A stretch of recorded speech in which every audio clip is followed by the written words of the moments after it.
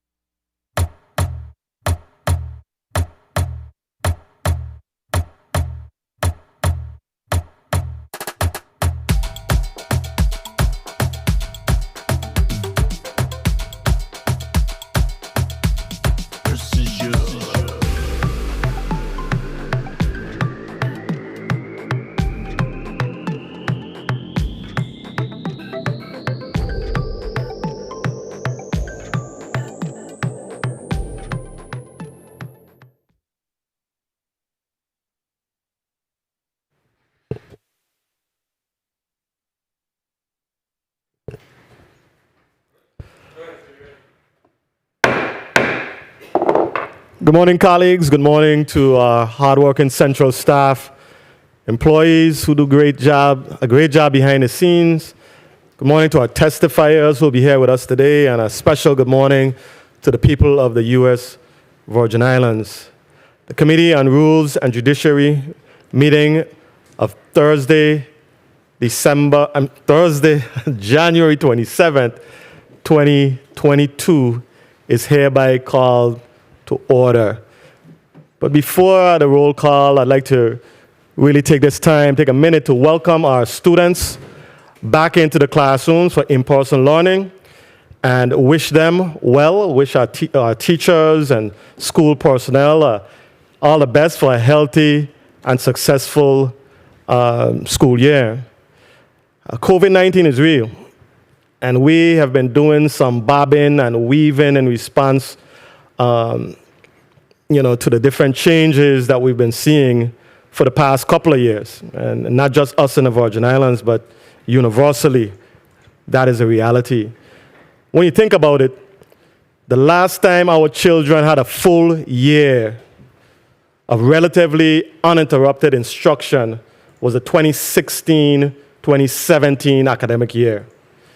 I am very concerned with the learning loss they've experienced, and I urge the Department of Education to focus on addressing this with a sense of urgency.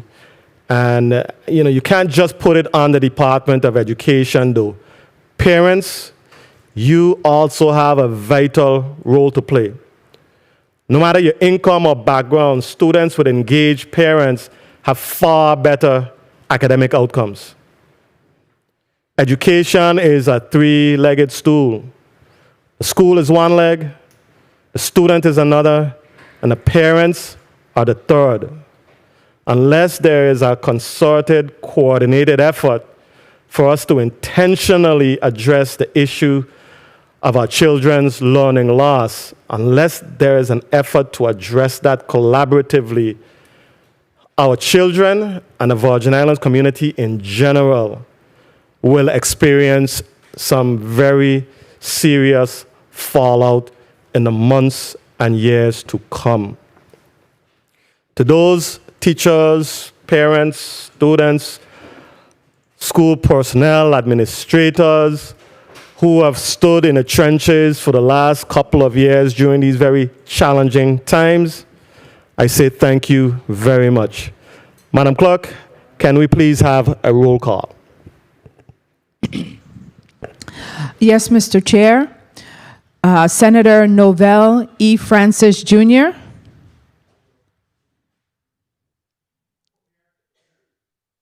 Senator Francis present.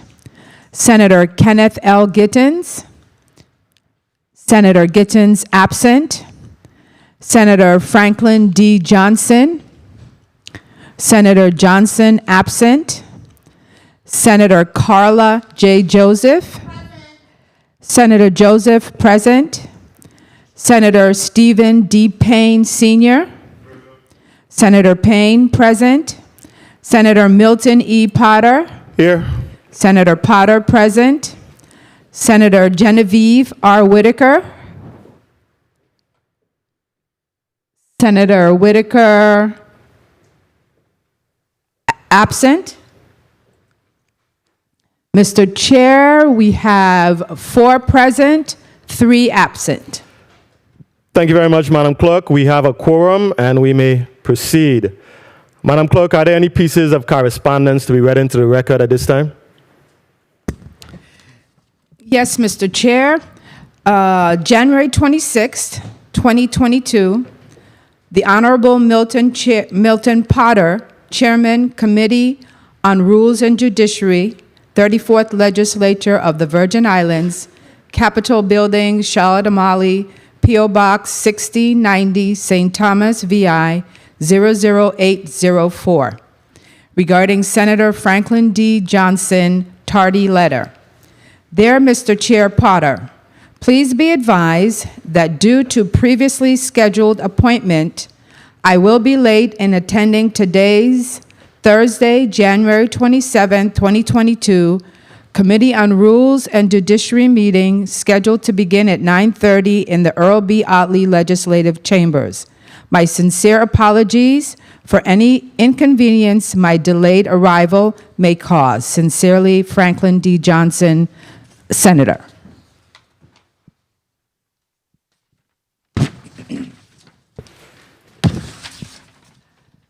The second correspondence, dated January 27th, 2022, the Honorable Milton Potter, Chairman, Committee on Rules and Judiciary, Capitol Building, St. Thomas, U.S. Virgin Islands, 00802. Dear Senator Potter, please excuse my absence at the Committee on Rules and Judiciary hearing scheduled for January 27, 2022, as there was a death in my family this morning. Thank you in advance for your understanding. Sincerely, Kenneth L. Gittens, Senator. This concludes correspondence, Mr. Chair. Thank you very much, Madam Clerk. Please record Senator Johnson as tardy, and please record Senator Gittens as excused. Madam Clerk, can you please read today's agenda into the record?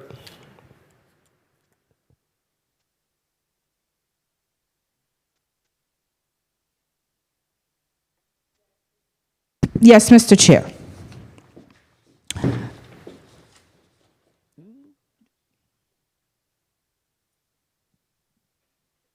One moment.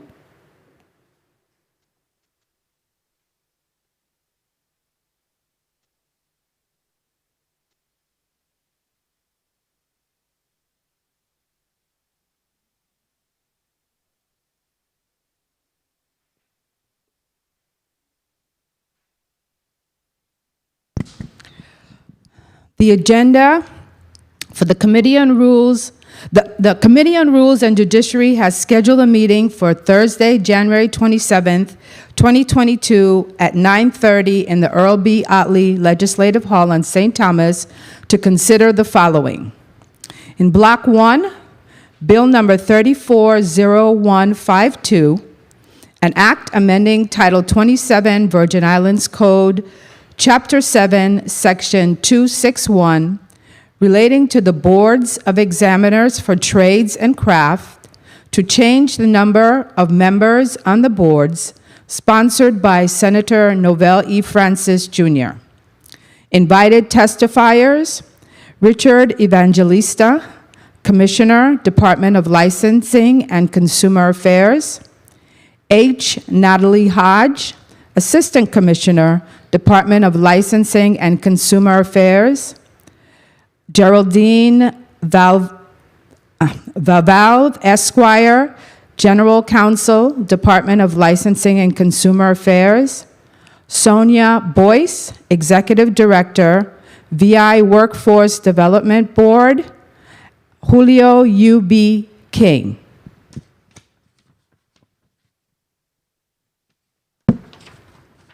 In Block 2, Bill number 340156, an act amending Title 15 Virgin Islands Code Part 1 relating to descendants' estates by adding Chapter 1A, enacting the Virgin Islands Uniform Electronic Wills Act, sponsored by Senator Novell E. Francis, Jr.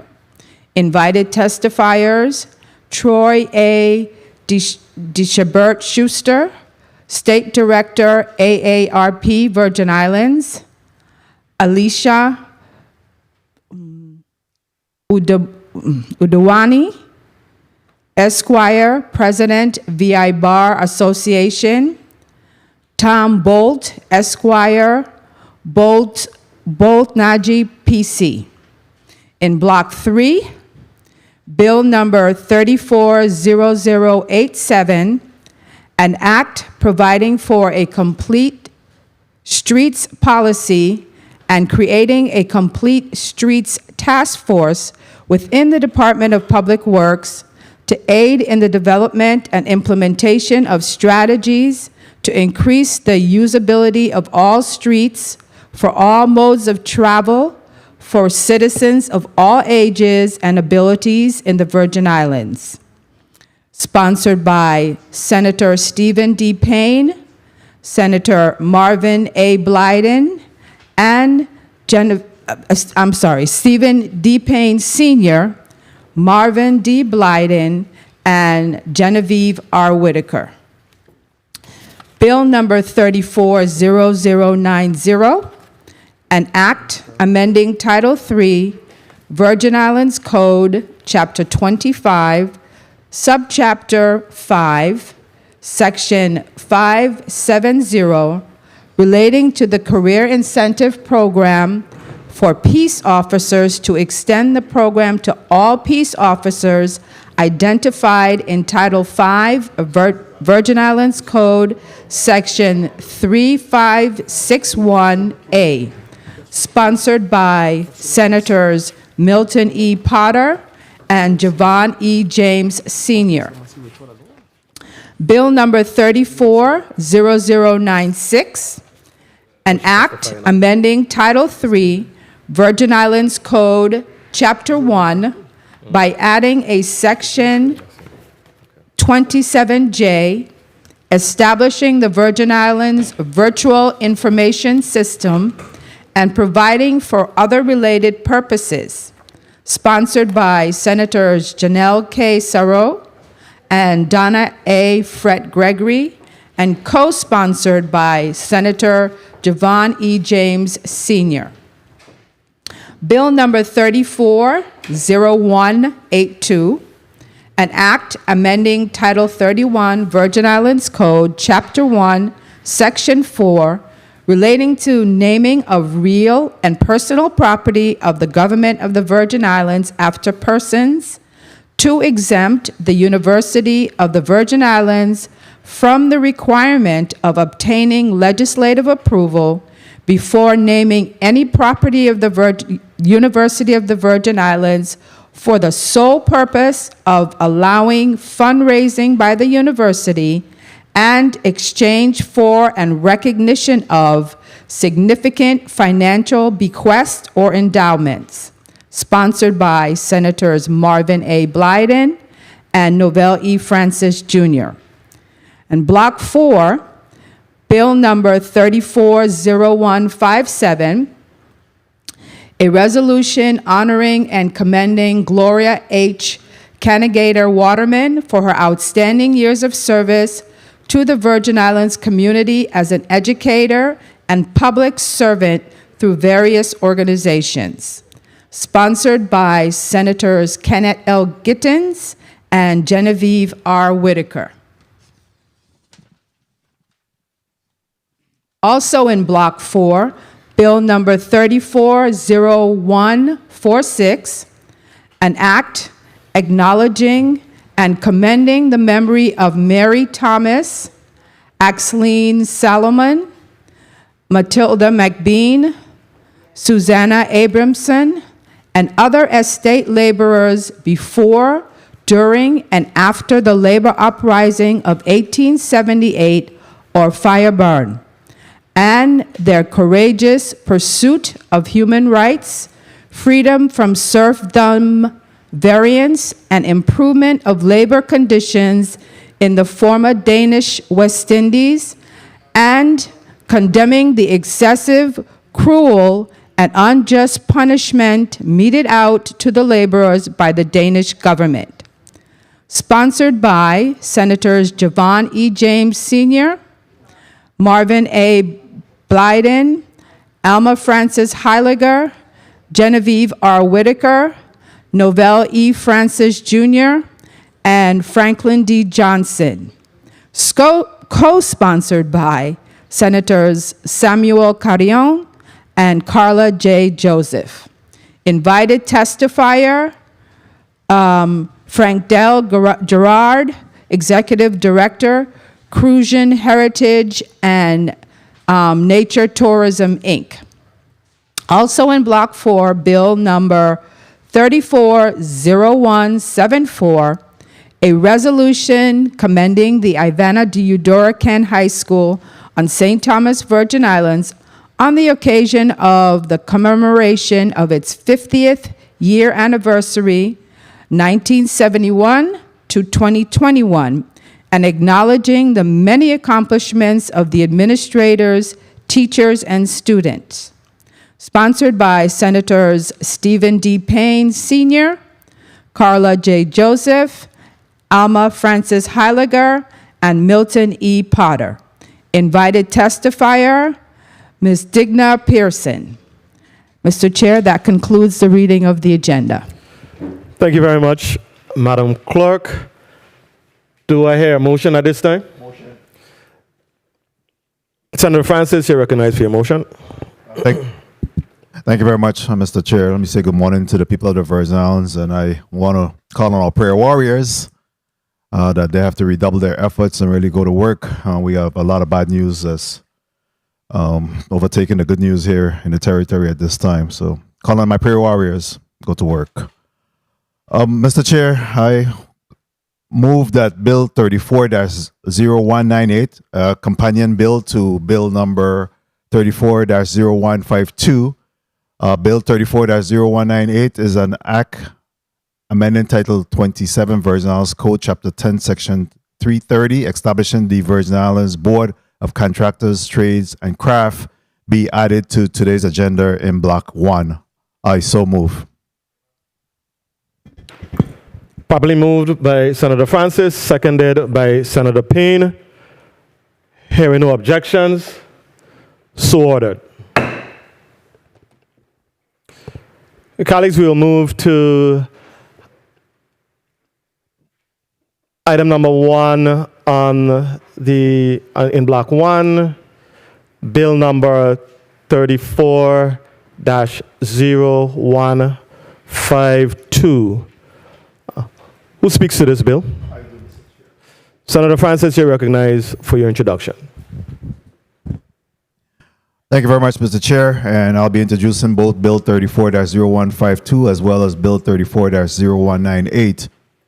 Originally, Bill 31-0152 simply reduced the number of members on the boards of trades and crafts. At the request of the Department of Licensing and Consumer Affairs, I'll be offering an amendment in the nature of a substitute, which creates the regulatory structure for the merger of the boards regulating contractors, trades, and crafts. These two measures serve one purpose: to support greater efficiency in the licensing process at the Department of License and Consumer Affairs and update the Virgin Islands Code to create a better pathway for our contractors, trades, and crafts people to become licensed. Why is this needed? The territory has over 120 boards, commissions, and committees. It is no secret that many of these entities aren't functional, having challenges with membership and quorums. In the cases of the boards that grant licensure, like those at DLCA, it only creates frustration when the boards are unable to do the work that is mandated to do. Since my days back in the 31st legislature, I've advocated for a reduction in the number of boards and commission. Today's bill recognizes that it makes perfect sense to consolidate the board of contractors with the various boards and trades and crafts, thereby creating a joint board of contractors, trades, and craft with jurisdiction for the regulation of both contractors, electrician, plumbers, and other occupations. We have to move more of skilled trade persons towards licensure because it offers both benefits and protections to the community and the licensee. Time after time, we have heard how detrimental license delays can be to our small business owners and economy. I commend Commissioner Evangelista and the team over at DLCA, and as well as the past agency head for their efforts to streamline the licensure process. The measure before you today will not only help to get critically needed contractors and trade persons into the workforce, but it also moves towards operational efficiency by removing barriers to the licensure.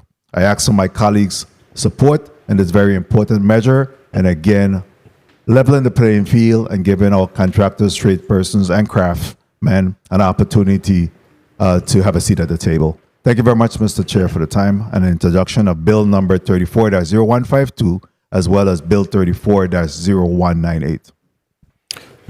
Thank you very much, Senator Francis. We will now proceed to bill number 34-0156. Who speaks to this bill? No, I'm sorry. That's the only, those are the only two bills in block one. Colleagues, we have some testifiers here before us today from the Department of Licensing and Consumer Affairs. Commissioner and your team, please just give us an introduction, your name and what you do, just so that we can use that as a mic check. So beginning with Commissioner Evangelista, please check your mic. Good morning, Honorable Senator Milton Potter. Mic check, Commissioner Evangelista, Department of Licensing and Consumer Affairs. Thank you, sir. Welcome. Thank you. Assistant Commissioner. Good morning. I'm sorry, go ahead. That's okay. Good morning, Honorable Senator Potter. Natalie Hodge, Assistant Commissioner, Department of Licensing and Consumer Affairs. Good morning, Senator. Good morning, Honorable Senator Potter. Geraldine Vaval, General Counsel, Licensing and Consumer Affairs. Thank you. Welcome. Good morning, Honorable. My name is Julio King, and I'm representing. I'm on the board of construction contractors. Okay, Mr. King, we're hearing you kind of, you're going in and out, so I don't know if it's a matter of you getting closer to your mic. But we're going to have faith that, we're going to hear you clearly as we proceed. But just kind of try to get a little closer to the mic. Colleagues, we have some testifiers from DLCA here before us. Commissioner Evangelista, are you taking the lead with your testimony? Yes, Senator. Okay, can you proceed, please? Sure. Before I begin, moment of a request for indulgence, as Senator Novell Francis indicated earlier, if we can just recognize that the streets are hot and community, we need you to speak up. It's ridiculous, to lose people who are just innocent bystanders. I concur, Commissioner. Thank you. I apologize. I'm going to try to get through this.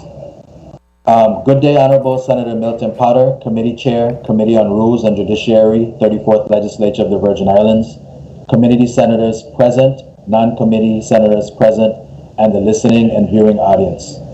My name is Richard Tomas Evangelista, Commissioner for the Department of Licensing and Consumer Affairs, hereinafter referred to as DLCA. Today, I am accompanied by Natalie Hodge, Assistant Commissioner for DLCA and Administrator to the Office of Boards and Commissions, Attorney Geraldine Vaval, DLCA's General Counsel and current member of the Virgin Islands Board of General Construction Contractors, Julio King, hereinafter referred to as the board. Thank you for providing DLCA with the opportunity to testify before the 34th Legislature on a bill to amend Title 27, Virgin Islands Code Chapter 7 and Chapter 10 by placing for licensing purposes the professions in the plumbing, electrical, mechanical, and fiber optic fields, in addition to certain specialty trades under the Virgin Islands Board of Contractors, Trades, and Crafts, hereinafter referred to as the board, once this bill is successfully moved. Inclusion of the specialty trade licenses will bring these occupations under the purview of the board and would improve the protections afforded to the public. Ensuring that the local standard is in line with national standards would go far in reducing the number of complaints received from consumers. It is important to note that the number of complaints received with respect to these occupations have increased dramatically since Hurricanes Irma and Maria. The bill also makes it unlawful for any person to operate or use the title of contractor or the titles of general construction contractor, plumbing contractor, electrician contractor, mechanical contractor, master plumber, master electrician, master mechanic, fiber optic technician, the professions, unless the person is licensed in accordance with Title 27 Virgin Islands Code Chapter 10. Any person using the titles of general construction contractor, plumbing contractor, electrical contractor, or mechanical contractor without complying with the requirements of Title 27 Virgin Islands Code, Chapter 10, would be guilty of a misdemeanor punishable by a fine of not less than $1,000 and not more than $10,000. Every applicant for a license as any of the professions or in any specialty trade may also be required to be tested in writing or by practical examination issued and administered by the board. To become a licensed contractor, candidates shall be required to pass all appropriate accredited national exams and any applicable local exams. The board shall have the discretion to grant competency, examination, reciprocity, or endorse any specialty license who is licensed by another state without imposing any further competency examination requirements if the applicant meets certain requirements. The bill also gives the board the power to establish rules and regulations and maintain licenses in certain specialty trades. This bill also defines a qualifier. A qualifier is a person who has passed a competency examination administered by the board and is representing a business, and further provides that when a qualifier is no longer connected with the business license will be invalidated after 90 days unless the business returns to active status by complying with licensing requirements. During this 90-day period, the business cannot bid or undertake any additional contracts related to the business unless the business license returns to active status. Any license issued under Title 27 of the Virgin Islands Code, Chapter 10, that is issued to a person representing a business operating under a trade, partnership, or corporation name is valid only as long as the names appearing on the license are the same as the names of the person operating the business, and any person serving as the representative under the license must devote his full time to the business and must personally sign applications for certificates of electrical, fiber optic, or plumbing inspection. Any person holding a license as a master plumber, master electrician, master mechanic, or fiber optics technician must execute and deposit with the Commissioner of Licensing and Consumer Affairs and with sureties as determined by the board a bond of a sum not less than $2,000. Any person holding a license as a general construction contractor, plumbing contractor, electrical contractor, or mechanical contractor must execute and deposit with the Commissioner of Licensing and Consumer Affairs and with sureties as determined by the board a bond in a sum of not less than $100,000. A monthly $100 fee for up to a maximum of 12 months will be charged if a licensee fails to timely renew their license. Finally, the bill provides that an owner and occupier of a single-family dwelling may, without obtaining a license under Title 27 Virgin Islands Code Chapter 10, perform general contracting, electrical, plumbing, fiber optic, and mechanical work on their dwelling if the person complies with all applicable building, plumbing, electrical, and fiber optic codes. Prior to closing, DLC humbly requests to merge the Board of General Contractors with the Virgin Islands Electrical Licensing Board, the Virgin Islands Plumbing Licensing Board, the VI Mechanical Licensing Board, and the Fiber Optics Installation Licensing Board. And as previewed prior to my testimony, the Honorable Senator Novell Francis did introduce a bill to be considered as a companion bill, which does just that. This new bill seeks to change the number of members on the board to overcome the current inability, and for quite some time, the inability to find members to serve on the individual boards. This inability to find members to serve hinders the board's ability to meet all their duties and responsibility. DLCA recommends that the VI Board of Contractors, Trades and Crafts be comprised of 3 general construction contractors, 2 electrical contractors, 2 plumbing contractors, 1 mechanical contractor, and the Commissioner of DLCA as an ex officio member. Just to provide you with some data, which is not included in my testimony, but I'll be more than happy to repeat if asked, and also Assistant Commissioner Hodge can join in. is that currently the Virgin Islands Board of General Construction Contractors requires 5 members. There's currently 2 members with 3 vacancies. The Virgin Islands Electrician Licensing Board has 5 members, requires 5 members, currently has 0 members for 5 vacancies. The VI Plumbing Licensing Board has a complement of 5 members, and within the past year, when there were 2 members, we lost 1, so now there's only 1 member for 4 vacancies. The VI Mechanical Licensing Board has a complement of 5 members. Currently, there are 0 members for 5 vacancies. The Virgin Islands Fiber Optic Licensing Board consists of 5 members. Currently, there are no members, so there are 5 vacancies.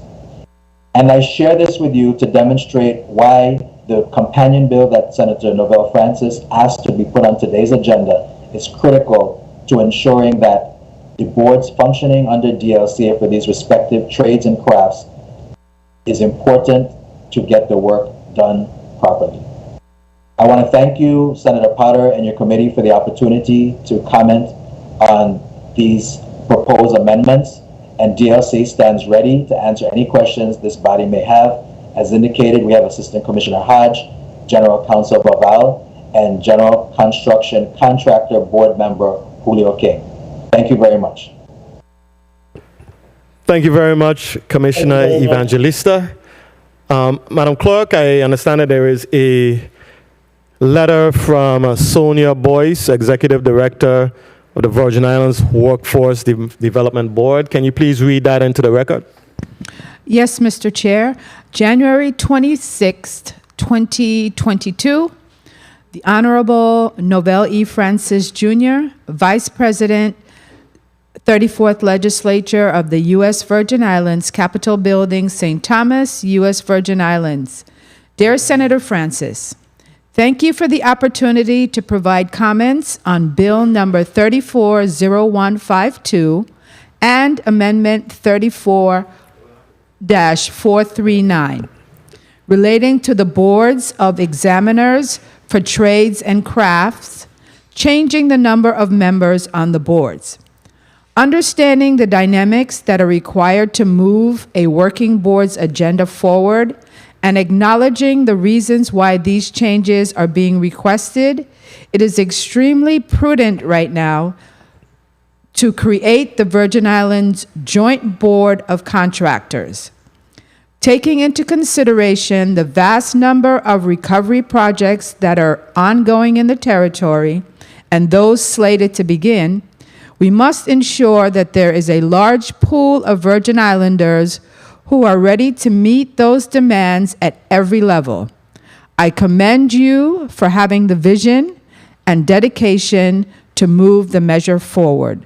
Sincerely, Sonia Boyce, Executive Director, VI Workforce Development Board. This concludes the reading. Thank you very much, Madam Clerk.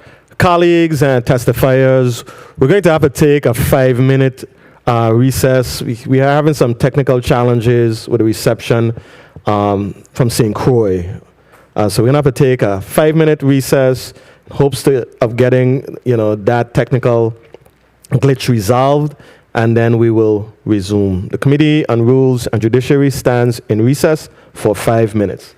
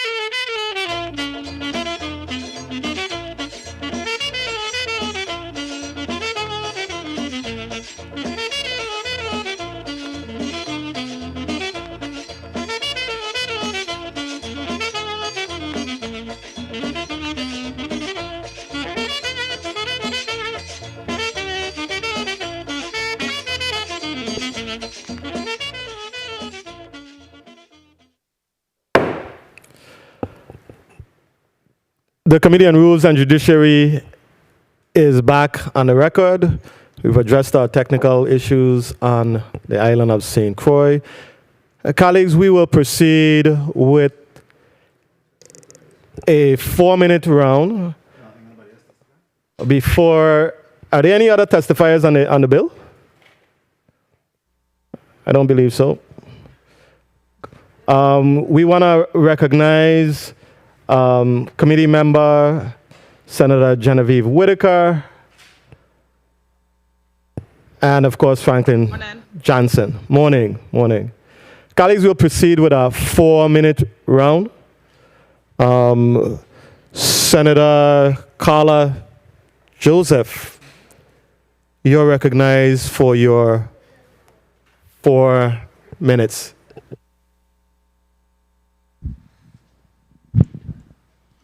A pleasant good morning, Mr. Chairman. A pleasant good morning to testifiers, our listening and viewing audience, the people of the Virgin Islands. I rise in support of this measure that is before us. Anything that we can do to shore up our trades, I am in favor of. Mr. Chairman, I had seen on the screen one of the members of the Construction Contractors Board. Oh, he is there now. Beautiful. I know I saw you and Mr. King.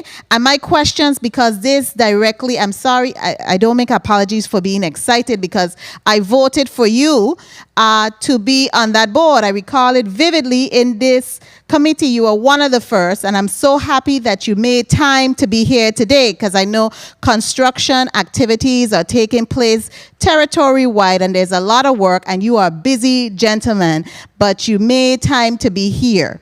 And so my questions are directed at you relative to this piece of legislation, which I must add I am in support of. Kindly indicate for us, since you have been on the board, how many times have you met and how you see that this piece of legislation is going to impact your ability to license tradesmen?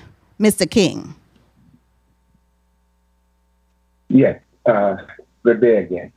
First of all, I'd like to respond. I can't give you an exact date, an exact time, but we have met number of times. Unfortunately, we don't have a full board, but we have met a number of times, and I think it's very important for us to move forward because there are too many unanswered questions. 2 minutes. Related. Excuse me, could you hear me? There are two. I'm hearing you, Mr. Okay, King. Continue. Okay, yes. Okay. I'm getting it spotty. But basically, to answer your question, we have met a number of times, and I really enjoy being a part of the board because I see that where we can make a lot of input, which would definitely help the community.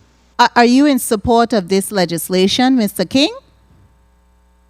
Definitely. Very much so, very much so supported. And how many persons are on the board now? Right now we have 2, and of course, Mr. Evangelista, and with the assistance of Mr. Evangelista and Ms. Hodge. But basically we have 2 board members.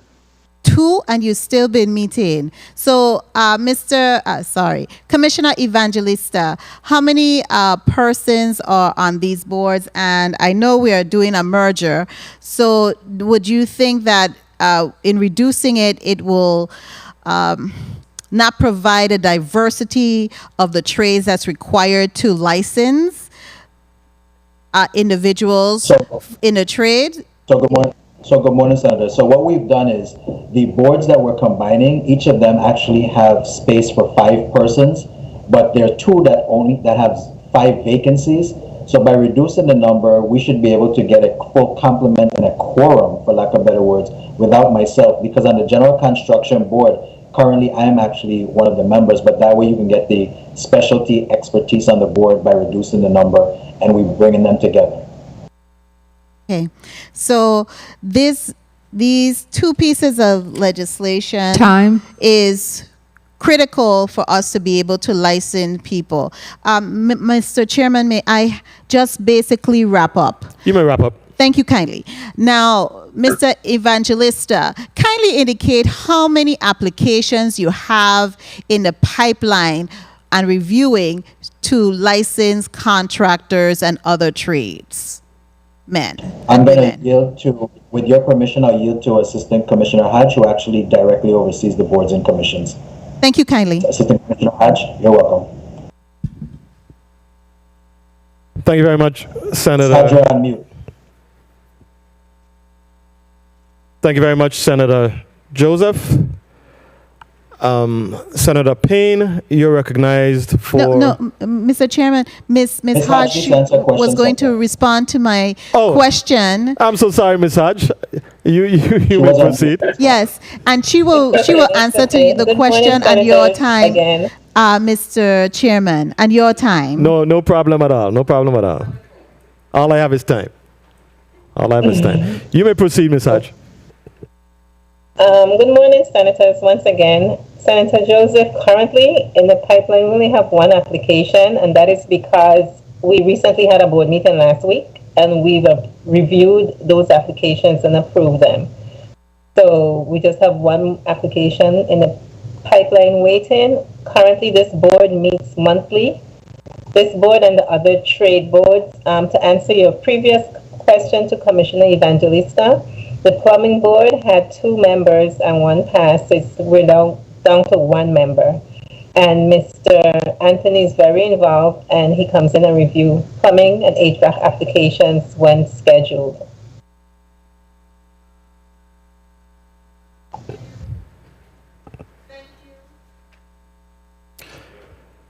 Thank you very much, Senator Joseph. Thank you very much. Thank you very much, Ms. Hodge. Senator Payne, you're recognized for your 4 minutes.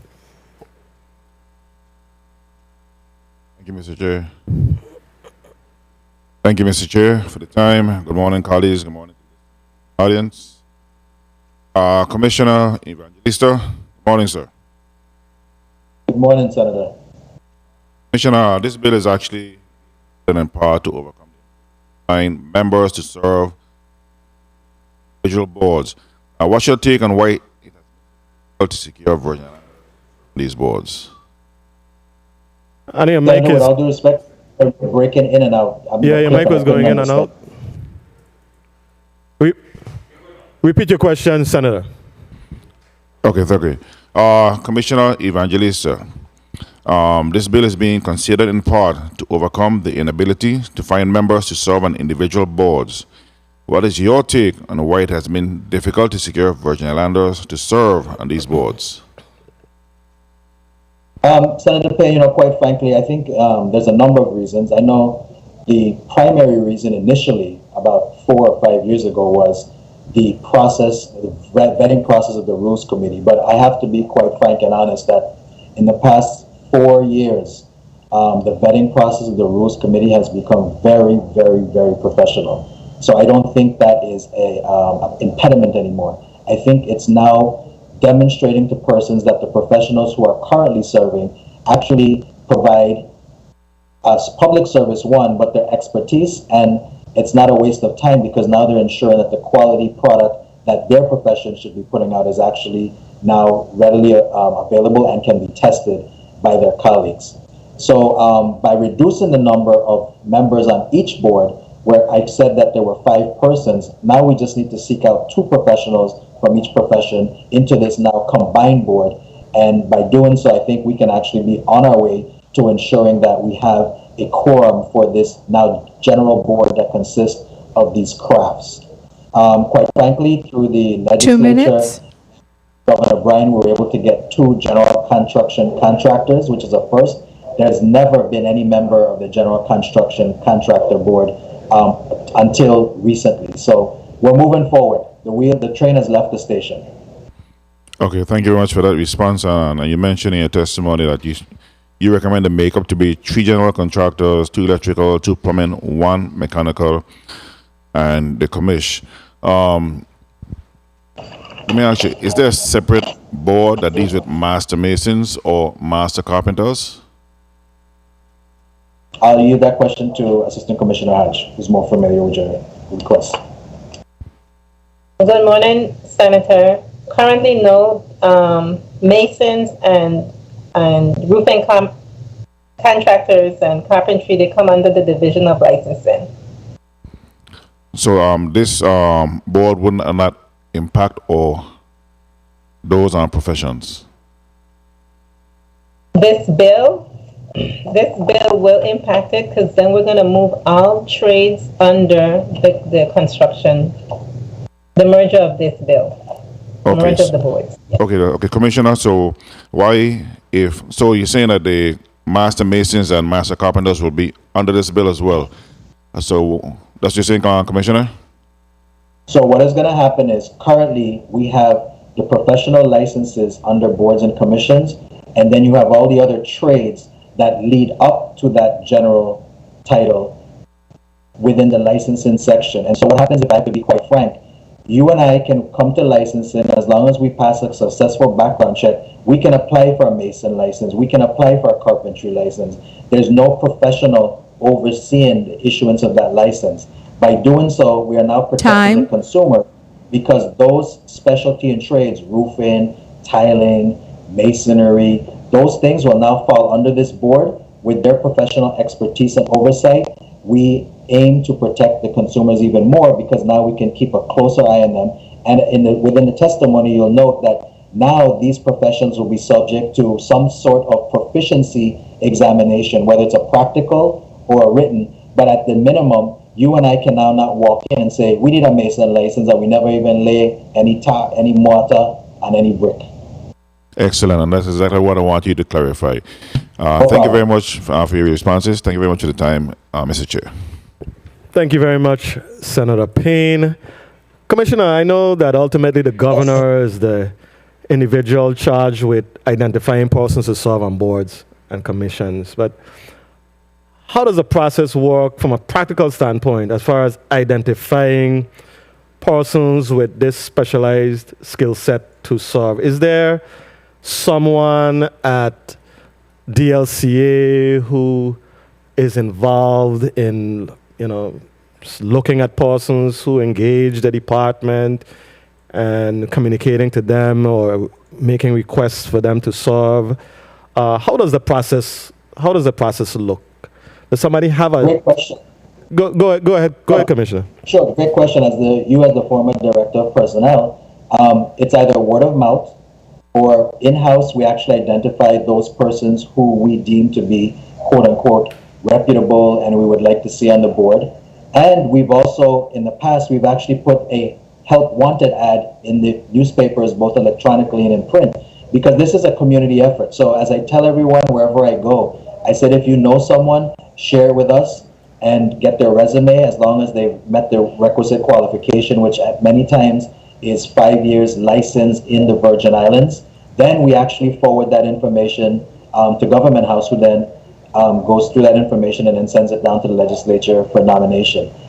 Your committee should be getting a number of applicants for these upcoming boards, because quite frankly, in the past 3 years, through Ms. Hodge, we've been very busy seeking out persons. Now that we have Mr. Julio King on board, as well as Mr. Larry Richards, they are now reaching out to their colleagues, who then reach out to their subs to identify persons within the trades that can assist us to make this process. At the end of the day, Senator Potter, what we're trying to do is to ensure that the consumers who engage in the services of these people are actually going to be serviced by persons who are quite aware that they will now be sanctioned, if necessary, for failure to provide a quality product for the price that they're paying. Understood, Commissioner.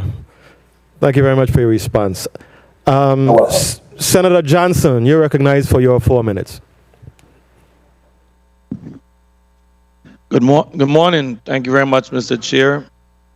Good morning to the testifiers. Good morning to the viewer and listening audience. Commissioner Evangelist, I would like to ask you a question. Do you have any data or record of the amount of persons that filed claim for people who said that they are contractors and did faulty work and are waited to be compensated or waited for a hearing? Do you have any kind of data? Let's start from hurricane to now. Sure.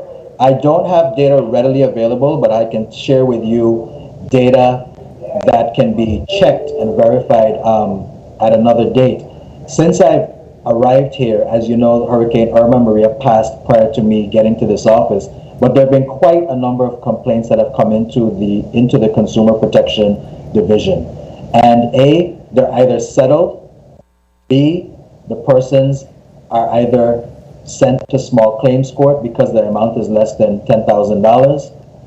C, they're either persuaded to go into civil court and file a lawsuit. However, if it arises and it appears to be of a criminal element, then we actually have been referring cases to the Department of Justice. Why is this board important? Because of the number of cases that have come in, there has been no in-house professional who was able to assist the Consumer Protection Division with the complaint. At the Consumer Protection Division level, those individuals are not the construction professionals, but they attempt to resolve by mediation, and if unavailable, if unattainable, then at this point, with a full complement of a board, we can then send it to the professionals who can then actually go out and do the on-site inspection to determine whether or not the case should actually go to a full-blown hearing. Do you have any kind of a estimate from the time you're there as a monetary value as to what kind of money we're talking with all of those cases lumped together? 2 minutes. I would say in north, meaning greater than $100,000, probably even greater than $200,000. Okay, and does the department have any kind of apprenticeship license for individuals who are, you know, in the trade and industry that trying to get a license, but they don't have it and they need to sharpen the skills? We don't have an apprentice license per se, but I can tell you on the electrical side, we have a journeyman license who works under the general electrician. But I'll defer to Ms. Hodge if there are any other particular licenses relative to the persons who are trying to learn. Ms. Hodge? Good morning, Senator. Thank you for that question. Currently, there is a journeyman license or a journeyman permit for electricians and plumbing. Sorry. Those are the only two classifications that allow for journeyman. But I'm pretty sure with the makeup of the board and we go forward, we can create some more. Okay, and a next question, since we went to the electrical side, I've heard persons complain about the electrical license, that a lot of the things that are in our license are not duties that an electrician locally here would do. Stuff like ham radios and radio repairs and stuff like that, which is pretty much obsolete at this time. Have we adjusted that license in any way? So between Ms. Hodge and I, Senator Johnson, I think we can now sing a choir within a choir voice. That's why it's important that we actually consolidate these boards.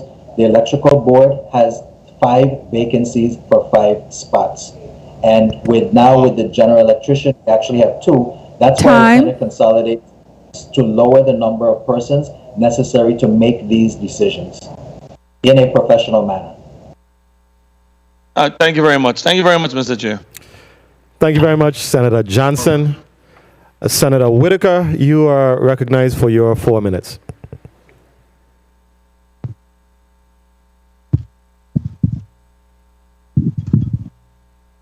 Good morning. Good morning, Chairman. Good morning to my colleagues. Good morning to the people of the Virgin Islands. Good morning to central staff of the legislature. Commissioner Evangelista, I want to, of course, focus in on, can you explain any analysis that's been done concerning specifically as it concerns consumer complaints with respect to off-island companies in the integrity of their work, as we drill down on the issues surrounding and contracting and the licensing process of any of the, have you guys fielded any complaints concerning any current licensed contractors with the department? Sure. Since my tenure here, I have not personally fielded any construction complaints for any. And when you say off island, anyone who's here locally doing work should be licensed here in the Virgin Islands. So if you mean off island, meaning that they have a license here but in other jurisdictions, DLCA, to my knowledge, does not have any. That does not mean that they exist. They don't exist because maybe it hasn't arisen to my level. But regarding the quality of construction by off-island vendors, the off-island vendor who's here locally must get a Virgin Islands business license. And that's why it's critical that we have the composition of the board with Virgin Islands board members for the general contracting board to vet these persons, and not Commissioner Evangelista or whomever is the commissioner at the point in time to vet these licenses. And that's why it's critical. I can't underscore that we get the professionals on these boards to make those decisions to ensure that companies who are wishing to be licensed here actually are licensed and vetted by the very colleague in that profession. 2 minutes.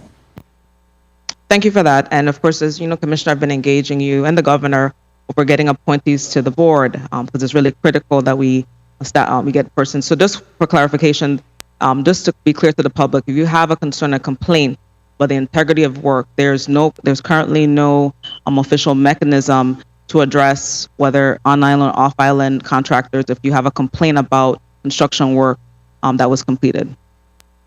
So I have to say, within the past 12 months, we now have 2 licensed general contractors who are available to assist. So persons in distress who have been waiting can now sigh with relief, because these professionals will either be themselves doing the inspection, or they can actually get someone who is qualified to make that inspection. Well, just for time's sake, Sure. because the time is count, I'm going to circle up with you because I do need a clear process, whether it's on the website, a form, or what have you. We need to be clear about that process. There are a lot of concerns. I want to delve in to one of the legislation that I pushed, which was the gender equity on the board. Have you, as you work with the governor on selecting, and going through and the process of vetting candidates, have you looked into addressing equity matters surrounding the board being balanced between men and women? All the different trades and fields. I have no problem working with the gender equity equation. Quite frankly, at this point, I just need a body. So, whomever is presented to us, as long as they're qualified, we're sending them to the governor. But I am in full support of what you did. I think it's the right thing to do. It's 2020 after all, and we need to move forward rather than keep reversing as some issues are in our current state of the nation. Thank you for that. And just a final Time. Chairman, I didn't my comments call because I heard I'm assuming, but just a final to wrap up, Chairman, if I may. You may proceed, Senator. Thank you. Just in the final, I just on workforce development, just a final question to you, Commissioner Evangelista. What plans do you have continuing to this year in terms of workforce development in the construction industry, as we, with the Department of Labor, of course, a large contract was awarded to a private provider. Do you have any plans on the way to just, work collaboratively with all the stakeholders for workforce development, the CTEC board, board education, farm education? Sure. As a former member of the Department of Labor team, as assistant commissioner over there, and as a former member of the Workforce Development Board, Commissioner Malloy and I have a great working relationship. And now that we actually have 2 members on the General Construction Board, that board, one of their tasks is going to be how we actually intertwine and join with them at the hip to ensure that whatever licenses are needed for these businesses to go forward, as well as if one of your former colleagues asked about an apprentice license, that is something we're going to do, because Mr. King, current board member for the General Contractor Board, as well as Mr. Richards, they are keen on ensuring that we fill the pipeline, because, I know they're not ready to retire, but they want to ensure that the legacy of Virgin Islands general contractors doing quality work in the Virgin Islands is something that we leave behind as a legacy. So I can assure you that we are striving to get to that point, now that I have 2 board members. Thank you, Commissioner. Thank you, Chairman. Thank you very much, Senator Whitaker. Senator Francis, you're recognized for your 4 minutes. Very much. Thank you very much, Mr. Chair. And I want to equally commend and thank the DLCA team as well as my office, my team that have worked along with them in putting this legislation together, as well as legal counsel. There was a tremendous amount of work that had gone into the this bill, a lot of back and forth discussion in respect to how do we best strengthen this.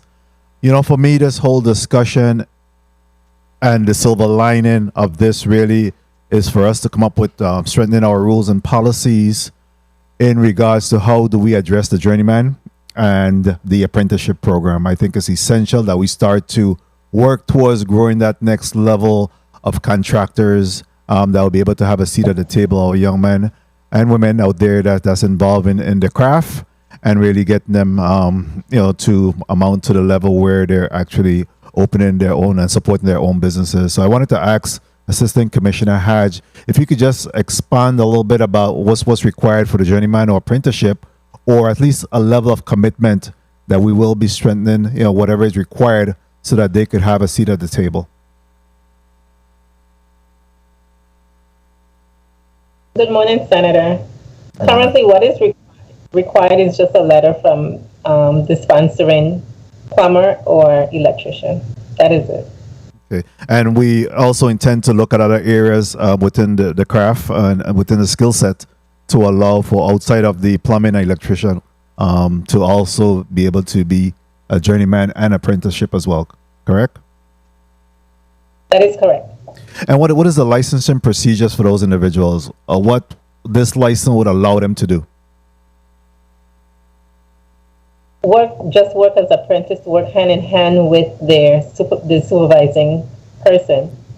And obviously working for a period of time where they're able to then 2 qualify minutes. to assume the next level a position, whether it be a plumber, a licensed plumber, a licensed general contractor, whatever that next level will be, correct? That is correct. At least 5 years working as a journeyman before they can take the exam. Okay, very well.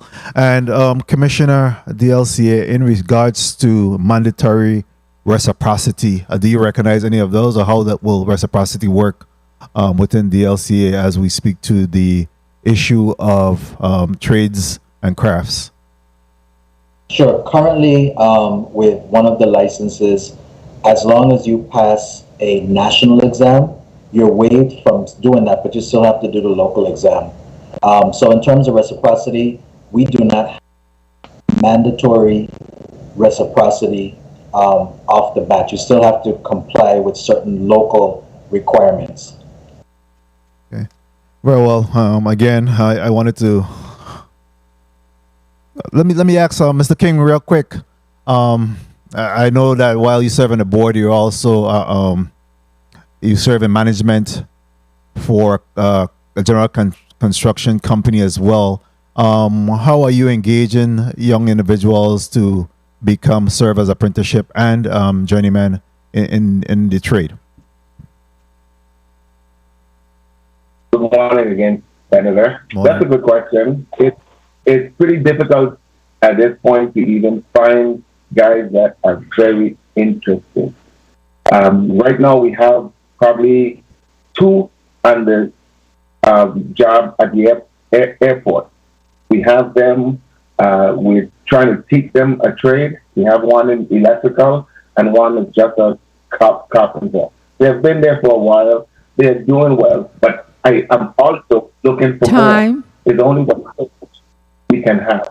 But yes, we are trying, and I must say that I was involved with years ago, and right now, the one that I work with, he has now graduated from school, and he's working with us as an assistant project manager at the airport. So it works, and we will continue to make it happen. Very well, thank you. And being responsible for paying for electricity and plumbing work and the like, I think it's critical that our young people, those that listen to the sound of my voice, there's a great opportunity to make money to go into the field. is very, very expensive right now paying for this type of service. So you have an opportunity to be able to make money in that stead. Thank you very much, Mr. Chair, for the time and opportunity. Thank you very much, Senator Francis. Well stated. I don't even want to tell you what my most recent plumbing bill was. I'm still paying for it. Tell you that. So it is an excellent opportunity for young people to learn a trade and make some money. Commissioner, I know you mentioned about the reciprocity, and Senator Francis asked you a question about it. Just for my curiosity, because I know the language in your testimony mentioned that the board has discretion to grant competency examination reciprocity. It's a discretionary thing. Give me an example as to maybe a scenario where you would honor the reciprocity for one individual and not another individual, waiving the whole testing and all of that, if they provide licensure from one state. Sure. So my professor, Natalie Hodge, is watching me, so let's make sure I get this correct. As a general contract, you may hold a license in a jurisdiction in which you have not taken the National Association of State Contractors Licensing Association test, which is a nationally recognized test.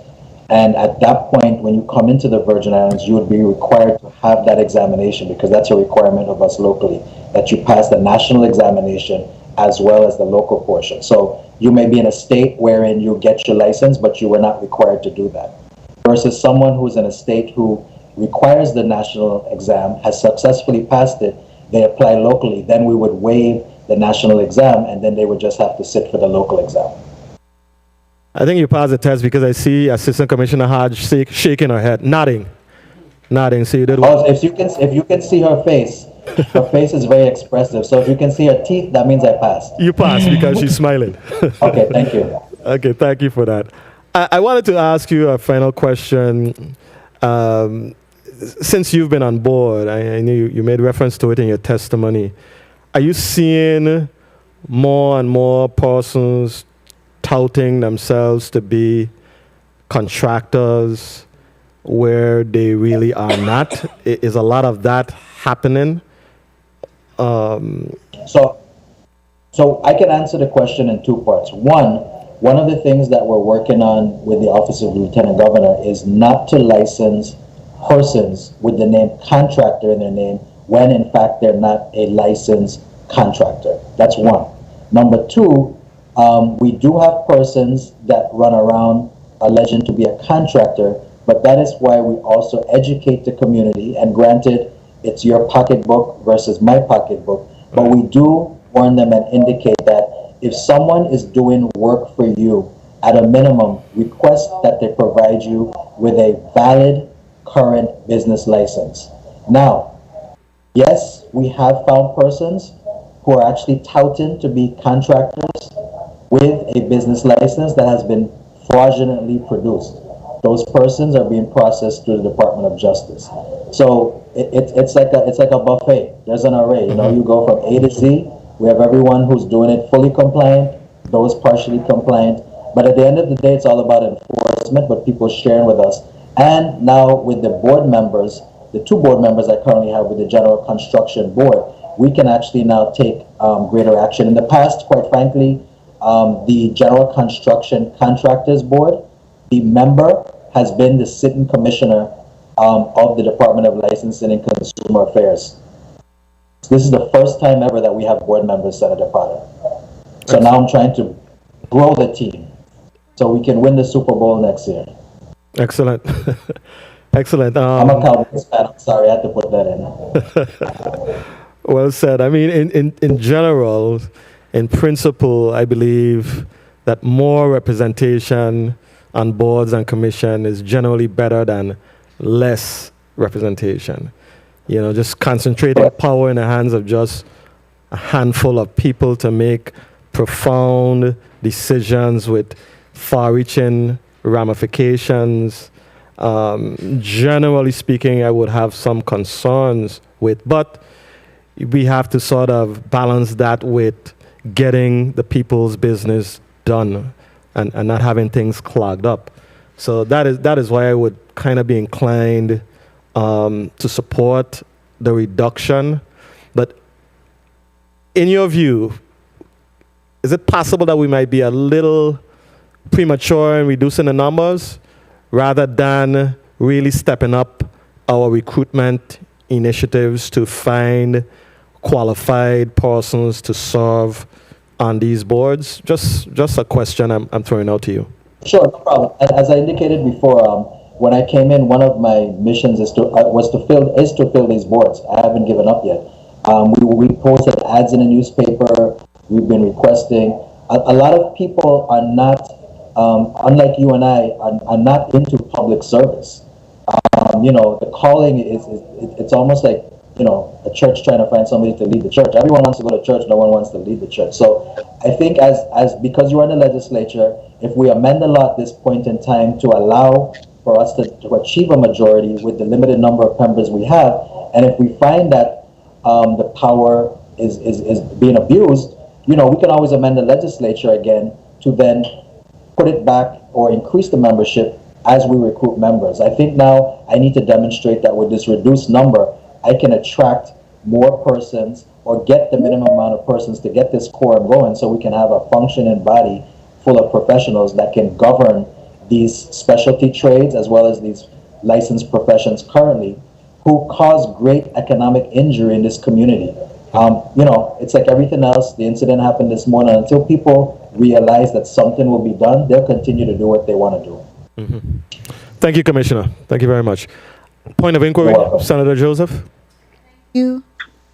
Thank you so much, Mr. Chairman. Commissioner Evangelista, I have a question in the amendment in the nature of a substitute to Bill number 34-0152.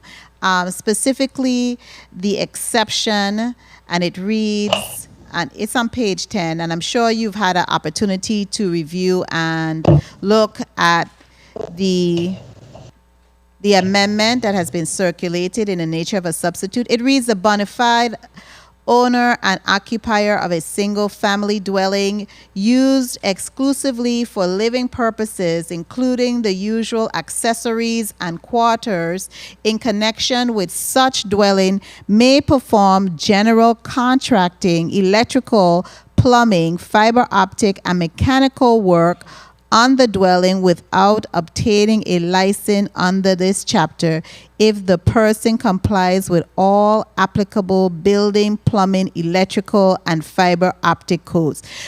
Kindly indicate what that means. Does that tell me in layman terms what this allowed, that exception?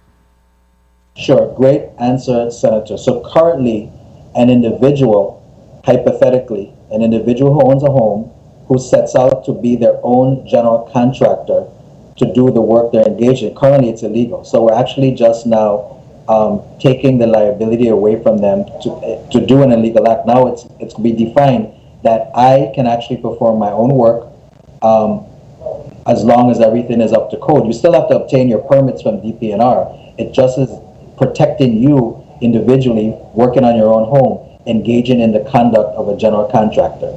So does that mean having a little bit of construction background, I can go in and do my own plumbing? I mean, I know a little bit of plumbing, and I need to install my toilet. I don't have to hire a plumber or anything. I could just, a licensed plumber, and I could just put in my toilet, and that would be it, install my toilet.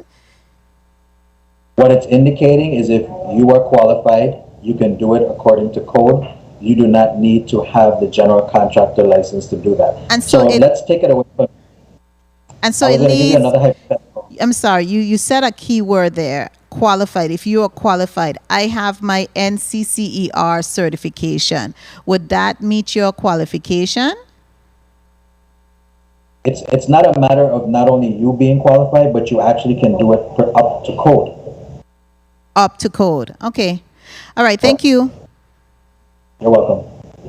Thank you very much, Senator Joseph. Point of inquiry, Senator Francis. Thank you. Thank you very much. As long as you have a little bit of qualification on YouTube, you're good to go. My point of inquiry, real quick, Commissioner Evangelista, do you have a registry or what on your website or a listing that could be available at the DLCA for all of the, I guess, the general contractors or general construction contractors? Do you have a listing that's available for the public to be able to view, verify, be able to then tap from that source in terms of information that may be available to them, then to make informed decision in terms of who they're selecting to hire? Yes, Senator, thank you for that question. www.dlca.vi.gov. On our website, you can actually look up to determine whether or not the person you are hiring to perform work on your residence or commercial establishment, whether or not they have a current business license to engage in such activity. Very well. Thank you. Thank you very much for that. Thank you, Mr. Chair, for the time. Thank you very You're much. welcome. Thank you very much, Senator Francis. Colleagues, I believe that we have exhausted our time for these two bills. Do I hear a motion?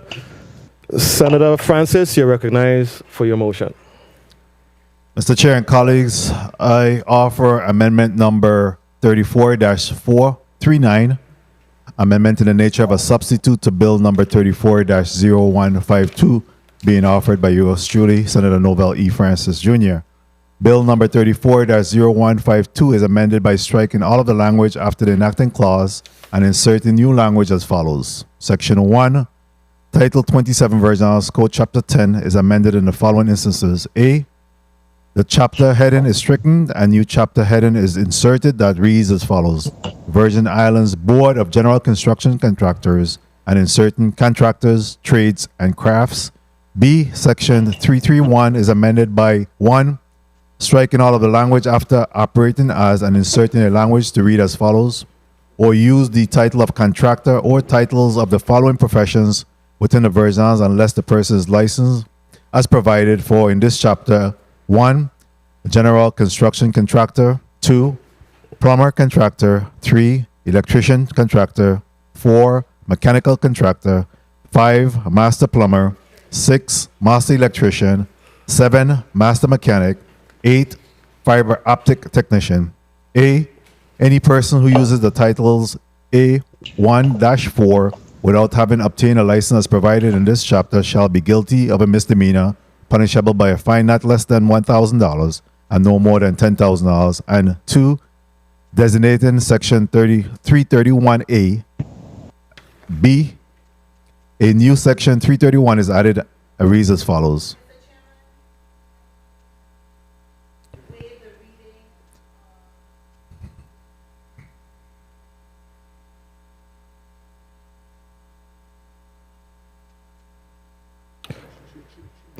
Properly moved by Senator Joseph.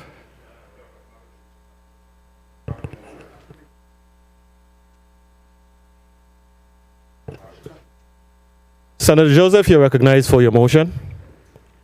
Thank you. Thank you, Mr. Chairman. Mr. Chairman, let me repeat the motion before your recognition.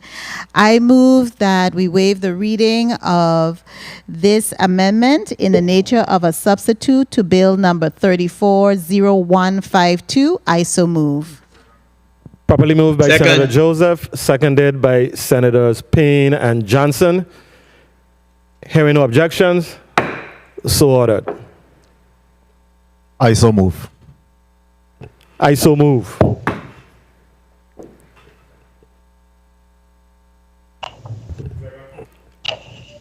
Motion? I so move the amendment at this time, sir. And Okay, properly moved by Senator Francis, seconded by Senator Payne. The amendment, hearing no objection, so ordered.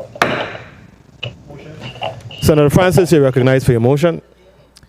thank you very much, Mr. Chair. Mr. Chair and colleagues, I move that Bill number 34-0152, an act amending Title 27 Virgin Code Chapter 7, Section 261 relating to the boards of examiners for trades and craft to change the number of members on the boards as amended be approved by the Committee of Rules and Judiciary and sent to the full body for further consideration. I so move. Properly moved by Second. Senator Francis, seconded by Senators Payne, Joseph, and Johnson. Roll call on bill number 34-0152 as amended. Senator Novell E. Francis Jr., Senator Francis Ye, Senator Kenneth L. Gittens, Senator Gittens absent, Senator Franklin D. Johnson, Yay. Senator Johnson Ye, Senator Carla J. Joseph, Senator Joseph Ye, Senator Stephen D. Payne Sr., Senator Payne Ye, Senator Milton E. Potter, Yes? Senator Potter Ye, Senator Genevieve R. Whitaker, Yay. Senator Whitaker Yay. Mr. Chair, you have 6 yay, 1 absent. Thank you very much, colleagues. Bill number 34-0152, an act amending Title 27 Virgin Islands Code, Chapter 7, Section 261, relating to the Board of Examiners for Trades and Crafts to change the number of members on the boards as amended, has been favorably considered by the Committee on Rules and Judiciary and will be forwarded to the full body for further consideration. Senator Francis, you're recognized for your motion. Thank you, Mr. Chair. I move that bill number 34-0198, an act amending Title 27 Virgin Islands Code, Chapter 10, Section 330, establishing the Virgin Islands Board of Contractors, Trades, and Craft, be approved by the Committee of Rules and Judiciary and sent to the full body for further consideration. I so move. Properly moved by Senator Francis, seconded by Senators Joseph and Payne. Roll call on bill number 34-0198. Senator Novell E. Francis Jr., Senator Francis Ye, Senator Kenneth L. Gittens, Senator Gittens absent, Senator Franklin D. Johnson, Yay. Senator Johnson Ye, Senator Carla J. Joseph, Senator Joseph Ye, Senator Stephen D. Payne Sr., Senator Payne Ye, Senator Milton E. Potter, Yes? Senator Potter Ye, Senator Genevieve R. Whitaker, Yay. Senator Whitaker Yay. Mr. Chair, 6 yay, 1 absent.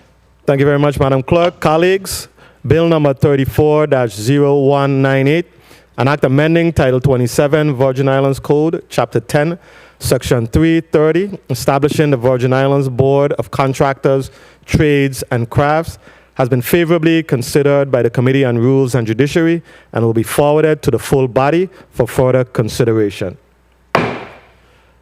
Commissioner Evangelista and the DLCA team, thank you very much for your presence here today. I will give you 30 seconds, sir, to do your wrap-up statement. Good morning once again to the members of the Rules and Judiciary Committee. I would be remiss if I didn't thank out loud and publicly Assistant Commissioner Hodge, Attorney Vaval, and more importantly, Senator Novell Francis and Ms. Shauna Richards and the legal counsel staff at the Legislature of the Virgin Islands. We are moving mountains as we try to create a more efficient board and commissions process within the Department of Licensing and Consumer Affairs. And the pillars that you are providing us when we request these amendments are critical, but also great for the community because this means that there will be professionals who can actually guard their finances when they invest in their real estate, whether it be commercial or personal. So I want to thank you publicly for all you continue to do, and we look forward to working together as we create a better process for the people of the Virgin Islands.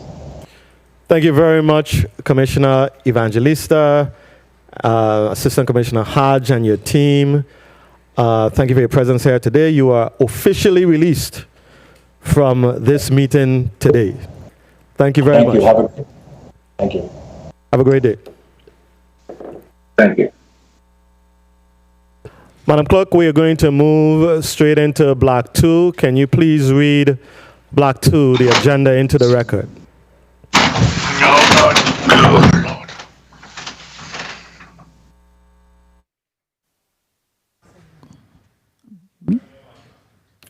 Block 2 consists of Bill number 340156, an act amending Title 15 Virgin Islands Code Part 1 relating to descendants' estates by adding Chapter 1A, enacting the Virgin Islands Uniform Electronic Will Act, sponsored by Senator Novell E. Francis Jr., invited testifiers, Troy A. DeChabert Schuster, State Director, AARP, Virgin Islands, Alicia Udamwi, Esquire, President, VI Bar Association, Tom Bolt, Esquire, Bolt Naji, PC. That concludes the reading of Block 2. Thank you very much, Madam Clerk. Colleagues, we will move straight to Bill number 34-0156. Who speaks to this bill? Senator Francis, you may proceed with your introduction. Thank you very much, Mr. Chair, and good morning once again to the viewing and listening audience.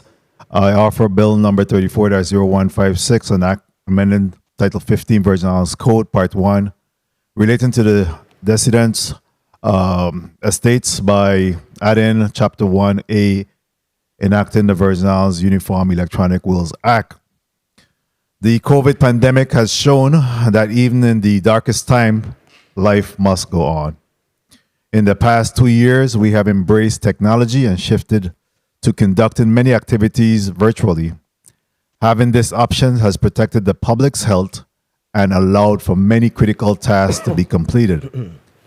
I am privileged to partner with the Virgin Islands AARP on Bill number 34-0156, which establishes an electronic will.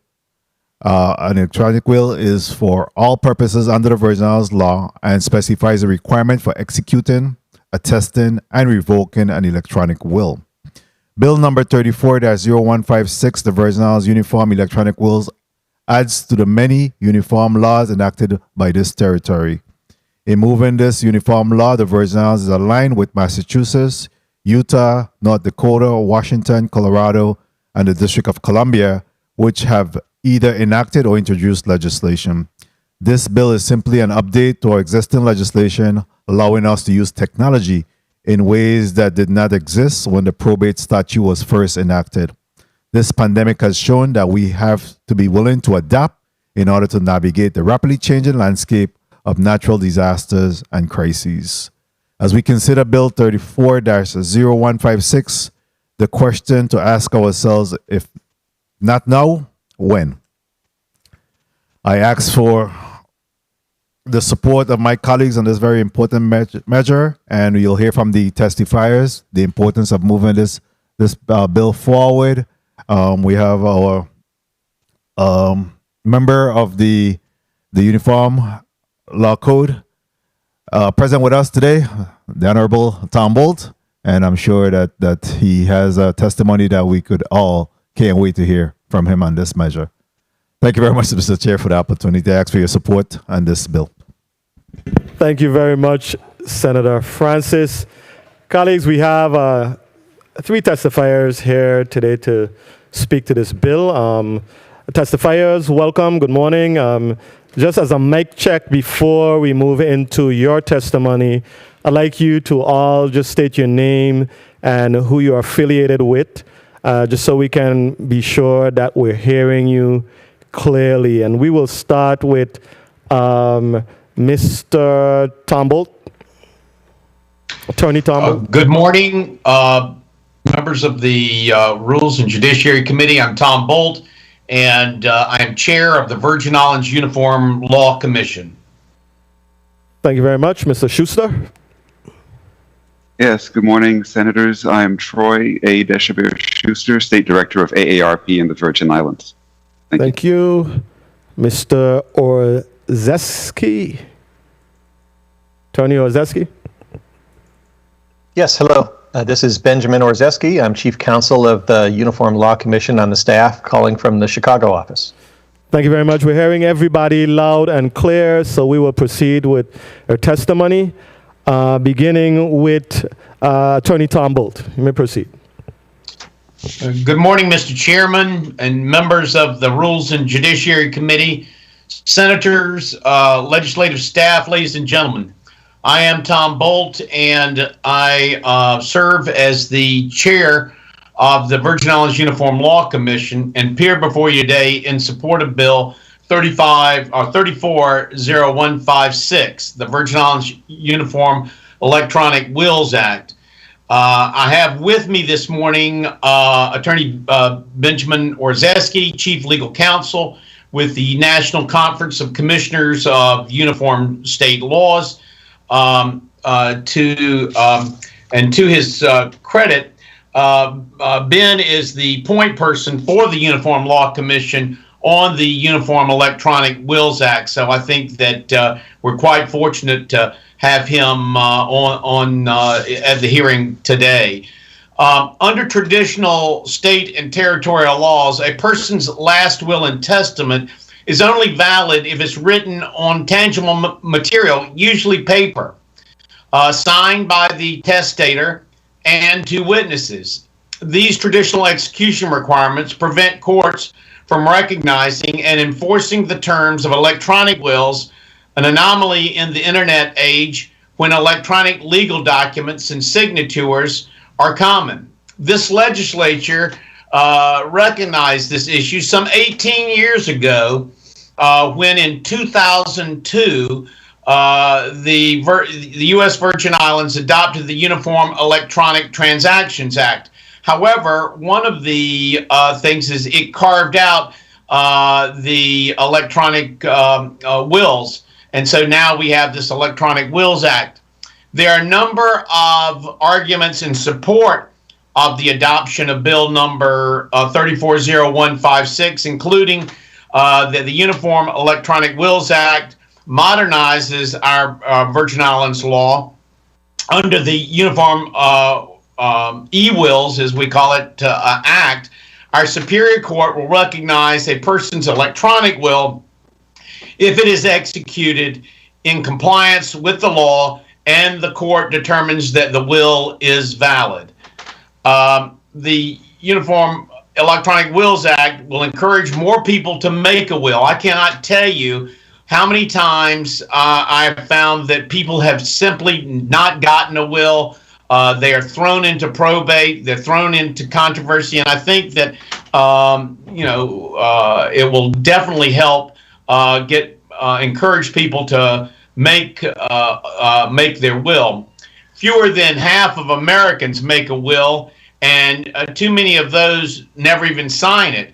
The Uniform E-Wills Act will encourage will completion by eliminating the need for in-person meetings to sign the documents. It will also allow qualified professionals to offer online estate planning services to persons who might not otherwise make a plan.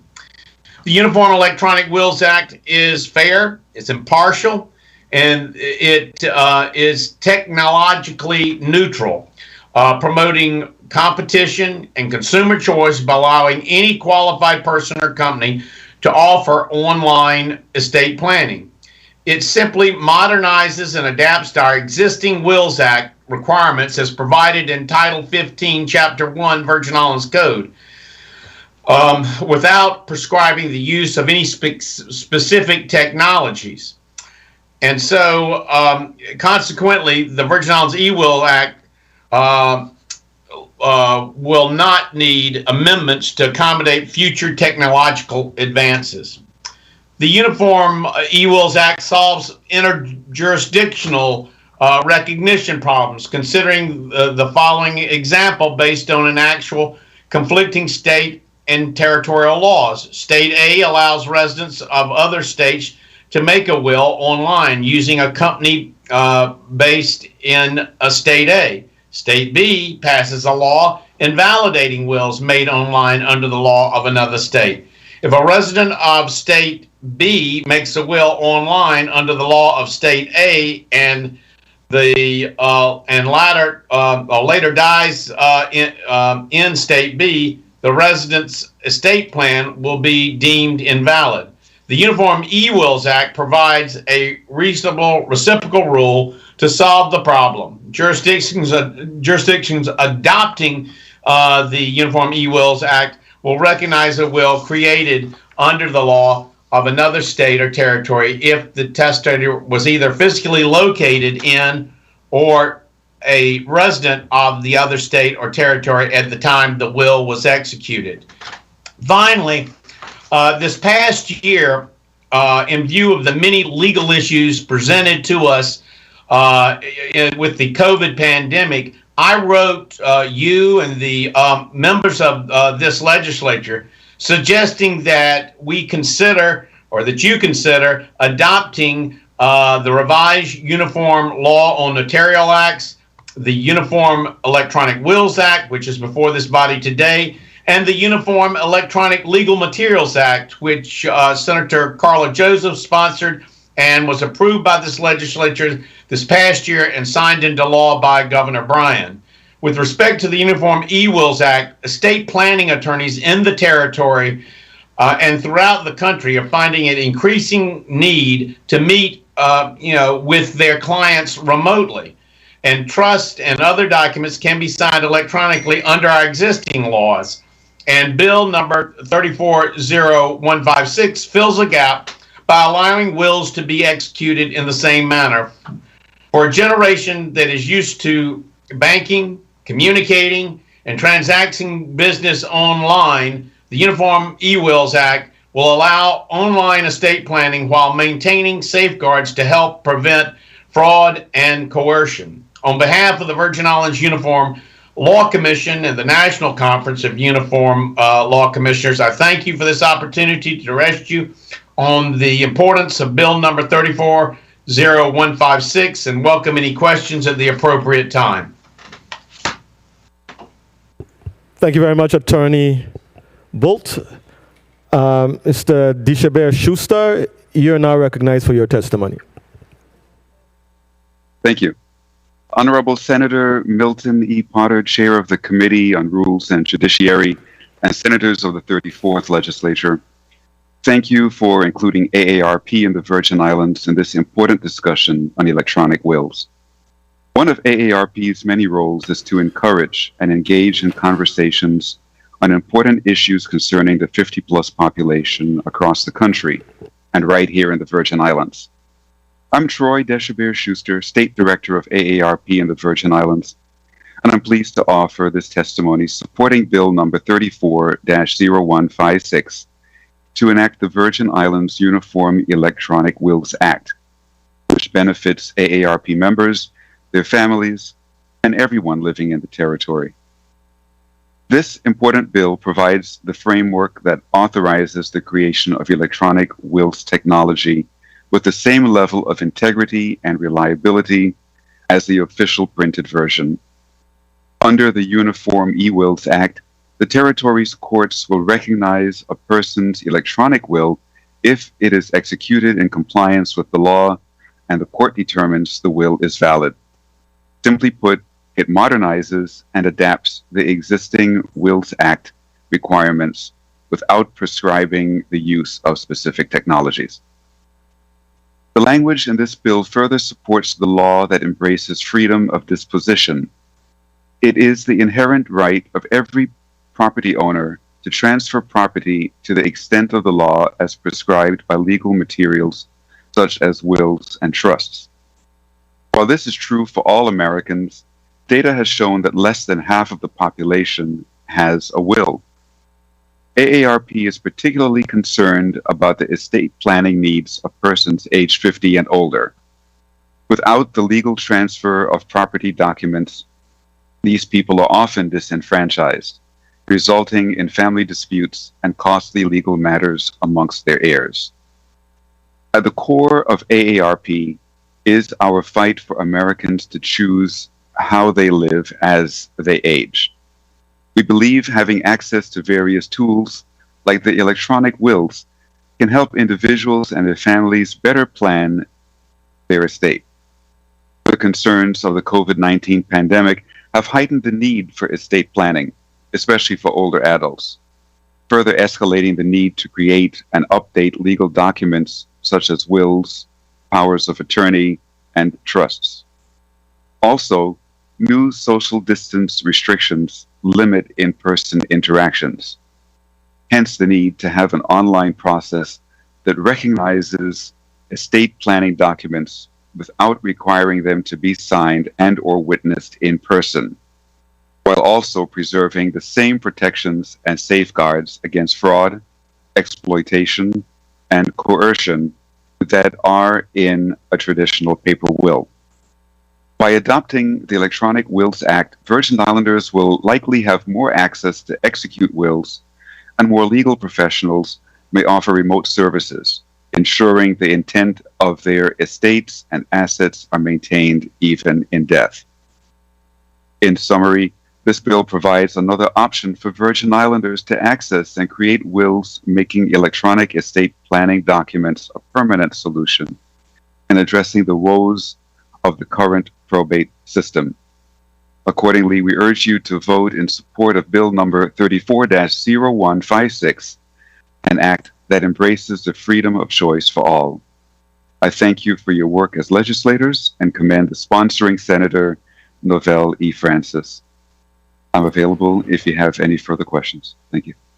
Thank you very much, Mr. Dishabert Schuster. Attorney Benjamin Orzeski, you may now proceed with your testimony, sir. Thank you, Mr. Chairman and Senators, members of the committee. We appreciate your consideration of Senate Bill 34-0156 and the opportunity to appear before you today. Attorney Bolt and Mr. Schuster have already given an excellent summary of what this act will do, and out of respect for your time, I won't repeat the need for and the benefits of enacting this legislation. I will give you a little bit of national perspective. The Uniform Law Commission approved this act in 2019, just before we went into pandemic mode. What we saw in early 2020 was the governors of most states and territories adopting executive orders to allow the sort of remote meeting that we're doing right now by video conference, and to allow the technology to be used for witnessing documents, for executing deeds, any number of tasks that normally would have been done in person prior to the pandemic. As Mr. Schuster just said, the legislation before you today will allow for electronic wills to be used securely, safely, and permanently. And so with that, I will stop, and I welcome any questions that you have about this legislation. Thank you. Thank you very much, Attorney Orzeski. Colleagues, we will proceed with a 4-minute round. We'll proceed with a 4-minute round. We will start with Senator Payne. Senator Payne, you're recognized for your 4 minutes.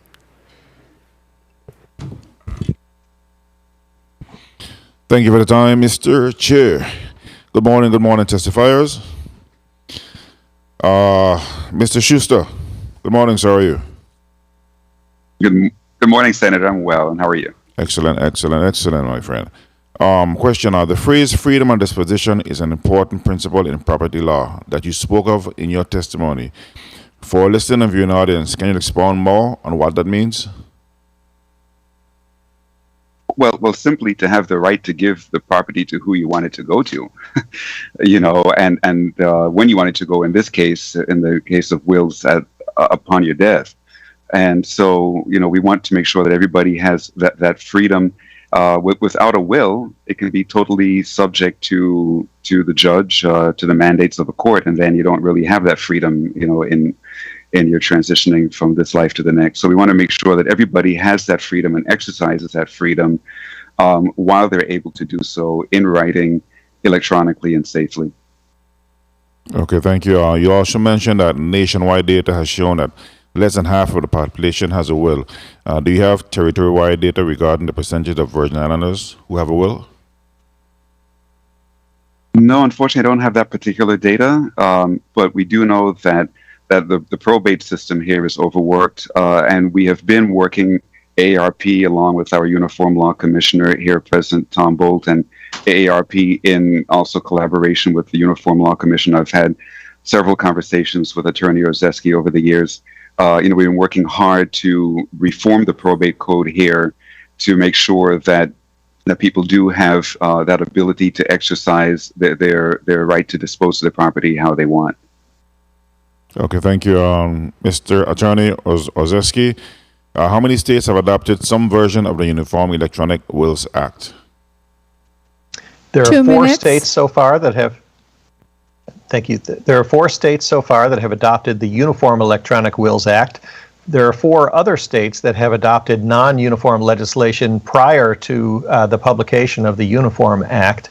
And then other states are operating still under executive orders to allow this. But we expect that the Uniform Act is going to be more widely adopted. In addition to the Virgin Islands, there are bills currently pending in the District of Columbia and in the state of Massachusetts. Okay, and have the courts in those jurisdictions had any issues validating and enforcing electronic wills? No, sir. There have been no issues so far. Probate courts are able to operate under very similar procedures as they're used to, working with paper wills. And the Electronic Wills Act merely changes the medium, but doesn't change any of the existing procedures for probate. Okay, thank you. Mr. Bolt, are there any additional legislative measures that can be implemented to encourage Virgin Islanders to embrace estate planning and educate communities about the need for families to be strategic about passing down assets to their loved ones? Absolutely. We have, this legislature has been on a roller coaster on laws. We know that there are problems with our probate law, our probate code. We enacted back in Lewis Hill, we adopted the entire Uniform Probate Code. Then they repealed certain provisions. Then we started adopting, this legislature started adopting those provisions, and we started off with non-probate, and we moved things to outside of probate, and we've done that with bank accounts, with a number of securities, with, if I may, but there is a tremendous need to get Article 2, 3, and 4 of the Uniform Probate Code. We direly need that. I brought this up at the last meeting of the Board of Governors of the Virgin Islands Bar Association.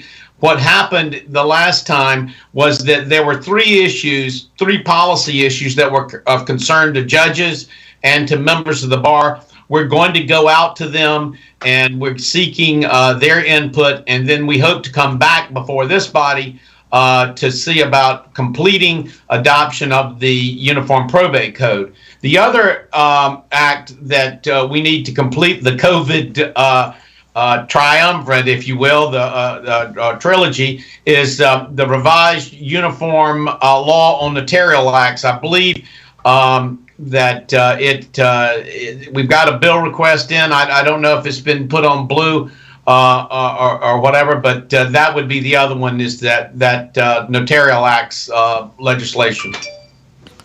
Okay, thank you very much for your response, Mr. Bull. Mr. Chair, thank you very much for the time. Thank you very much, Senator Payne. Senator Carla Joseph. Senator Joseph, you're recognized for your 4 minutes. And thank you kindly, Mr. Chairman. Pleasant good day to the testifiers and our people in the U.S. Virgin Islands. I heard your question. Before I start asking my question, Attorney Bolt, you asked about the Uniform Law on Notarial Acts. That is in the committee, which I chair, the Committee on Government Operations. and Consumer Protection, and we have scheduled, so you know, February 17th to hear this bill in my committee. You should be receiving those invitation shortly. Now, let me get straight into this bill.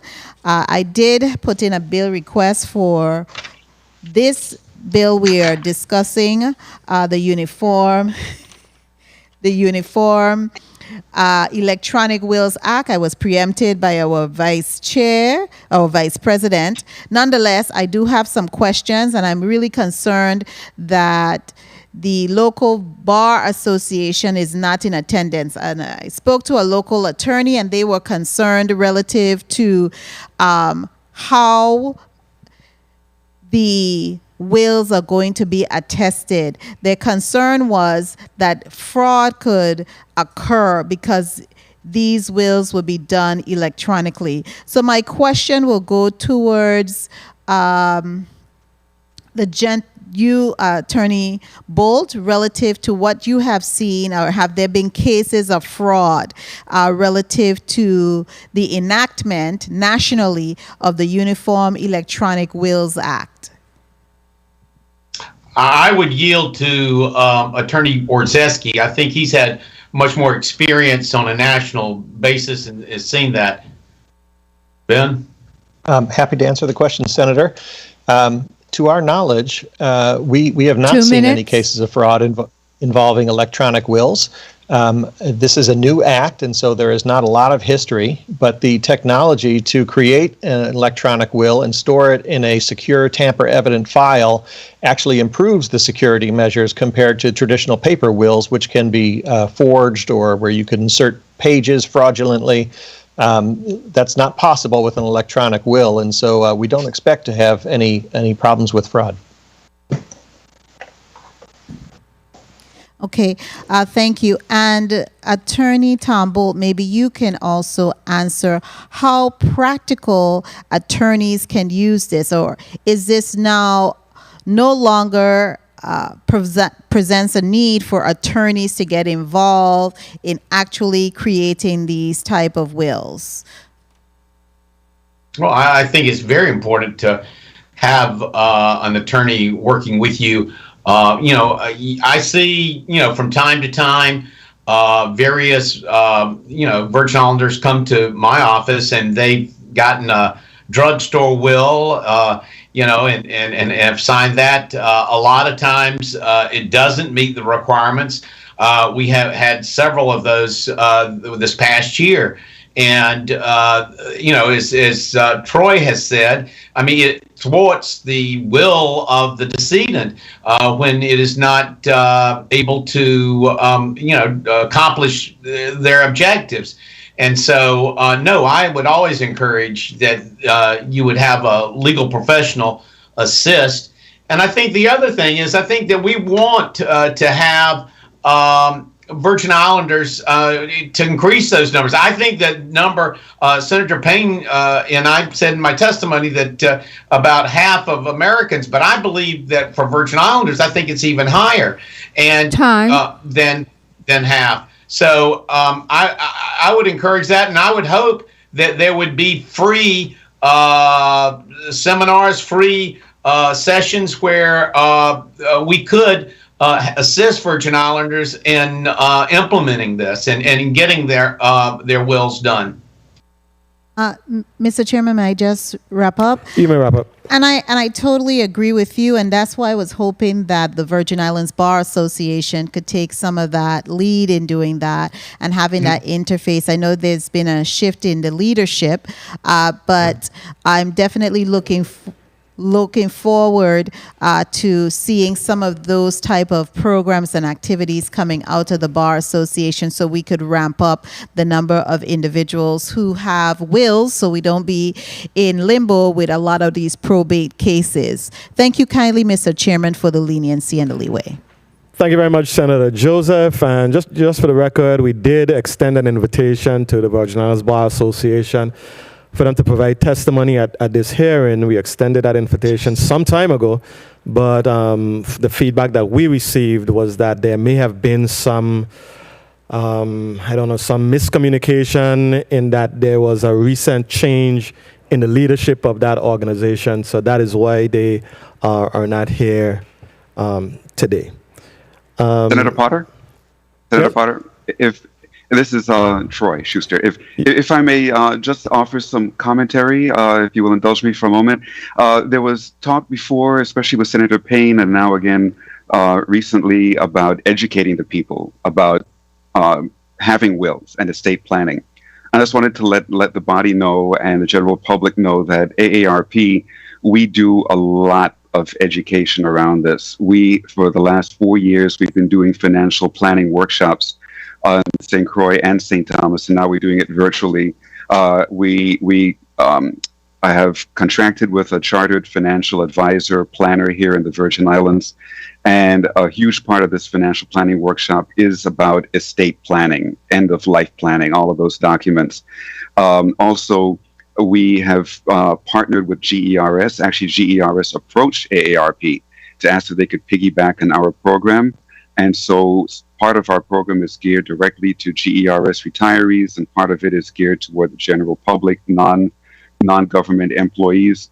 Also, I'm going to put Attorney Bolt on the spot here. We had a wonderful conversation not long ago, and he came up with a great idea of the People's Law School, right? And to get lawyers to come together to give workshops on all of these kinds of matters. And my employee, my Associate State Director of Advocacy, has been working on that. She has been in conversation with the Virgin Islands Bar Association and with other attorneys, and we will be tapping on Attorney Bolt as well to get these attorneys to volunteer to develop the People's Law School. So we're doing a tremendous amount of work, and we have been for the last four almost 5 years now, educating the people about the importance of developing trusts, wills, etc. So we will continue pressing on with that. Thank you. Thank you very much, Mr. Schuster. I think that is the People's Law School. That's an excellent idea. I think that's a very, very brilliant idea. How has the participation been regarding your educational initiatives, Mr. Schuster? Has people been showing up? Really excellent, and it's amazing because some people go through the workshops repeatedly. So they enjoy it so much because they can ask so many questions. All of these workshops are totally free of charge to the public. AARP, we cover the costs of producing these workshops, and it's open to people of all ages, not just the 50-plus population, not just our membership. And the response has been very, very good. Okay, excellent. Excellent. Thank you, sir. Thank you. We will now move to Senator Johnson. Senator Johnson, you're recognized for your 4 minutes.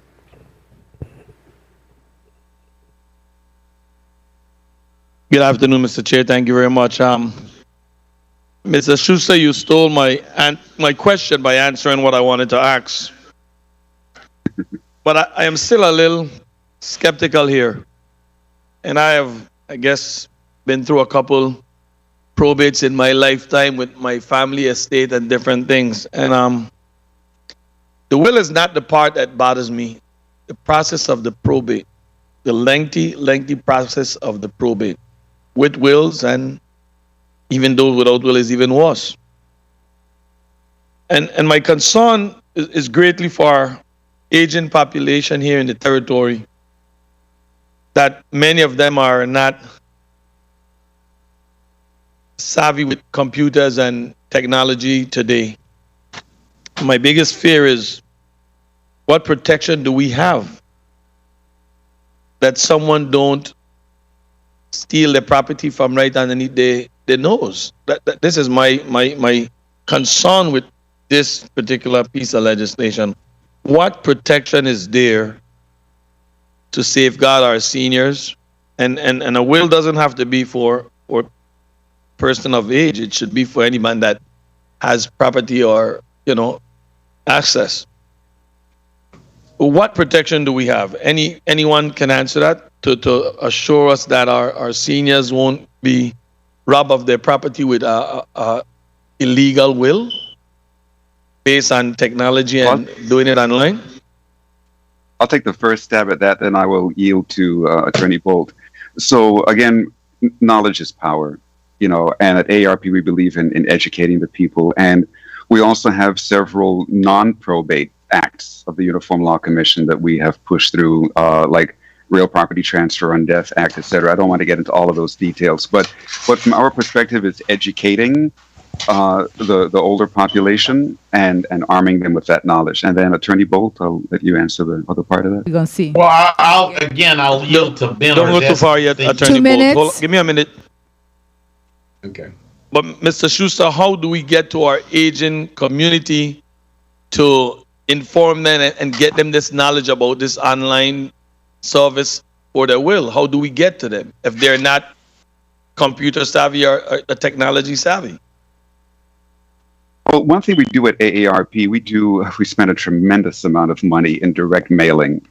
We send mailings to more than 11,000 personal mailboxes here in the Virgin Islands. And so for those who are not technologically savvy, not computer savvy, not able to access it on the computer, we just mail them directly. And we have our AARP chapters out there on all 3 islands, also communicating with the people directly. So, it's a challenge, especially now in this more virtual world, but we still reach them. And once this piece of legislation becomes law, once it's enacted, we will launch our educational piece on this as well. Thank you. Go ahead, Mr. Attorney Bolt. No, I was going to yield to Attorney Orzeski on the issue of any improprieties with regard to the electronic wills. Ben? Yes, thank you.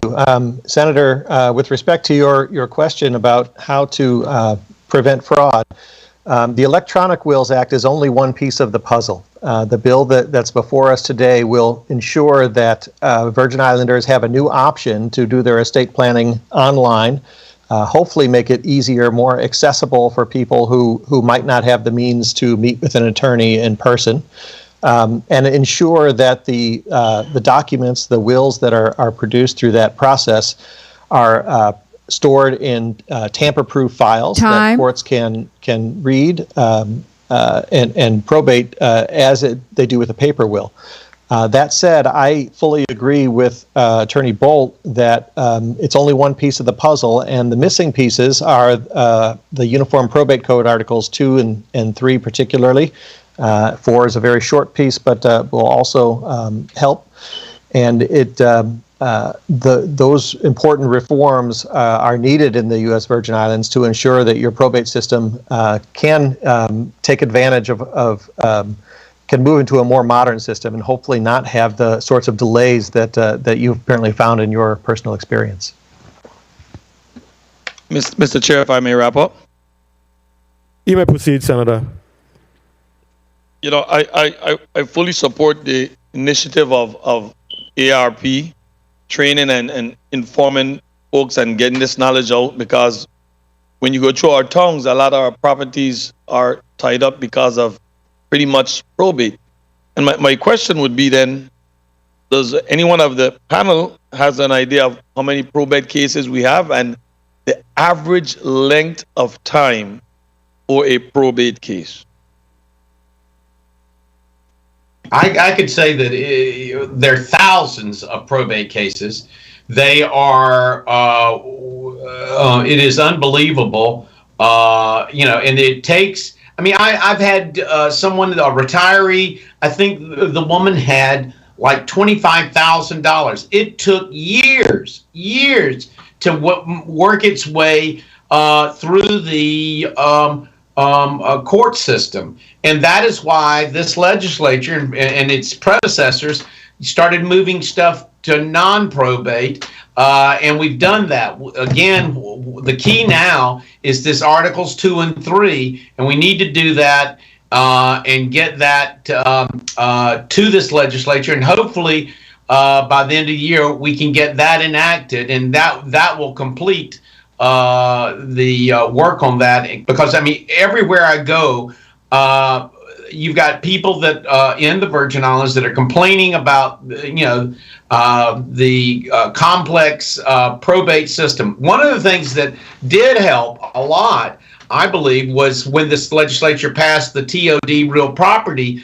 Because that eliminated the Virgin Islanders having to go form a trust, for $1,500 or more. I mean, they could just simply they maintain control of their property as long as they're alive, and then and they can change who they want it to go to anytime before their death. But upon their death, it automatically goes to who they so desire.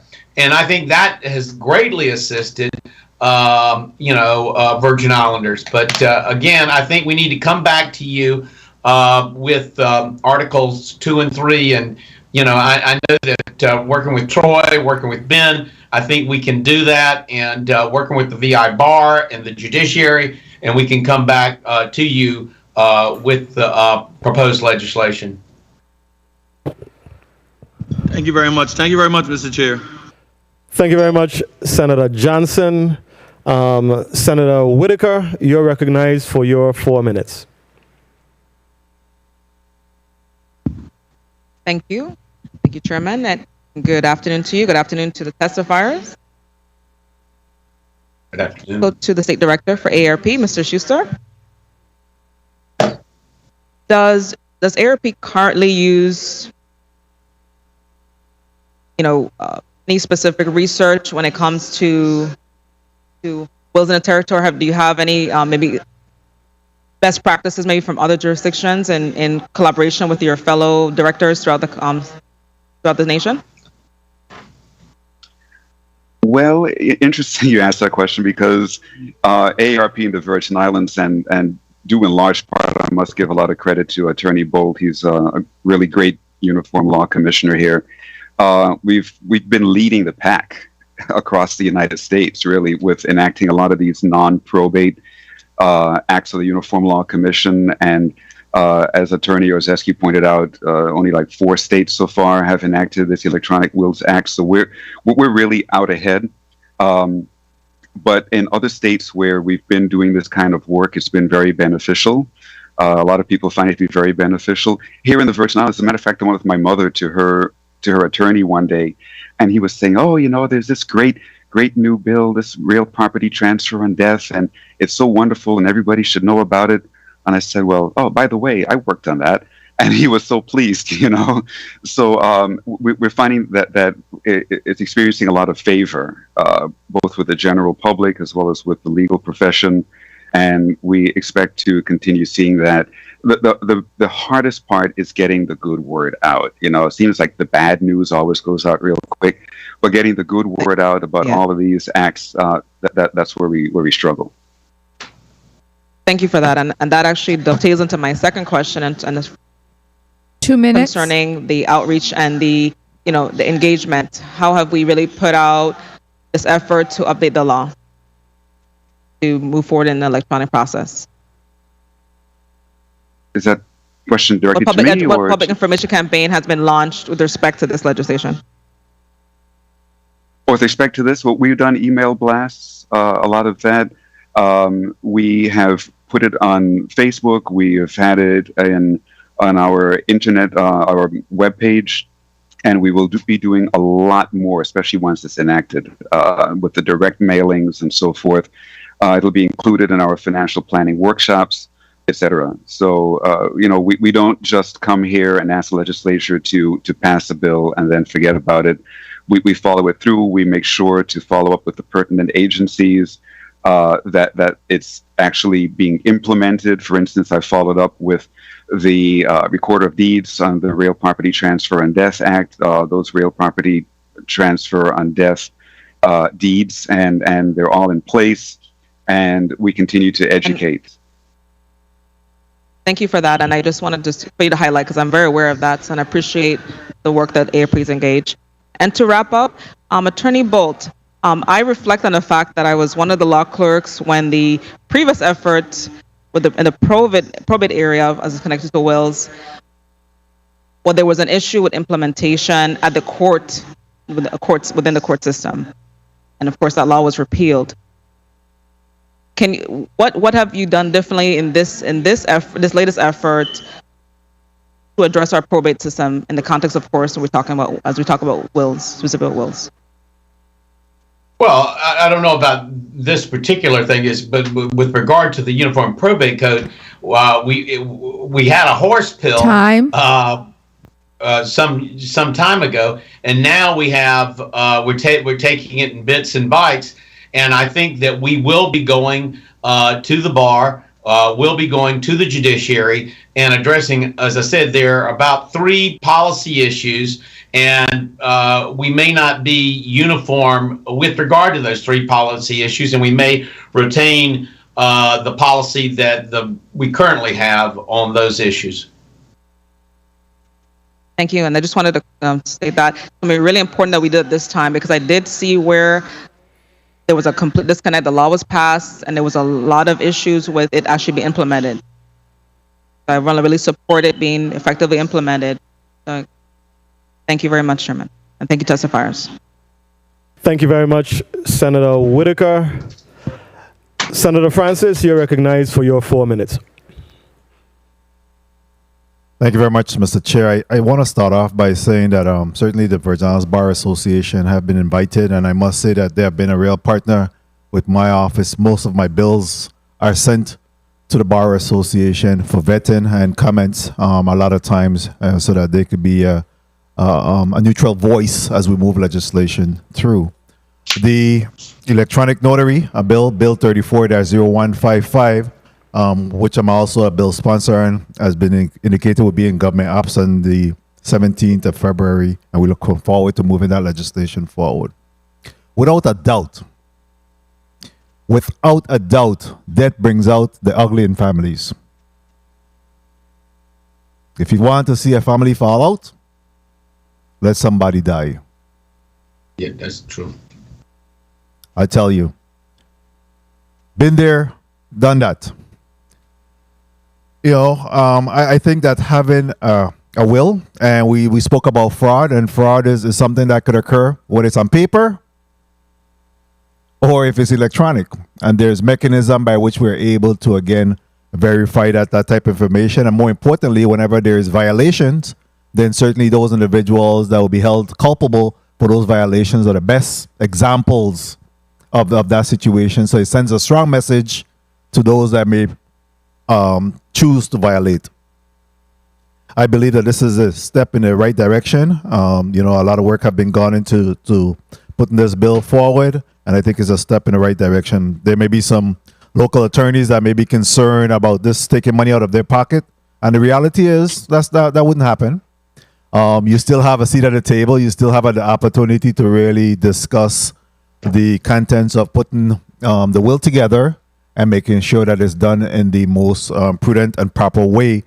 So you know, they'll have a seat at it as well. Probate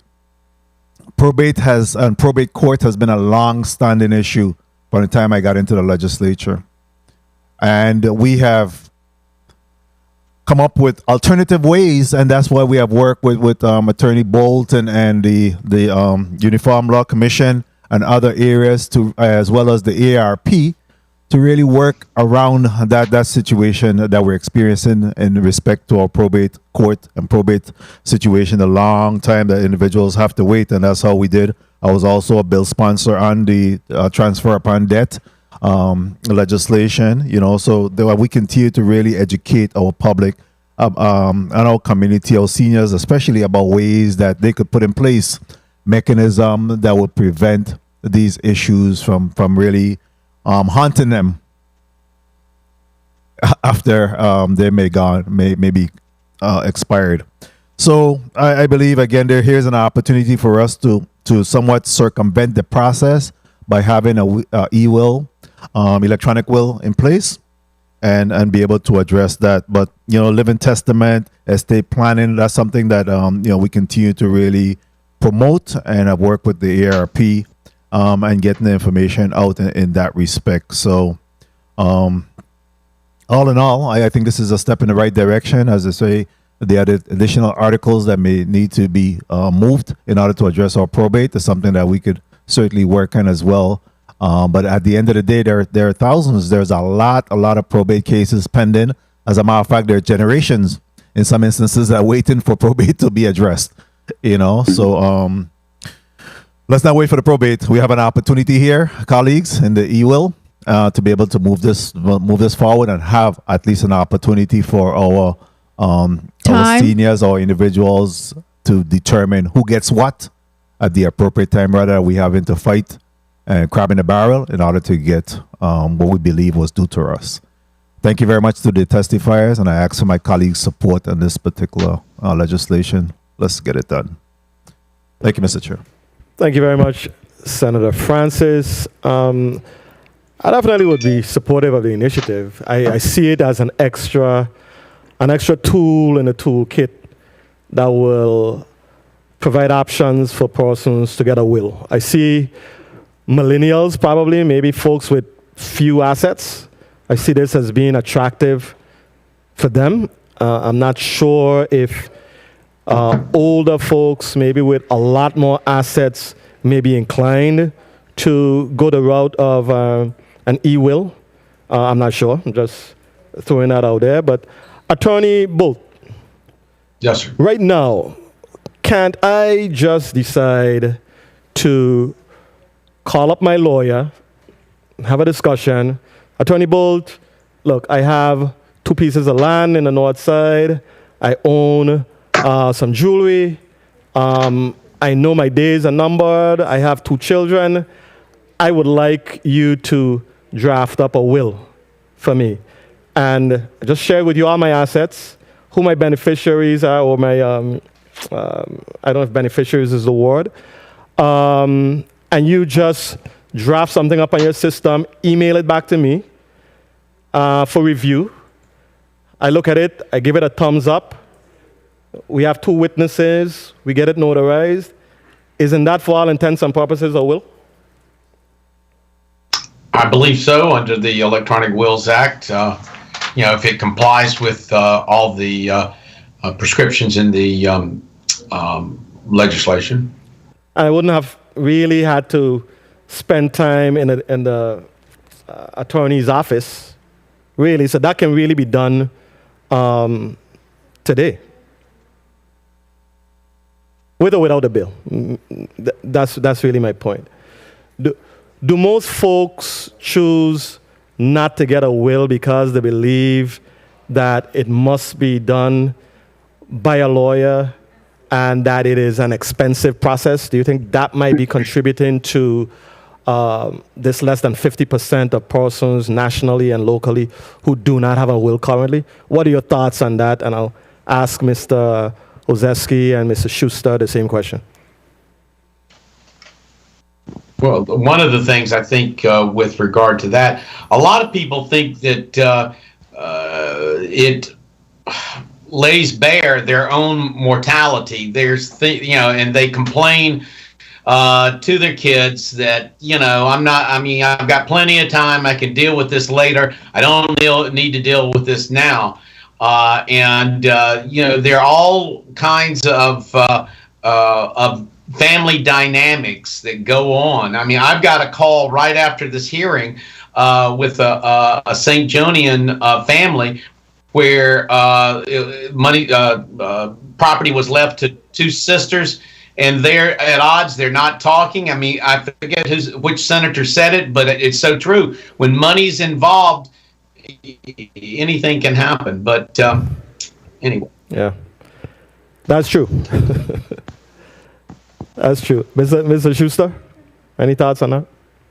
Yeah, exactly what Attorney Bolt said. A lot of people don't want to face their own mortality. They think that they have more time. A lot of people don't even want to think about the end of their life, even though we all know that we're heading in that direction.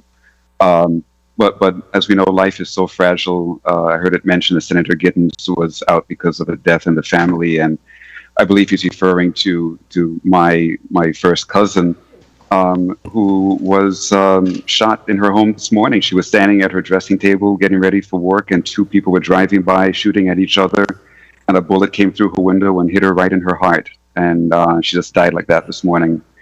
So I'm here trying to hold it together, but it's so very fragile, and we all have to be prepared for any moment. And that's what we do at AARP. We try to encourage people to prepare for that moment whenever it may come. Yeah. Thank you, and condolences to you, Mr. Schuster. This is just a senseless, tragic situation, Yeah. Thank you. Mr. Point of Ozeski? inquiry? I'm sorry. Yes, I'd like to also, before I answer your question, Senator, add my condolences to Mr. Schuster, who's been a wonderful partner to work with at Reform over the years. Thank you. I'm very sorry.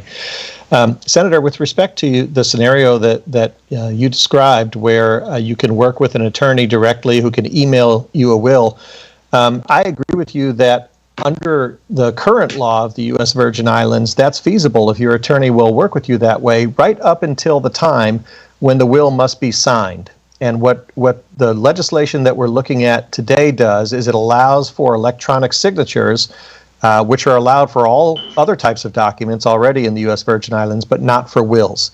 The signing ceremony in that scenario, it would have to be actually printed out from the email, printed out on paper, and signed on paper with two witnesses under the current law.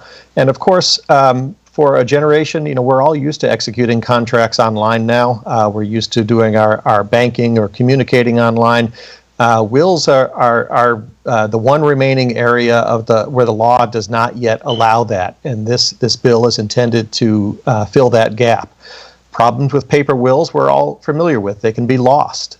They can be destroyed in a fire. If you don't have a sort of a backup that is possible with electronic documents, and which has become the standard for all other types of legal documents, you can run into those problems that really are just because of this anachronism in the law. And that's what the bill that's before you today will try to address, and we'll put wills on the same footing as other types of legal documents that can be signed and stored in electronic format.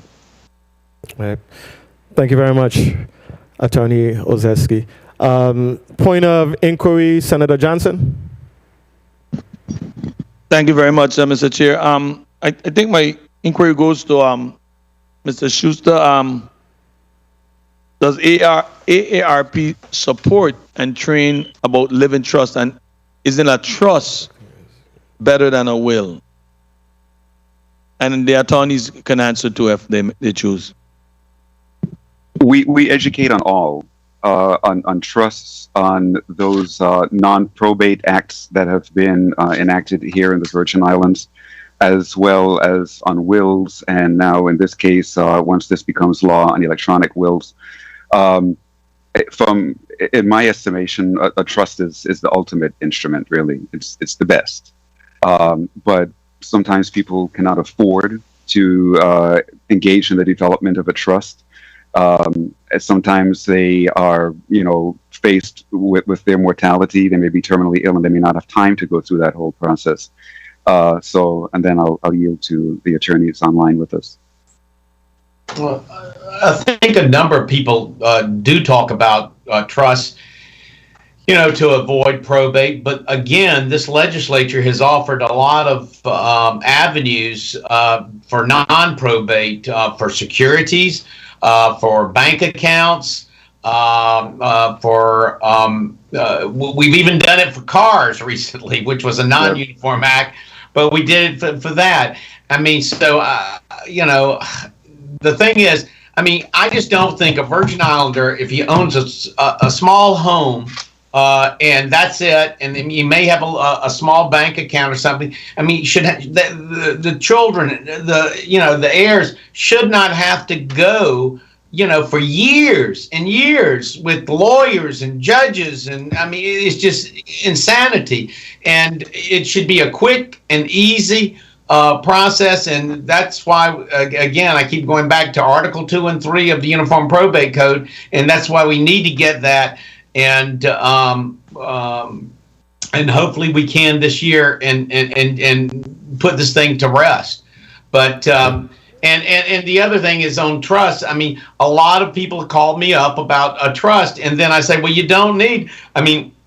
I was on the National Drafting Committee that did the Uniform Transfer on Death Real Property Act, and you can save yourself thousands of dollars by just doing a simple deed and it goes outside of the probate process. So, I think each person has a different situation, and you have to look at it. Thank you very much. And Senator, Thank you. You can go ahead. Senator, I would answer. I'm sorry, Mr. Chairman, is it okay?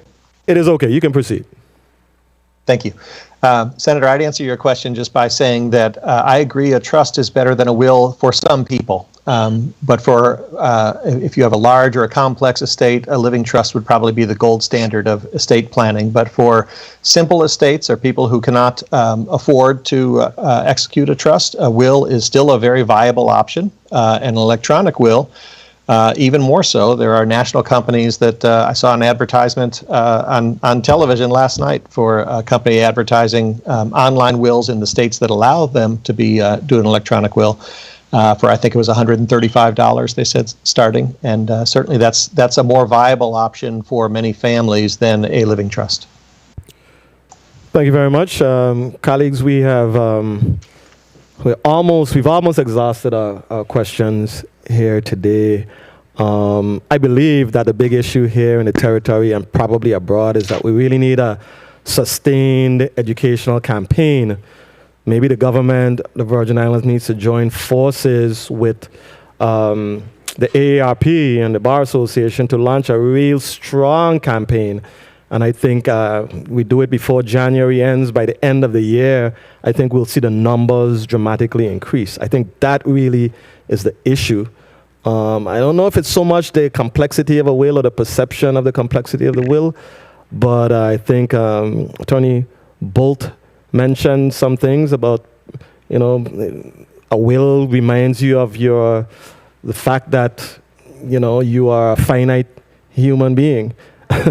So I think that it would be a great idea for us to join forces, for the government of the Virgin Islands to join forces with the AARP and the Bar to really launch a strong educational campaign about wills.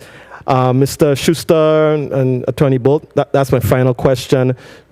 Do you know what government entity would be appropriate to join forces with the Bar and the AARP to get this, and the Bar to get this campaign rolling? Any thoughts on that?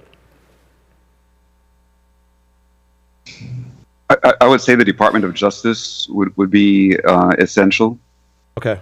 The Department of Justice, especially Recorder of Deeds would be another good department to partner with. Okay.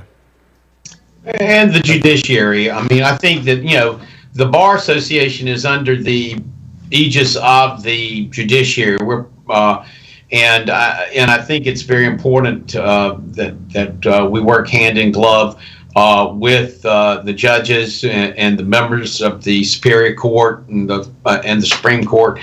So, and I'm thinking that one of the possibilities, as we work our way towards May, we will have Law Day, and maybe we set ourselves up at the courts and invite people or to call in, or we set ourselves up in our offices and we have a team of lawyers that can help people. I will assume that this legislation will have passed. And the governor will have signed it into law, and then we would be in a position then to jumpstart this and really get it going. And as senators have said, I think that it would help that we have like a education program prior to that. Okay, excellent. Thank you very much, Senator Potter. Yes, sir, Senator Mr. Potter. Schuster. Just one other comment. Yes, thank you. In the Governor's State of the Territory address, he mentioned the reconstitution of the Commission on Aging. As you may recall, AARP has done a tremendous amount of work on this with the governor and his administration. And so we're just on the brink of launching the Commission on Aging, and that brings together several important important government agencies together with different community organizations to discuss issues of aging, and this will certainly be one of them. And so that'll be a very powerful tool for us to interface with the government. Excellent. Excellent point. Ladies and gentlemen, we have exhausted our round of questioning on this bill. Do I hear a motion? Senator Francis, you're recognized for your motion. Thank you very much, Mr. Chair. Mr. Chair and colleagues, I move that Bill number 34-0156, an act amending Title 15, Virgin Islands Code Part 1 relating to the decedent's estate by adding the decedent's estate by adding Chapter 1A, enacting the Virgin Islands Uniform Electronic Wills Act, be approved by the Committee of Rules and Judiciary and sent to the full body for further consideration. I so move. Properly moved by Senator Francis, seconded by Senator Payne and Senator Joseph. Roll call on bill number 34-0156. Senator Novell E. Francis Jr., Senator Francis Ye, Senator Kenneth L. Gittens, Senator Gittens absent, Senator Franklin D. Johnson, No. Senator Johnson, nay. Senator Carla J. Joseph, Senator Joseph Ye, Senator Stephen D. Payne Sr., Senator Payne Ye, Senator Milton E. Potter, Yes. Senator Potter Ye, Senator Genevieve R. Whitaker, Yay. Senator Whitaker, yay. Mr. Chair, there are 5 yay, 1 nay, 1 absent. Thank you very much. Colleagues, bill number 34-0156, an act amending Title 15, Virgin Islands Code, Part 1, relating to decedents' estates by adding Chapter 1A, enacting the Virgin Islands Uniform Electronic Wills Act, has been favorably considered by the Committee on Rules and Judiciary and will be forwarded to the full body for further consideration. Attorney Bolt, Attorney Orzeski, and Mr. Schuster, I'm going to give you 30 seconds each to just give your wrap-up statements. Starting with Attorney Bolt. Senators, I look forward to our continuing to work together on the probate code. As a member of the Board of Governors of the Virgin Islands Bar Association, let me say that the bar is very interested. We did have a change in leadership. We also had a change in leadership of our Legislation and Law Reform Committee, and I think you will be hearing from the VI bar in the weeks and months to come. I thank you for this opportunity to appear before you. I think we're doing good work of the people of the Virgin Islands and look forward to our continuing to work on this. Thank you, Attorney Bolt. Mr. Schuster. Yeah, thank you, Senator, and I thank you and the senators of this committee. And in advance, I thank all of the members of this legislature for advancing, for approving this piece of legislation. We look forward to continuing our work at AARP here in the Virgin Islands with educating people regarding this important measure and other measures to help them to plan for the end of their life. And it's always a great pleasure to work with Attorney Bolt and Attorney Orzeski, great partners in this venture of alleviating the issues of probate here in the Virgin Islands. Thank you all. Thank you very much, Mr. Schuster. Attorney Orzeski. Yes, thank you, Mr. Chairman and Senators, for your thoughtful questions today. I'll just point out that the fact that we're all able to communicate at long distance using this wonderful technology allowed me to participate in the hearing today from Chicago. I think is a good indication of the subject that was under consideration today, and it will be an advantage for Virgin Islanders to be able to use this same sort of technology to work on their estate planning. So thank you, and I want to thank my colleagues on the panel today who, as Mr. Schuster said, have been great partners throughout this effort. We look forward to working with you as we continue to reform the probate system and estate planning for Virgin Islanders.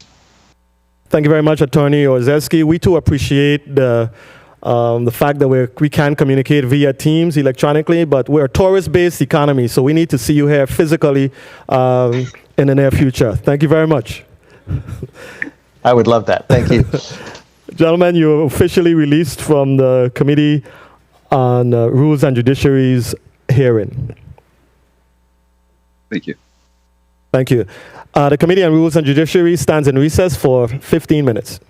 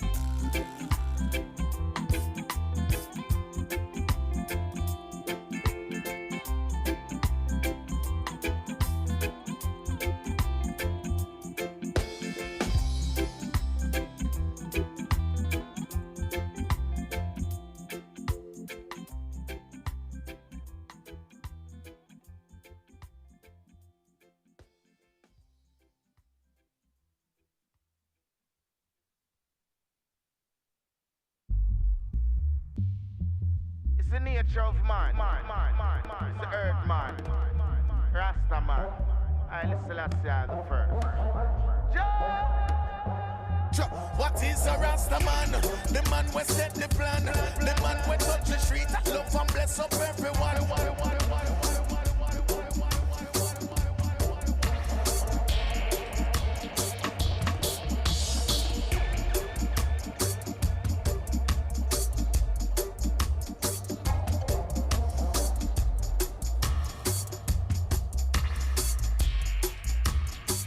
The Rasta man no skip a beat.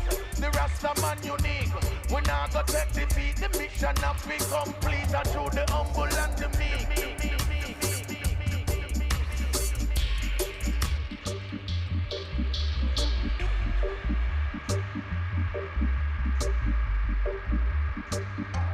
My lyrics is my gun. No boy can't tell me no.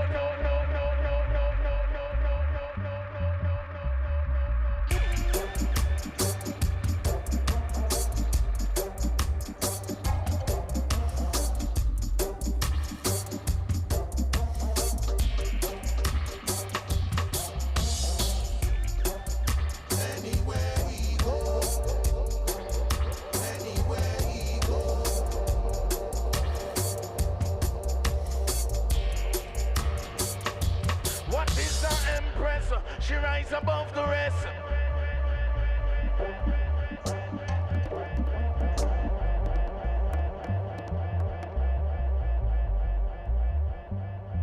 Empress no beg no friend. Real empress no bend.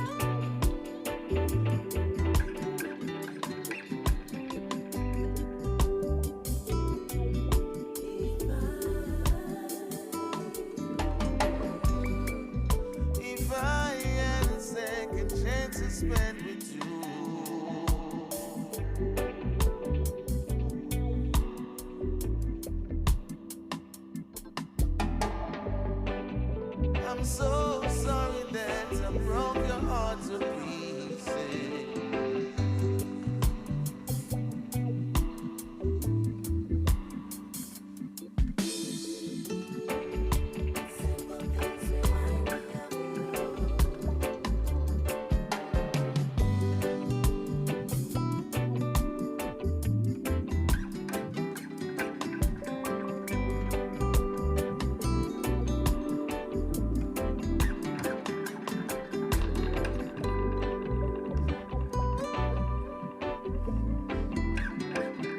Used to be you're like a red rose.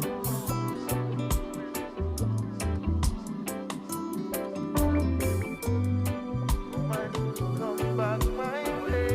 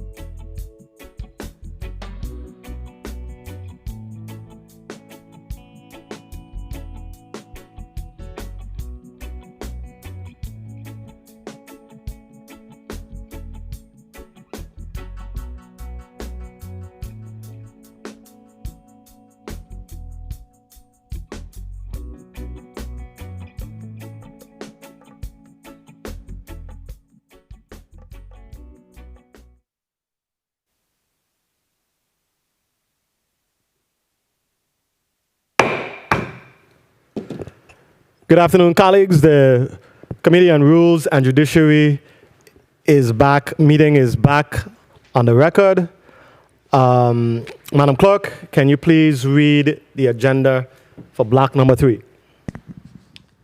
Yes, Mr. Chair. Block number 3 consists of Bill number 340087, an act providing for a complete streets policy and creating a complete streets task force within the Department of Public Works to aid in the development and implementation of strategies to increase the usability of streets for all modes of travel for citizens of all ages and abilities in the Virgin Islands.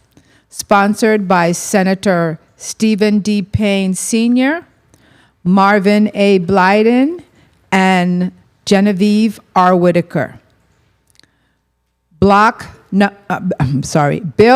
number 340090, an act amending Title III Virgin Islands Code, Chapter 25, Subchapter 5, Section 570, relating to the Career Incentive Program for peace officers to extend the program to all peace officers identified in Title V Virgin Islands Code, Section 3561A, sponsored by Senators Milton E. Potter and Javon E. James Sr. Bill number 340096, an act amending Title III Virgin Islands Code, Chapter 1, by adding a Section 27J, establishing the Virgin Islands Virtual Information System and providing for other related purposes. Sponsored by Senators Janelle K. Sarro and Donna A. Fret Gregory. Co-sponsored by Senator Javon E. James Sr. Bill number 340182, an act amending Title 31 Virgin Islands Code, Chapter 1, Section 4, relating to the naming of real and personal property of the government of the Virgin Islands after persons, to exempt the University of the Virgin Islands from the requirement of obtaining legislative approval before naming any property of the Virgin Island of the naming any property of the University of the Virgin Islands for the sole purpose of allowing fundraising by the university and exchange for and recognition of significant financial bequest or endowment. Sponsored by Senators Marvin A. Blyden and Novell E. Francis Jr. This concludes the reading of the agenda for Block 3. Thank you so kindly, Madam Clerk. Who speaks on behalf of Bill number 34-0087?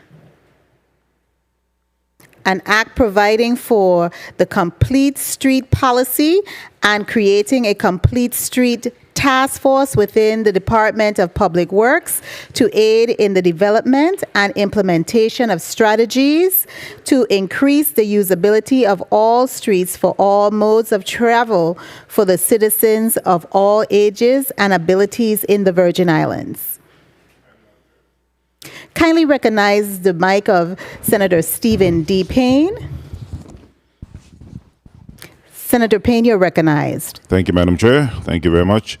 I introduce Bill number 34-0087, and not providing for a complete streets policy and creating a complete streets task force within the Department of Public Works to aid in the development and implementation of strategies to increase the usability of all streets for all modes of travel for citizens of all ages and abilities in the Virgin Islands. Sponsored by yours truly, Senator Stephen Payne, Senator Marvin Blyden, Senator Genevieve Whitaker, Senator Carla Joseph, and Senator Milton Potter. Colleagues, this bill was actually vetted to the Committee of Jurisdiction and passed through with flying colors, and today I have an amendment that addresses all of the concerns that my colleagues and the stakeholders as well that presented on that day. This bill was drafted in concert with AARP of the Virgin Islands, and I would like to publicly thank Troy Schuster and his team for all of their support. This bill brings relief to the elderly, the aged, the disabled, and the community at large. As has been done in the other jurisdictions, complete streets are the wave of the future when it comes to designing our roadways and sidewalks. If you build it, they will come. Look at the beautiful bypass and St. Croix in Christiansted.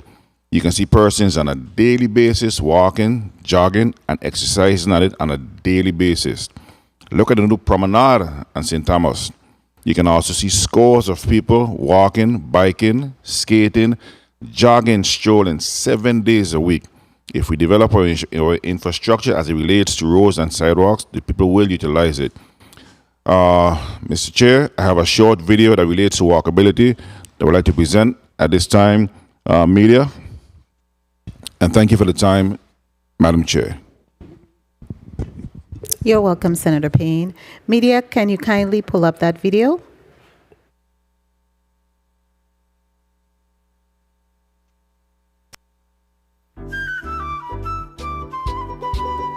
The walkability project that we are embracing is very important to the people of the territory, and not just the older generation, but we have to start bringing our children and our loved one into the picture. Walk with us, talk with us. Let's see not only what we do in terms of walking, but what we do in terms of eating and how it makes a difference in our lives. Much like the mainland United States, the Virgin Islands faces an epidemic of chronic diseases associated with sedentary lifestyles. Let's make a difference. The Department of Health encourages you to join us in walking at least 30 minutes each day. To support such active transportation, communities need 4 attributes: mix-up land uses, variety of destinations, quality connected to network for walking, cycling, and transit, functional and inviting settings for people not in a car, and safe and accessible designs for people of all ages, abilities, disabilities, and backgrounds. Change the system. Tell your legislators you want complete streets in the USVI. The premise is simple. Every time we touch a road, we should take into account all users. No one element will make people walk, bike, and take transit more. But put these all together and we'll create a more livable territory with a healthier population, environment, and economy. I sorry about my brother and Joseph. Man, I shame. When I call, I need to match. Both the crap with the black, the matching with the dead man. So how you know that the girl with the race? How you know that the girl with the race? Now we have the next bill under IT block number 3, bill number 34-0090. Who speaks on behalf of this bill? Senator Potter, you're recognized. Thank you very much. Good afternoon, colleagues. Good afternoon to the people of the Virgin Islands. I respectfully ask for your support of bill number 34-0090. The bill essentially brings a measure of equity with regards to eligibility for the career incentive program. It's a benefit that many law enforcement personnel in the territory currently enjoy. Unfortunately, there is a small cadre of law enforcement officers with peace officer status who have been left out of consideration for this very important initiative. We're talking about officers from the Department of Planning and Natural Resources, officers from the Department of Health, Environmental Health Division, and our very own officers here at the Virgin Islands Legislature. This program this initiative brings equity to what has been an unfair situation for far too long. It is designed, really, the career incentive program is designed to incentivize certain law enforcement personnel to pursue post-secondary education, to strengthen their skills, and to make them even more valuable employees to their agencies and to the government of the Virgin Islands in general. The exclusion of these groups, I would have to say, was an oversight many years ago. And this bill, Bill number 34.0090, provides an opportunity to make things right. The employment eligibility that they're required to meet, their exposure to the dangers of law enforcement are very similar to their counterparts at the Bureau of Corrections, the VIPD, etc., who currently receive the benefit of Virgin Islands Fire Services. The bill was vetted in the Committee of Jurisdiction, the Committee on Government Operations. It unanimously passed, and I am definitely happy and grateful to you colleagues for your support and this initiative to bring equity to a group of persons who are in the same firing lines with their colleagues at VIPD and some of the other law enforcement agencies. They train with them, they go through the same police academy, and during states of emergencies, they are called upon to participate in these operations. Colleagues, I ask for your support on this very important bill. Thank you very much, Madam Chair. Thank you kindly, Senator Potter. Bill number 34-0096. Who speaks on behalf of this bill? Kindly recognize the mic for Senator Janelle K. Sarro. Hello. Senator Sarro, kindly proceed. Good morning. Good afternoon to my colleagues, to those listening and viewing. I'm here as a non-committee member, but to introduce Bill number 34-0096. But before I proceed, I wanted to offer my condolences to the family of Ms. Helen Chang. To be getting dressed for work and to be killed, shot and killed in the confines of your own home. And Tanya Stevens has a song and she talks about crime and she says, you never know the problems of the poor until they kick down your door. And Ms. Chang and my dad and the Commissioner of Police, Ray Martinez, served on the Public Employees Relations Board together for a long time. And I traveled with Ms. Chang many summers as they would go to the conferences, and she's a close family friend.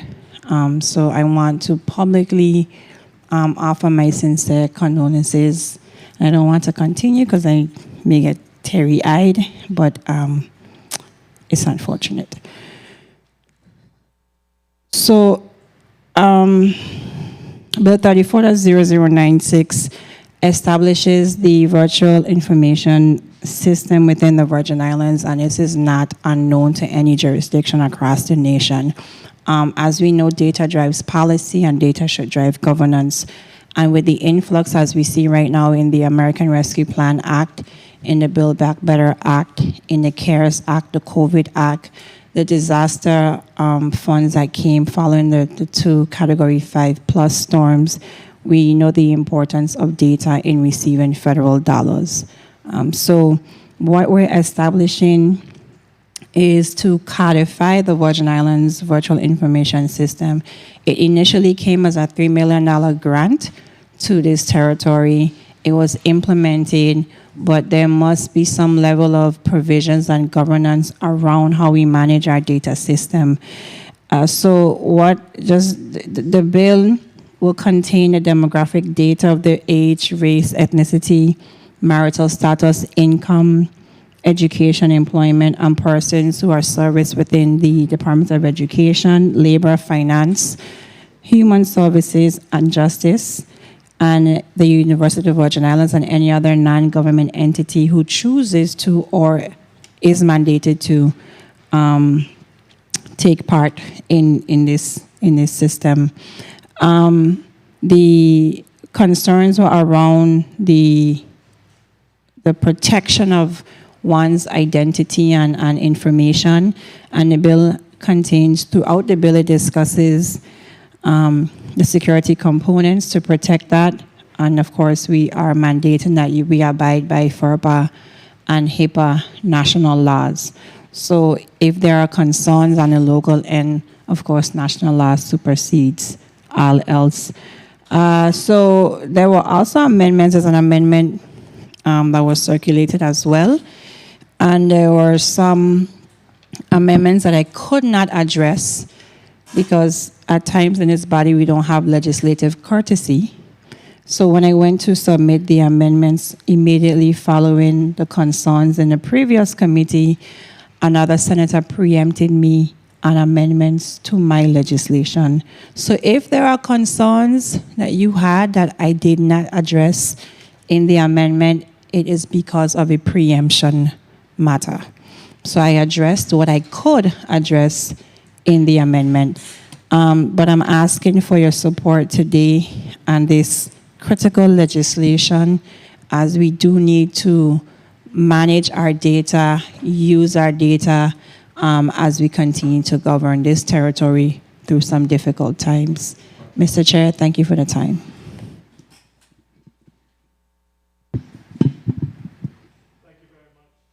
Thank you very much, Senator Soro. Who speaks to bill number 34-0182? Senator Francis, you may proceed with your introduction. Thank you very much, Mr. Chair. And bill number 34-0182, an act being proposed by Senator Marvin Blyden and myself. And it's an act amending Title 31 Virgin Islands Code, Chapter 1, Section 4, relating to the naming of real and personal property of the government of the Virgin Islands, after persons who is exempt by the University of the Virgin Islands and exempt the University of the Virgin Islands from the requirement of obtaining legislative approval. This measure will enhance and protect the fundraising ability of the University of the Virgin Islands by officially granting it the power to name buildings in honor of substantial contributors. Attracting contributions from individuals and foundations by naming buildings in their honor is a widespread and time-honored practice that is used by public and private universities, hospitals, sports stadiums, charitable organizations, etc. Both the university and the legislature assume that the university already had the power, and in fact, the university developed a policy to name buildings such as the William McLean Marine Science Center in accordance with that. That naming policy was even cited to the legislature when this body passed legislation naming the buildings on the campus such as the Eldred Blake Gymnasium. While conducting research and developing upcoming legislation to name the university's tennis court after the recently deceased Dr. Fenella Cooper, it was discovered that the UVI naming policy contradicts Virgin Islands law, specifically Title 31, Section 4, which states that no agency or autonomous entity, including university, may name any real property or person's personal property without approval of the act of the legislature. The university was notified of this matter, and the president certainly informed the bill sponsors. The law places on the university, places immediate jeopardy on a $50 million donation for a pending naming in honor of a building that was under consideration by the university. The UVI naming policy, which is required by this bill, already ensures that the buildings will not be named for inappropriate individuals or organizations.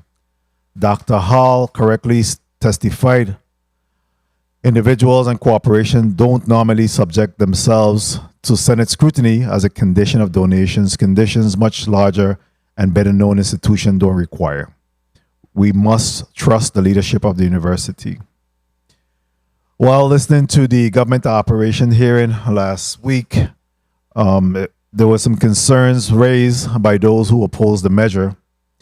However, I think it's important that we reassure them and the public that, as the Chief Legal Counsel notes, this bill will not in any way give up the legislative power to name buildings on the university campus. That right is inherent to this legislative assembly as granted by the revised Organic Act, and would in fact be legally impossible for this bill or any other bill to take away the legislative power of naming buildings and other properties. However, this is more important than just about naming practices. This measure is about young people and learners of all ages, about building our university and our hospitals, about saving lives and the buildings of the future. We recognize as financially challenged government in an economically struggling community, we don't possess the resources needed to properly fund our university and hospital. We have wrestled with that each and every single budget season. We encourage both institutions to work towards improving their finances and becoming more self-reliant. However, their ability to raise funds will certainly assist them in their endeavor to continue to be able to have the authority in being able to name facilities by those individuals that offer donations and scholarships and the like. There'll be an amendment coming as well that would allow for the Wang Louis Hospital and the Governor Roy Lester Snyder Regional Medical Center to also utilize the naming of wings and buildings within the infrastructure. Again, this is for only the purpose of substantial donations. I ask for my colleagues' support on this very important measure and allow for the university and the hospitals to be able to fundraise so that they could provide a better level of service to this community that this government will be unable to do at this time, this hard financial times. Thank you very much, Mr. Chair, for the opportunity and the time. Thank you very much, Senator Francis. Colleagues, all of these bills were exhaustively vetted in the Committee of Jurisdiction. We're not going to take extensive time going through this a second time. We're going to dedicate 3 minutes to each senator for this collective group of bills. We're going to start with Senator Carla Joseph. Senator Joseph, you're recognized for your 3 minutes. Thank you kindly, Mr. Chairman. Mr. Chairman, I rise in support of all of the measures that we will be voting upon today in Block 3. As you have accurately stated, all of these measures have been vetted in the committees of jurisdiction. I especially want to highlight specifically one measure, which I think is really bringing some parity and equity to a set of government workers who work really hard, and to give them a level of incentive and to incentivize them when they actually achieve a higher level of education, and that is Bill number 34-0090. I really want to commend the bill sponsor of all of these measures and really look at them deeply, that they can definitely bring opportunities to our people to better our operation of the government. I also want to highlight Bill number 34-0182. The university, when they came before the Committee on Government Operations last week, Wednesday, they were clear in their indication that they have utilized their apparatus to fundraise and bring money into the coffers in their endowment to meet budgetary obligations when we are unable, we meaning the government is unable to provide that level of funding to them. And so the opportunity for them to be able to fundraise and continue to provide that much needed post-secondary education is critical. So I rise in definite support of these two bills, 34-0090 as well as 34-0182, and of course honorable mention to both 34-0087 and 34-0096. Mr. Chairman, I will reserve the rest of my time. Thank you kindly. Thank you very much, Senator Joseph. Thank you very much. I am going to move now to Senator Payne. You're recognized for your 3 minutes. Thank you. Thank you, Mr. Chair, for the time. I definitely support all the measures in this block. Bill number 34, that's 0090, as it relates to career incentives for all peace officers. I see this actually as it's good that as we have realized over the years, policing has changed, and to have law enforcement agencies with diverse educational backgrounds will or actually should bolster the type of applicants who traditionally apply for these jobs surrounding these careers. This at no means denies a person who does not have a degree of the opportunity to be a peace officer. It simply incentivizes peace officers who wish to seek a pay increase through the means of a higher education. I am definitely in support of that, as even a lot of my colleagues have actually been left out in my sister agencies, my former sister agencies. Bill number 34, that's 0096. We are definitely living in a world that is or should be data-driven. And data drives sound policies and laws. And I definitely stand in support of this amendment. As it relates to bill number 34, that's 0182, I say kudos to the bill sponsors, as this measure will actually afford our university.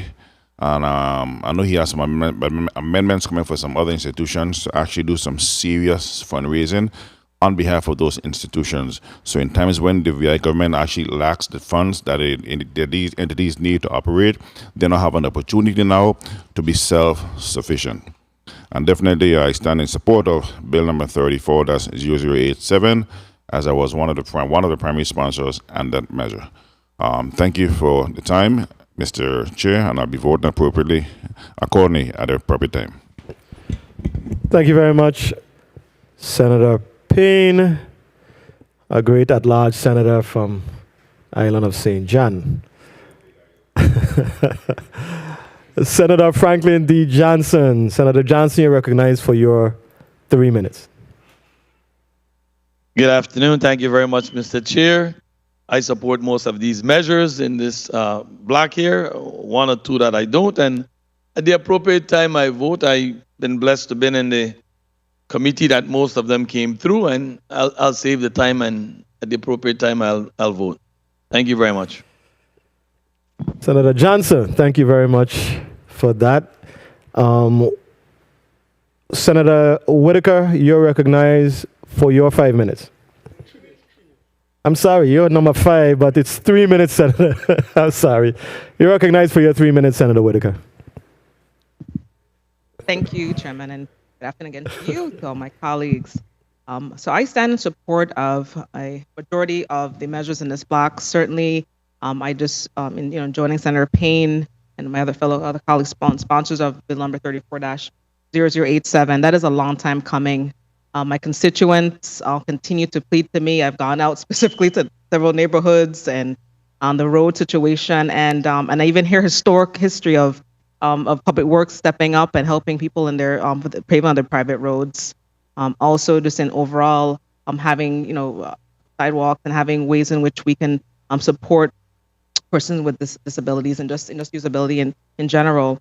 So I really look forward to this legislation assisting with continuing revolution as it comes to how we are, how we're really pushing forward with our streets.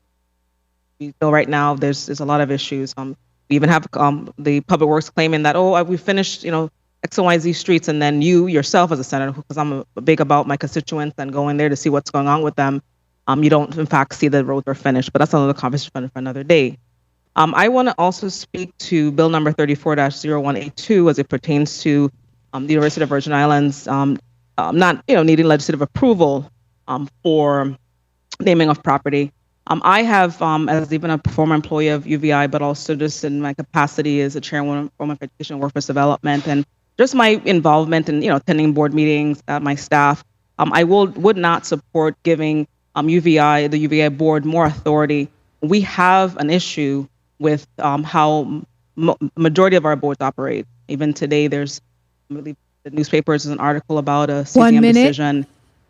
Just really, I'm not UVI. Really, it's really clear about when their board meetings are, but in terms of communication between our body and the board, it's not very clear. The continued requests for information have not been honored, at least by myself, in terms of policies and procedures. 34-0090, I certainly support as we continue to make it just fair across the board for peace officers. And the VIVA system, 34-0096, certainly a huge supporter of that measure as we continue to work on data. Data is really critical to helping our children. We're going to need it as we work around issues surrounding assessments, as we drive down with the Department of Education the need to support our children who are dealing with learning loss. Pre-pandemic, because a lot of issues took place before the pandemic and certainly have been exacerbated because of the pandemic. Thank you very much, Chairman. Thank you very much, Senator Whitaker. Senator Francis, you're recognized for your 3 minutes. Please recognize Senator Francis's mic. Thank you very much, Mr. Chair. I stand in support of all of the measures in block number 3. As a matter of fact, I think they're very far-reaching and impactful in this particular block. Certainly, Bill 34-0087, all in for walkability, I think is critical. It's very, very important, and I hear the bill sponsor spoke about bill it and they'll come.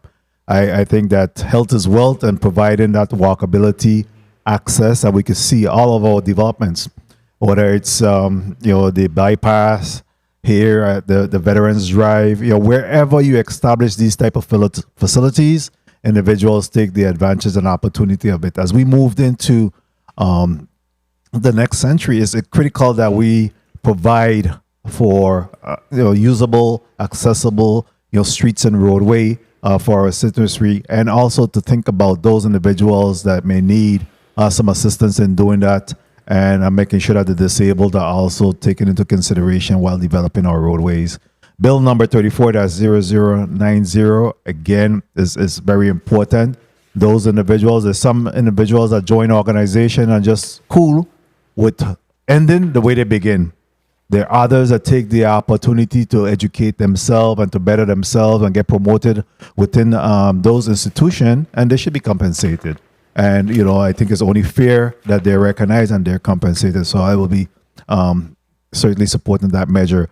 34-0096, again, when we talk about data, it's critical. This government is so locked in when it comes to data, or that the data is really being maintained, in silos. We need to create that clearinghouse, the repository, so that we could be able to be more accessible in getting federal grants and developing policies.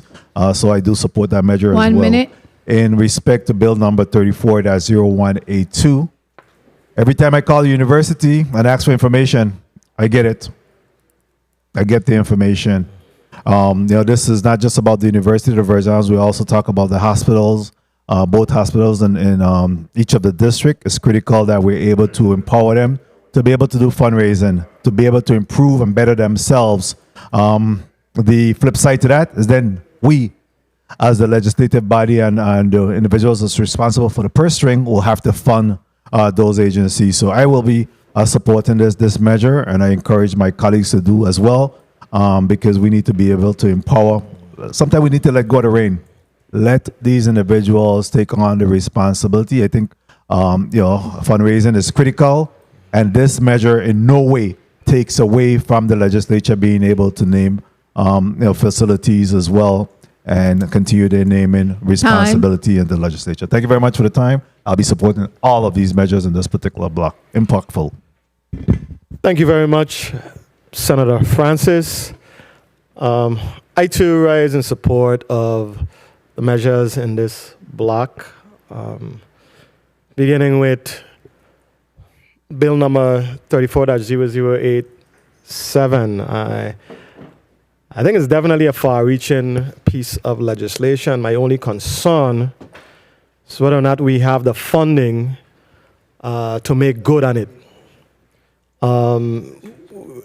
and that the task force will, in fact, do its job. I know my son went to school in Pittsburgh, and when you go to Pittsburgh, they have specifically designated bike lanes for jogging. I mean, it's amazing the way the city is laid out, and I think it really has such a tremendous impact on the quality of life of folks in the area. They're very conscious of the ADA requirements. The sidewalks are there to accommodate wheelchairs and other assisted devices. It is a dream to think that we could, as a territory, find ourselves, in a situation where we have well thought out, well planned roadways and streets in the territory. I know we have limitations in that we have a small island. Speaking about St. Thomas, St. Croix is a little bigger, but small islands with small roads, and it might be challenging for us to be able to accommodate some of the really important bells and whistles that communities should have. But I think where it is possible for us to do so, we must do so. So I applaud my colleague for this initiative. Bill number 34-0090, the Career Incentive Bill, that I'm proud to be the prime sponsor on. It really brings equity to the Career Incentive Program. It allows a group of law enforcement officers, peace officers who went through the same level of training, qualifications like everybody else. They are now going to be eligible to participate in the Career Incentive Program and receive the compensation that goes along with furthering your education and becoming a better skilled law enforcement officer. Bill number 34-0096, while there were some concerns initially, I think the amendments that will be offered today will satisfy those concerns. The renaming of facilities bill number 34-0182, allowing the University of the Virgin Islands the wherewithal to negotiate for funding, for naming facilities after corporations that are willing and able to provide large endowments. I think it's a no-brainer. It does not, and which was made clear, and I think my colleague before me mentioned it, it does not preclude the Senate from naming facilities after deserving personnel, but this gives UVI the tools, just like every other university. I went to Florida A&M University, and everywhere you go on campus, there's a building named after a high-powered donor. And they're not giving away their birthright, but they're providing opportunities for more expanded programs for persons attending the university. And I think this does just that.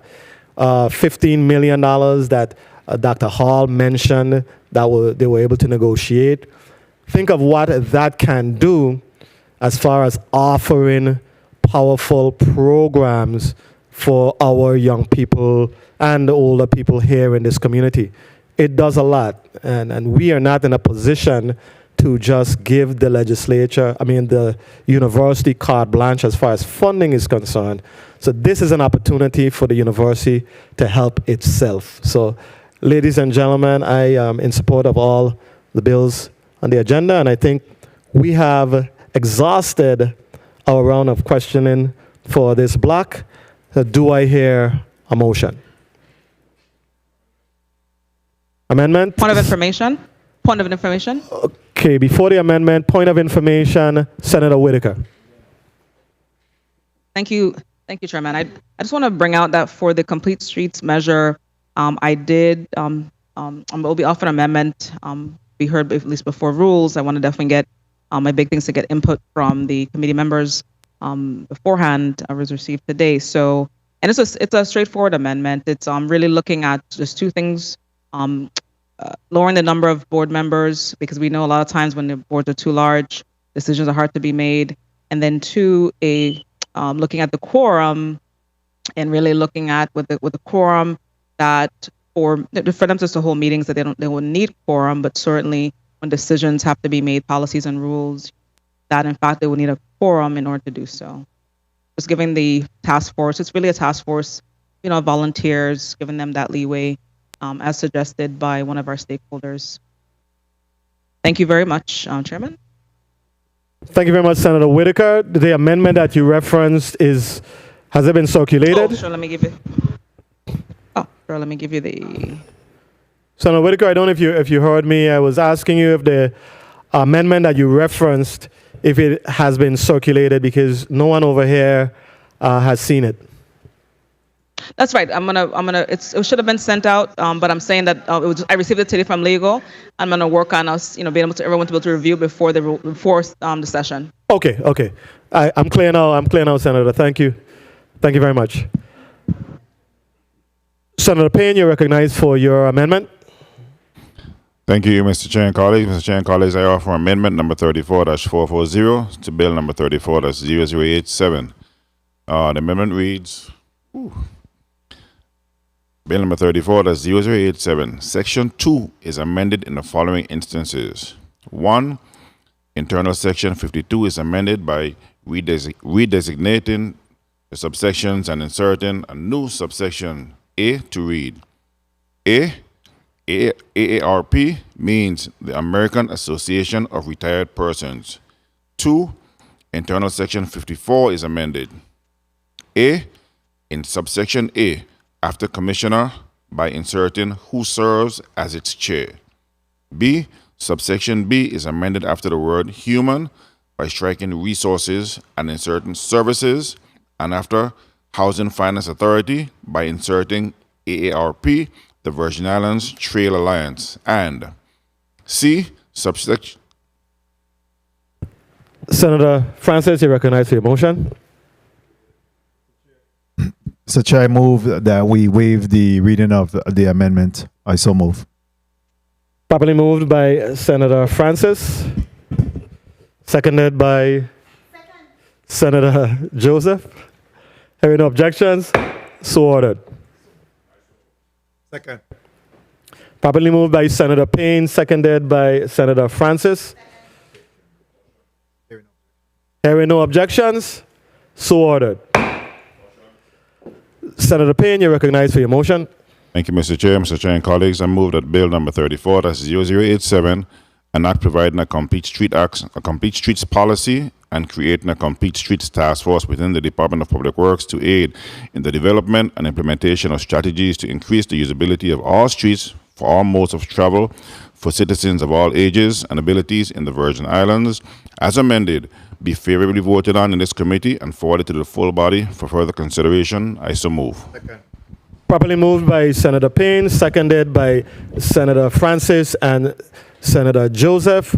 Roll call on bill number 34-0087 as amended.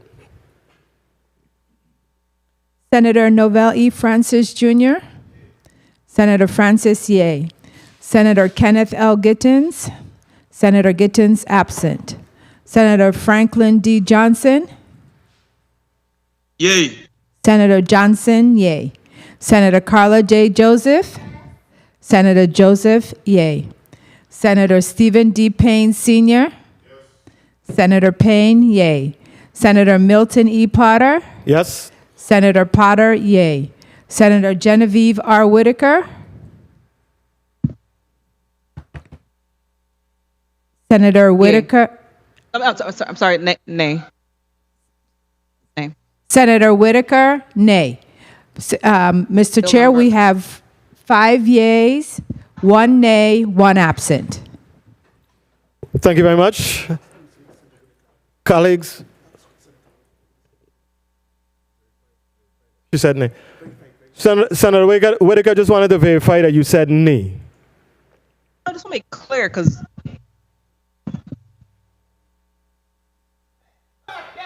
bill number 340182. That's bill number 34-0087. Just want to verify. My apologies. Okay, because on the screen right now we have 182, and I was. What?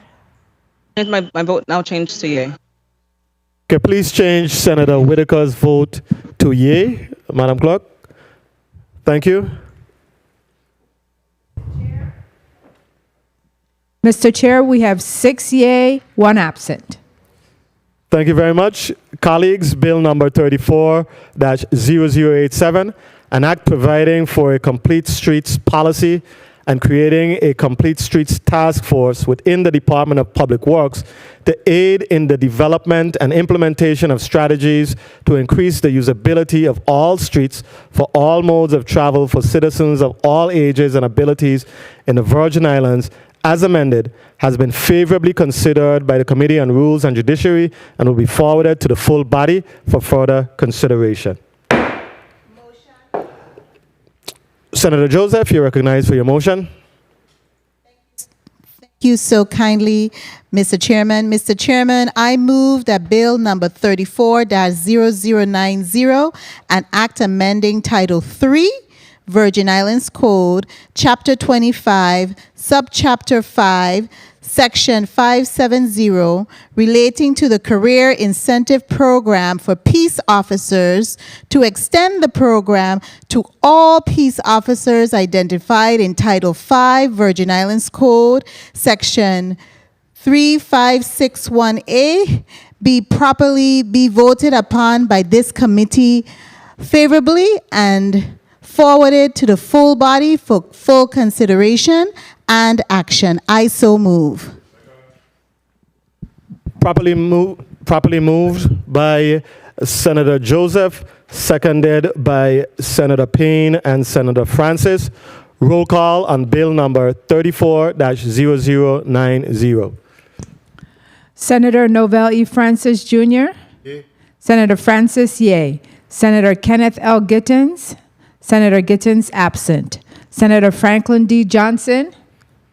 Yay. Senator Johnson, yay. Senator Carla J. Joseph. Yes. Senator Joseph, yay. Senator Stephen D. Payne Sr. Yes. Senator Payne, yay. Senator Milton E. Potter. Yes. Senator Potter, yay. Senator Genevieve R. Whitaker. Yay. Senator Whitaker, yay. Mr. Chair, 6 yay, 1 absent. Thank you. Colleagues, bill number 34-0090, an act amending Title 3, Virgin Islands Code, Chapter 25, Subchapter 5, Section 570, relating to the Career Incentive Program for Peace Officers, to extend the program to all peace officers identified in Title 5, Virgin Islands Code, Section 3561A, an act amending has been favorably considered by the Committee on Rules and Judiciary and will be forwarded to the full body for further consideration.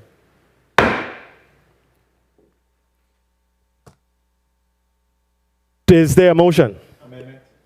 Amendment. Senator Francis, you're recognized for your amendment. Mr. Chair and colleagues, I offer amendment number 34-423 on the behalf of the bill sponsor, Senator Janelle K. Saru.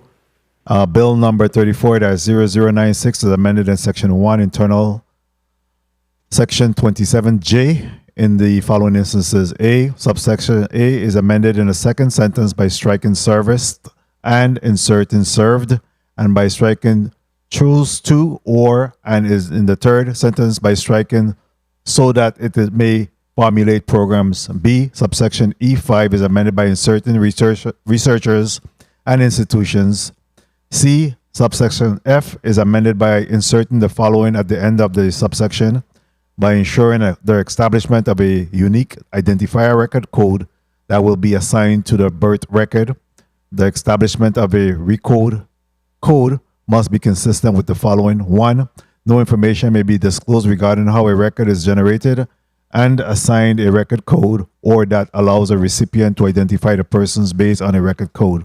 2. A record code may not be used for any purpose other than to identify a specific record and may not be used to ascertain personally identifiable information about the person. And 3.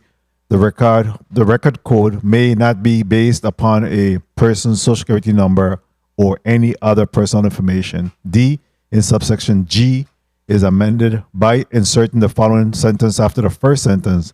The identified stewards must then implement strategically developed plans. E, subsection I, is amended by inserting workforce after infrastructure. I so move.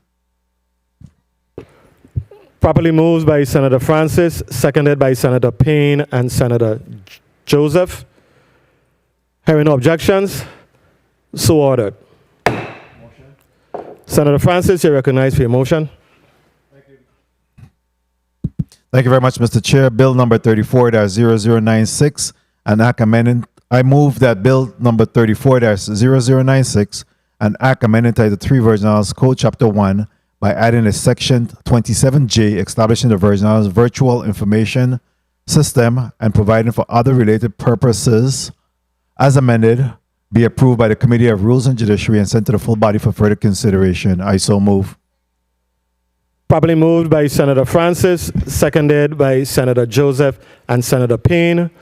Roll call on Bill number 34-0096 as amended. Senator Novell E. Francis Jr., Senator Francis Yeh, Senator Kenneth L. Gittins, Senator Gittins absent, Senator Franklin D. Johnson, Yay. Senator Johnson Yeh, Senator Carla J. Joseph, Senator Joseph Yeh, Senator Stephen D. Payne Sr., Senator Payne Yeh, Senator Milton E. Potter, Yes. Senator Potter Yeh, Senator Genevieve R. Whitaker, Yay. Senator Whitaker Yeh. Mr. Chair, we have 6 yea, 1 absent. Thank you very much. Madam Clerk, colleagues, Bill number 34-0096, an act amending Title 3 Virgin Islands Code, Chapter 1, by adding a Section 27J, establishing the Virgin Islands Virtual Information System and providing for other related purposes, as amended, has been favorably considered by the Committee on Rules and Judiciary and will be forwarded to the full body for further consideration. Colleagues, do I hear a motion? Amendment. Senator Francis, you're recognized for your amendment. Thank you very much, Mr. Chair. Mr. Chair, I offer amendment number 34-443 on behalf of Senator Novell E. Francis Jr. Bill number 34-0182, Section 1, Paragraph 4 is amended in the following instances. A, the words the Wang F. Louis Hospital and Medical Center and the Snyder Regional Medical Center are inserted on page 2, line after islands. Line 1 after islands. B, all the language after name on page 2, line 1 is stricken, and new language is inserted that reads as follows. Their respective real and personal property without legislative approval under the conditions that 1, the naming of the property must be in accordance with the established policies that ensure the property is not named after persons whose views or actions would not be offensive, supportive of racial or gender or other discrimination or inimical to the interests of the people of the Virgin Islands, and 2, any real or personal property that has been named by an act of the legislature may not be renamed except by the act of the legislature. C, A, capital A, subsection small c is added to read as follows. Small c, this section may not be construed to limit the authority of the legislature to name any real or personal property of the government. I so move. Properly moved by Senator Joseph and Senator Payne. Hearing no objections, so ordered. Senator Francis, you recognize for your motion. Mr. Chair, I move that Bill number 34-0182, an act amending Title 31, Virgin Islands Code, Chapter 1, Section 4, relating to the naming of real and personal property of the government of the Virgin Islands after persons, to exempt the University of the Virgin Islands from the requirement of obtaining legislative approval before naming any property of the University of the Virgin Islands for the sole purpose of allowing fundraising by the university in exchange for and recognition of significant financial bequests or endowments, as amended, be approved by the Committee of Rules and Judiciary and sent to the full body for further consideration. I so move. Properly moved by Senator Francis, seconded by Senator Joseph and Senator Payne. Roll call on Bill number 34-0182 as amended. Senator Nobel E. Francis Jr. Senator Francis, yea. Senator Kenneth L. Gittens. Senator Gittens, absent. Senator Franklin D. Johnson. Senator Franklin D. Johnson, not voting. No. Oh, no. Senator Johnson, no. Nay. Senator Carla J. Joseph? Yes. Senator Joseph, yes. Senator Stephen D. Payne Sr.? Yes. Senator Payne, yes. Senator Milton E. Potter? Yes. Senator Potter, yes. Senator Genevieve R. Whitaker? Nay. Senator Whitaker, nay.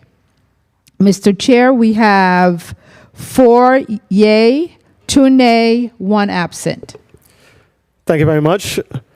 Thank you very much. Colleagues, Bill number 34-0182, an act amending Title 31, Virgin Islands Code, Chapter 1, Section 4, relating to the naming of real and personal property of the government of the Virgin Islands after persons, to exempt the University of the Virgin Islands from the requirement of obtaining legislative approval before naming any property of the University of the Virgin Islands for the sole purpose of allowing fundraising by the university and exchange for and recognition of significant financial bequests or endowments has been favorably considered, as amended, has been favorably considered by the Committee on Rules and Judiciary and will be forwarded to the full body for further consideration.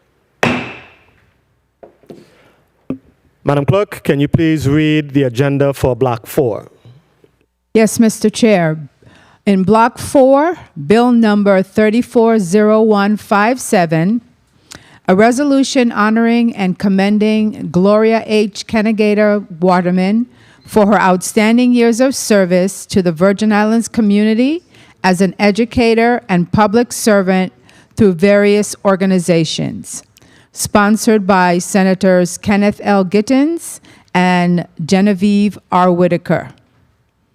Bill number 340146, an act acknowledging and commending the memory of Mary Thomas, Axeline Salomon, Matilda McBean, Susanna Abramson, and other estate laborers before, during, and after the labor uprising of 1878 or fire burn, and their courageous pursuit of human rights, freedom from serfdom variant, and the improvement of labor conditions in the former Danish West Indies, and condemning the excessive, cruel, and unjust punishment meted out to the laborers by the Danish government.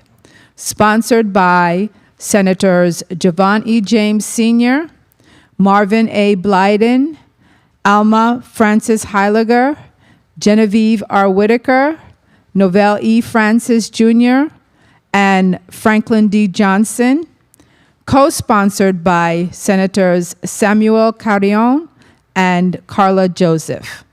Invited testifier, Frandel Gerard, Executive Director, Crucian Heritage and Nature Tourism, Inc. Bill number 340174, a resolution commending the Ivana Idora High School on St. Thomas, Virgin Islands on the occasion of the commemoration of its 50th year anniversary, 1971 through 2021, and acknowledging the many accomplishments of the administrators, teachers, and students. Sponsored by Senator Stephen D. Payne Sr., Carla J. Joseph, Alma Francis Heiliger, and Milton E. Potter. Invited testifier, Ms. Digna Pearson. This concludes the reading of Block 4. Thank you very much, Madam Clerk. Colleagues, I believe we had 2 testifiers slated to provide brief remarks today, but I'm not seeing them via the Zoom link. I don't know if they're still intended to testify. Let us take a brief break, a recess for 2 minutes. Thank you.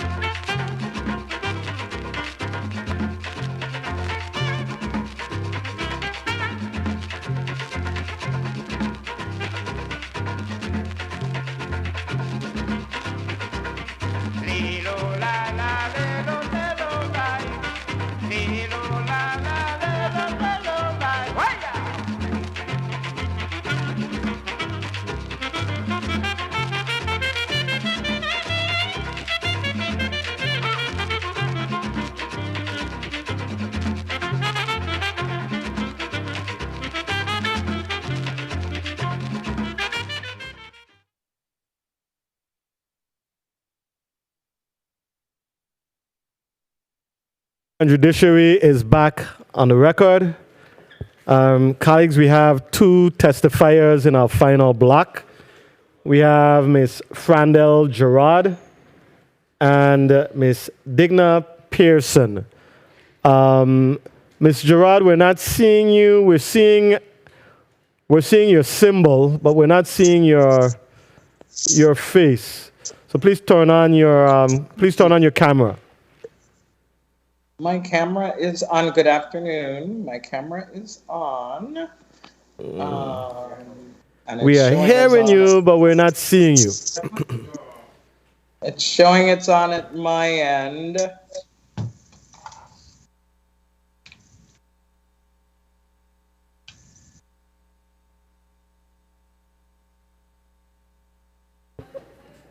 Okay. I don't know why your picture is not coming on. I am not certain either.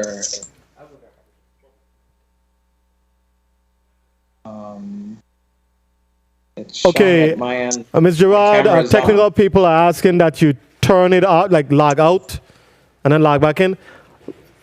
Technical people are asking that you log out and log back in because we're unable to see you. Yes, sir. I'll do that. All right, thank you.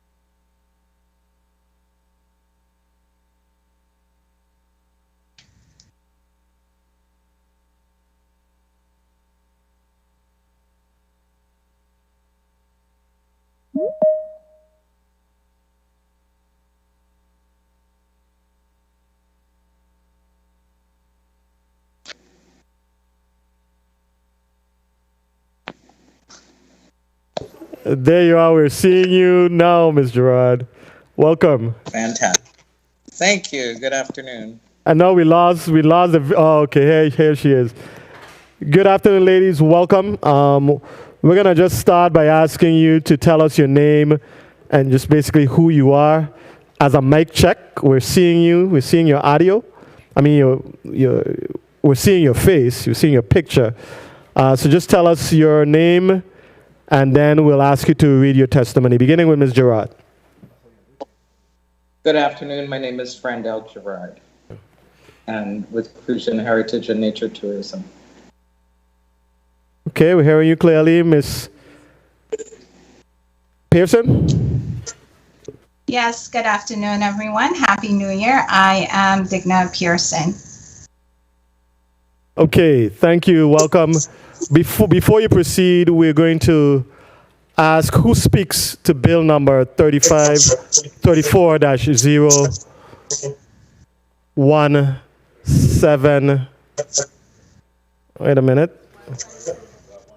I am sorry, I'm going out of sequence. Who speaks to bill number 34-0157? Okay, Senator Francis, you may proceed with your introduction. Testifiers, I'm going to ask you to go ahead and mute your mic. We have two bills actually before yours, so you can just go on pause for maybe about 5 minutes and just mute your mic, and we should come back to you in about 5 minutes.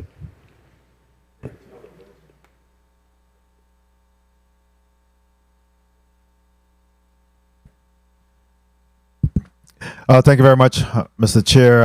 I'm happy to move Bill 34-0157 on the behalf of the bill sponsor, Senator Kenneth Gittins, as well as Senator Genevieve R. Whitaker. It's a resolution honoring and commending Gloria H. Canigata Waterman for her outstanding years of service to the Virgin Islands community as an educator and public servant through the various organizations. And there's several whereas clauses. This matter was heard in the Committee of Government Operations and Consumer Protection on January the 19th and voted out. At that time, there was extensive testimony on the resolution honoring and commending Miss Gloria Waterman. Of course, she graduated from the St. Mary's Catholic School and then went on to attend Hampton Institute in Virginia, where she earned a bachelor's degree in science and mathematics in 1958. And while at Hampton University, Miss Waterman became a member of the Science National Honor Society, Beta Kappa Chi, and whereas she relocated, whereas in 1960 and 1961, Ms. Gloria Waterman received a National Science Foundation summer scholarship to attend the University of Detroit and the University of Puerto Rico, respectively, and also earned an academic year fellowship to attend the University of Michigan in 1961. Fast forward in 1965, Ms. Waterman earned her master's degree in education from the New York University, whereas in 1970, Ms. Waterman was appointed by then Governor Melvin H. Evans to the position of St. Croix District Superintendent of Education, a position she held for 16, let me say that again, a position she held for 16 and a half years. During that time, she was actively involved in bringing forth the construction of 8 schools, 6 elementary and 2 junior high school.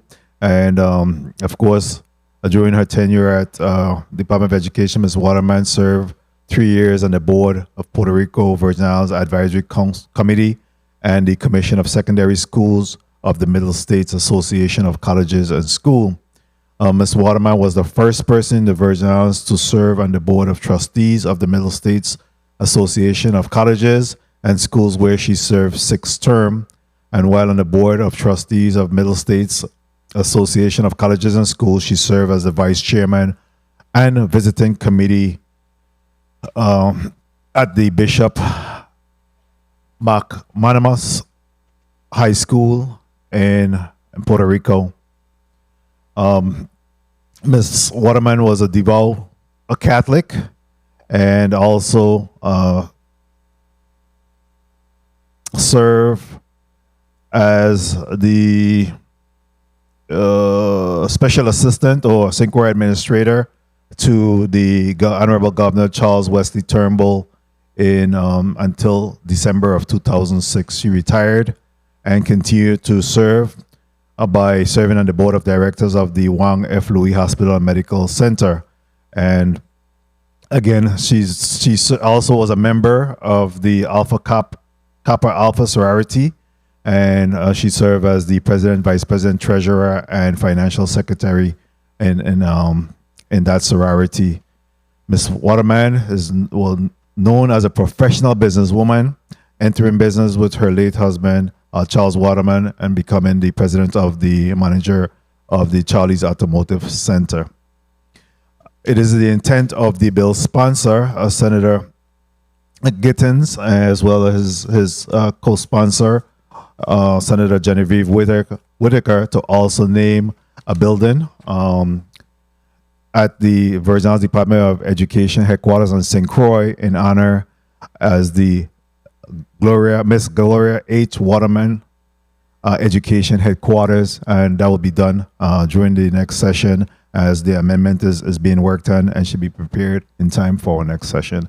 Again, I'm asking for my colleagues' support on the resolution honoring and commending Ms. Gloria H. Candidata Waterman for her years of service to the Virgin Islands community as an educator and public servant through various organizations. Thank you very much, Mr. Chair, for the time. Thank you very much, Senator Francis. We'll now proceed to bill number 34-0146. Who speaks to this bill? Senator Francis, you are recognized for your introduction. Thank you very much, Mr. Chair. Again, I'm very, very honored to present bill number 34-0146, acknowledging and commemorating the memory of Mary Thomas, Axeline Solomon, Matilda McBean, Susanna Abramson, and other estate laborers before, during, and after the labor uprising of 1878 or Firebun, and their courageous pursuit of human rights, freedom from serfdom, variant and improvement of the labor conditions in the former Danish West Indies, and condemning the excessive, cruel, and unjust punishment meted out to the laborers by the Danish government. And of course, this bill is being sponsored by Senator Javon James, Senator Marvin Blyden, Senator Alma Francis Heiliger, Senator Genevieve R. Whitaker, Senator Novell E. Francis Jr., Senator Franklin D. Joseph Johnson, Senator Franklin D. Johnson, and co-sponsored by Samuel Carrion and Senator Carla Joseph. This bill was also heard in the Committee of Jurisdiction, Government Operations, and Consumer Protection on January 19th, 2022. At that time, again, there was extensive testimony in respect to this. And today we have some additional testimony that will be provided by Ms. Frandel Gerard. And this bill acknowledges the memory of Mary Thomas, Axeline Solomon, Matilda McBean, Susanna Abramson, and other estate laborers. And specifically, there is an amendment that will be offered at the appropriate time, again, to enumerate all of those names that was participation in the rebellion, which includes James Emmanuel, Manny Benjamin, John Hodge, George Henry, Francis Harrison, Emmanuel Jacobs, David Cameron, Isaac Anthony, Joseph Bowell, Joseph Spencer, Hans Christian, John Thomas Sobers, Christopher Samuel, George Michael, Thomas Critlow, Williams James, George Callender, Henry England, William Arnold, William Barnes, George Simon, Richard Seeley Gibbs, Edward Lewis, Henry Barker, Joseph Briggs, William Henry, Christian Martin, Wynne Gittins, George Cambridge, George Cox, Joseph Williams, Johannes Bamberg Samuel, Joseph James, John Samuel, Thomas James, and James Griffith, and Rebecca Frederick. And also the amendment will also designate a funding source to support this very important measure as it continues to be moved forward. Thank you very much, and I'm asking for my colleagues' support on this very, very important measure. And also we'll be hearing from Ms. Frangel Gerard as she gives some additional testimony in regards to Bill 34-0146. Thank you very much, Senator Francis. Who speaks to Bill number 34-0174? Senator Payne, you're recognized for your introduction. Thank you, Mr. Chair. Mr. Chair and colleagues, good afternoon, good afternoon, good afternoon. I introduce Bill number 34-0174, a resolution commending the Ivana Udereken High School on St. Thomas, Virgin Islands, on the occasion of the commemoration of its 50th year anniversary, 1971 to 2021, and acknowledging the many accomplishments of the administrators, teachers, and students. Sponsored by yours truly, Senator Stephen D. Payne, Senator Carla J. Joseph, Senator Alma Francis Heiliger, and Senator Milton E. Potter. Mr. Chair, this bill was celebrated in the Committee of Jurisdiction. This bill, the commemoration for this is very timely as it recognizes and memorializes one of our prestigious secondary schools that has educated and continues to educate generations of Virgin Islanders. Our schools in the Virgin Islands have some of the most dedicated teachers and principals that you can find anywhere on this planet. And we should hold them up in high, very high esteem whenever possible. They show up to work and give 100% of their time and efforts into preparing our children to be productive citizens. And because of their hard work, each of us here today are in a position to vote favorably on this resolution. Just to call a few names of former staff who helped shape the most scores of Virgin Islanders: Principal Mr. Davis, Principal Sarah Connell, Principal William I. Fred, Principal Mr. Wilkinson, teachers Glenn Elsko, Josandra Jones-James, Harold Smith, Ms. Terrell, Mr. Yobes, Coach Duncanson, Mr. Prince, Mr. Donestog, Mr. Bastoni, Raquel Mandel-Liebert, Senora Van Wieberhout, Alred Lockhart, and many, many, many others. Thank you all for paving the way for scores of Virgin Islanders. Thank you for the time, Mr. Chair and colleagues. I look forward for your support. Thank you very much for that eloquent statement, those eloquent remarks, Senator Payne. We have two testifiers now. We're going to ask them to turn back on their mics, and we're going to ask Ms. Gerard to give her testimony, and then we will proceed with Ms. Pearson to give her testimony.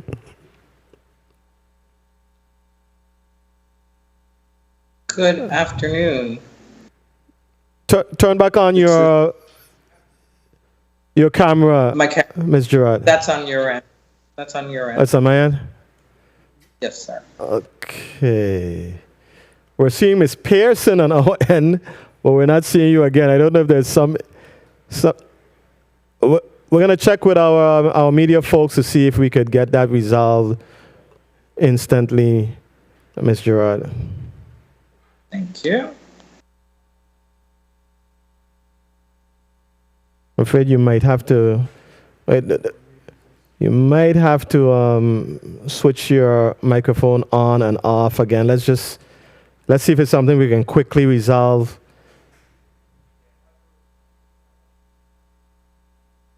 Can you hear me now? We're hearing you clearly, but we're just not seeing you. Can you turn your camera on and off, or off and back on again? Yes, I have. Oh boy, I'm afraid you may have to log out again, Ms. Gerard, and log back in. No problem. Okay.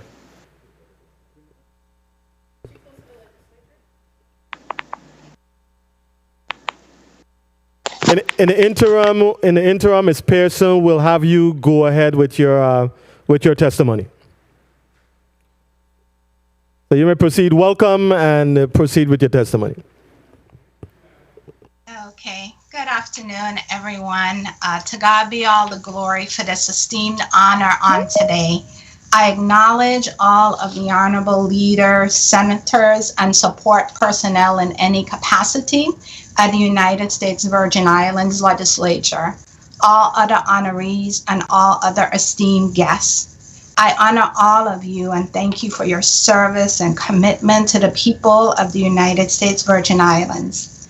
I would like to specifically acknowledge Senator Stephen Payne and Senator Carla Joseph for sponsoring this resolution commanding the Ivan and Udarken High School on St. Thomas, United States Virgin Islands on the occasion of the commemoration of its 50th anniversary, and acknowledging all of the many accomplishments of the administrators, teachers, and students. I am incredibly honored and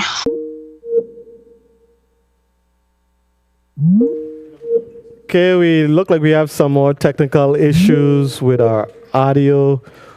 The Committee on Rules and Judiciary stands in recess for 2 minutes while we get instructional methods and facilities to foster well-equipped learning. Sorry, Ms. Pearson. We lost you for probably about a minute. So we're going to ask you to go back and maybe I hate to say start over, but I don't know exactly where we lost you. So it probably would make sense for you to just start over from the beginning. Okay. So good afternoon, everyone. I am Digna Marie Wheatley Pearson. To God be all the glory and the honor for this esteemed honor that I have on today. I acknowledge all honorable leaders, senators, and support personnel in any capacity at the U.S. Virgin Islands Legislature, all other honorees, and other esteemed guests. I honor all of you and thank you for your service and commitment to the people of the Virgin Islands. I would like to specifically acknowledge Senator Stephen Payne and Senator Carla Joseph for sponsoring this resolution, commending the Ivan and Eudorican High School on St. Thomas, United States Virgin Islands, on the occasion of the commemoration of its 50th anniversary, and acknowledging the many accomplishments of the administrators, teachers, and students. I'm incredibly humbled and honored by this invitation. 33 years ago, students, faculty, staff, alumni, and members of the Virgin Islands community joined the fight for educational equality. Before that, for many years, the students of Ivana Eudorican High School tirelessly and faithfully fought for quality and consistency in the instructional methods and facility to foster well-equipped learning environments. Collectively, we marshaled our strength, a tremendous amount of courage and confidence in God to undertake yet again a struggle against the evident inequities and disparities. As a chosen leader, I appeal to the character, integrity, and trust the people placed in their elected officials who were chosen to govern, protect, and serve all the people and not just a select few. We have a common enemy, the enemy that exalts self over others. When I led that march, I did so under great duress of suspension, expulsion, and the inability to graduate. This call to action was never about me as an individual, but instead allowing God to use me to accomplish something for His glory. It was about me using my voice to demand justice and advocating for policy shifts and investments in the future generation. It required a great sacrifice and came at a significant cost. As a teenager, I had no unique gifts or talents other than a desire and a willingness to be used by God. God chose what was foolish in the world to shame the wise, a young girl from the worst housing project on the island. God chose what was weak in the world to shame the strong, a 16-year-old girl. God chose what was low and despised in the world, even things that are not, to bring to nothing things that are, so that no human being might boast in the presence of God. Students from Nazareth. We were not considered special or significant. The mantra was, what good things could come out of Nazareth? But God considered us chosen and precious. And like Christ, He gave us a glorious vindication, the appropriation of $600,000, a state-of-the-art gymnasium, classrooms, bus shed, and a track and field. Revelation 3:12 tells us, all who are victorious will become pillars in the temple of my God, and they will never have to leave it. I will write on them the name of my God, and they will be citizens in the city of my God, the new Jerusalem that comes down from heaven from my God, and also write them my new name. There's one body, one spirit, one Lord, one faith, one baptism, one God, Father of all, and one United States Virgin Islands. We are all one people. God has also chosen you, and I encourage you to speak up for those who cannot speak for themselves, for the rights of all who are destitute, to speak up and judge fairly, defend the rights of the poor and needy. World Vision said that God calls each of us to be good stewards of our gifts. As Americans, we have the gift of influence with our government. When we steward that gift well, Leaders can make decisions that fight the systemic causes of poverty, conflict, and injustice.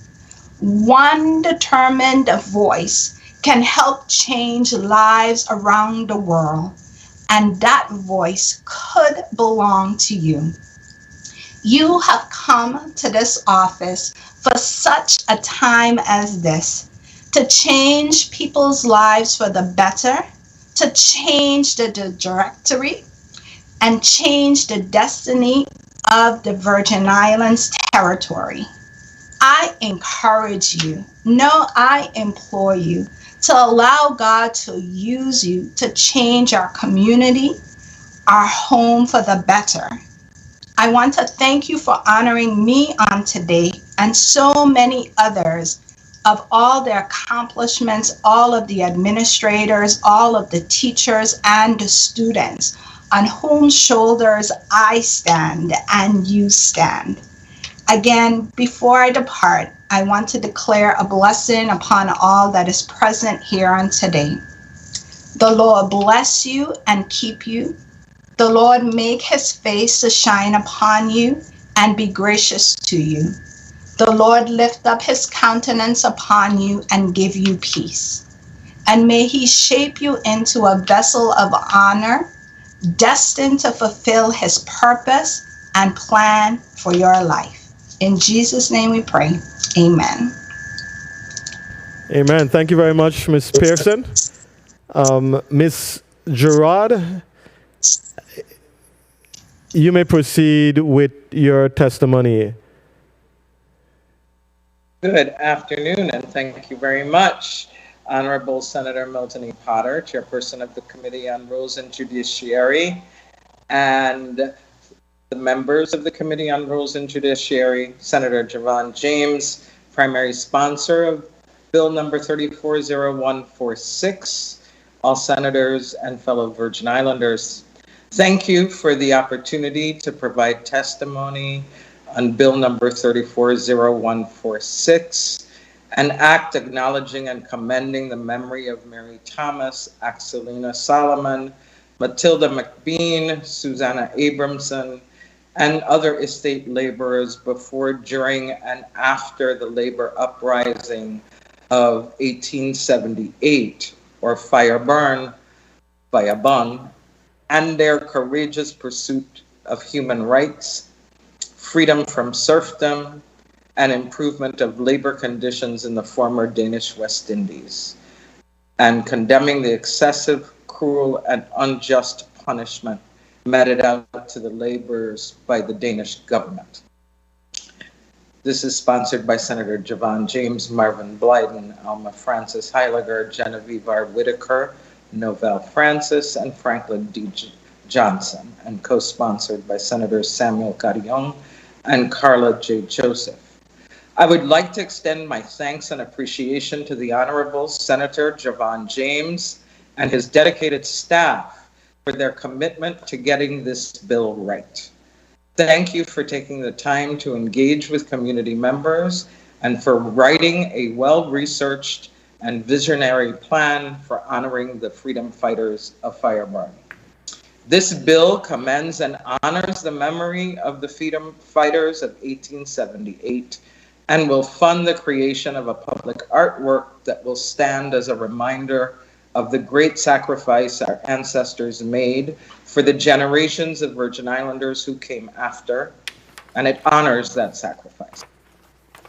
As stated in this bill, those named and the countless unnamed rose together in a coordinated effort that resisted chattel slavery cloaked as serfdom and dismantled the sugar industrial complex with fire and justified rage. Fire Burn was the second free of the people of African descent of the Danish West Indies, now known as the Virgin Islands of the United States. Today, emancipation and Fire Burn have begun to be merged into one occurrence. The distinction between emancipation, which occurred in 1848, and Fire Burn, which occurred 30 years later in 1878, is lost as we continue to fight for the full integration of the history, culture, and heritage of the Virgin Islands to be taught in our school systems.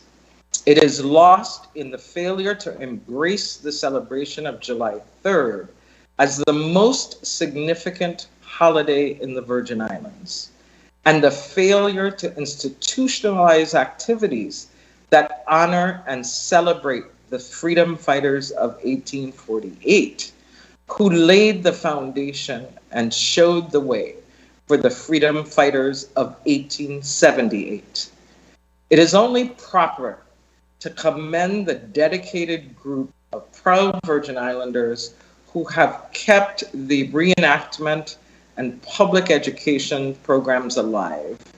If it were not for the United Caribbean Association's UCA's commemoration of Fireburn and the Queen's, this important date, October 1st, would have receded in the collective memory of community.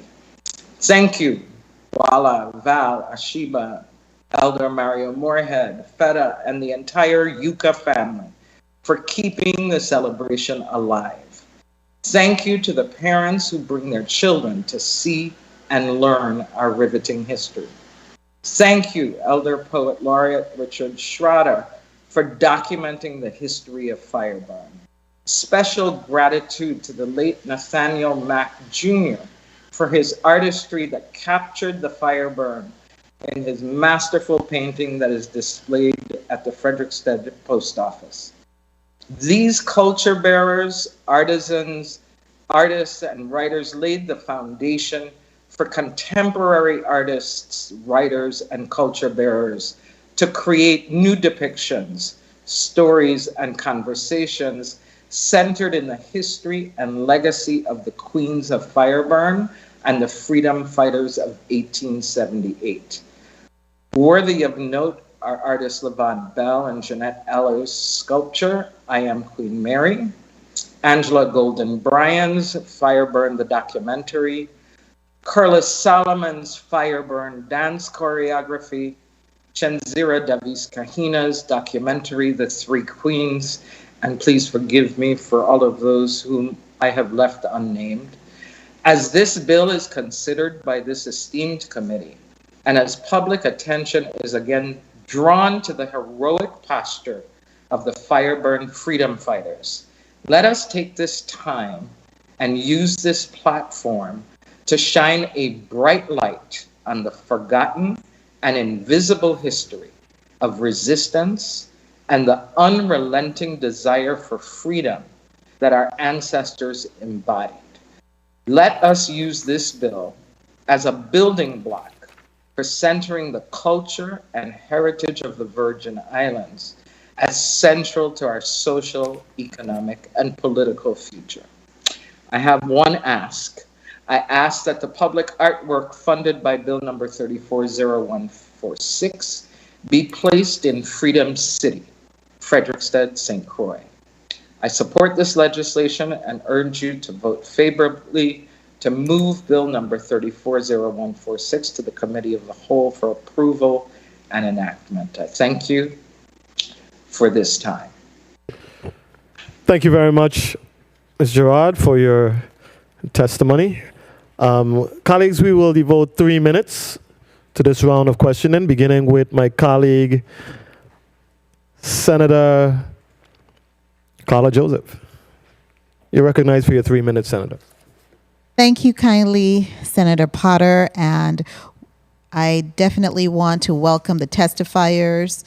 I will begin asking questions of first Ms. Gerard. And Ms. Gerard, I really thank you for being here and making the time, and even in the midst of some of the technological challenges, your willingness to push through. We still can't see you, but we're thankful that we can hear you.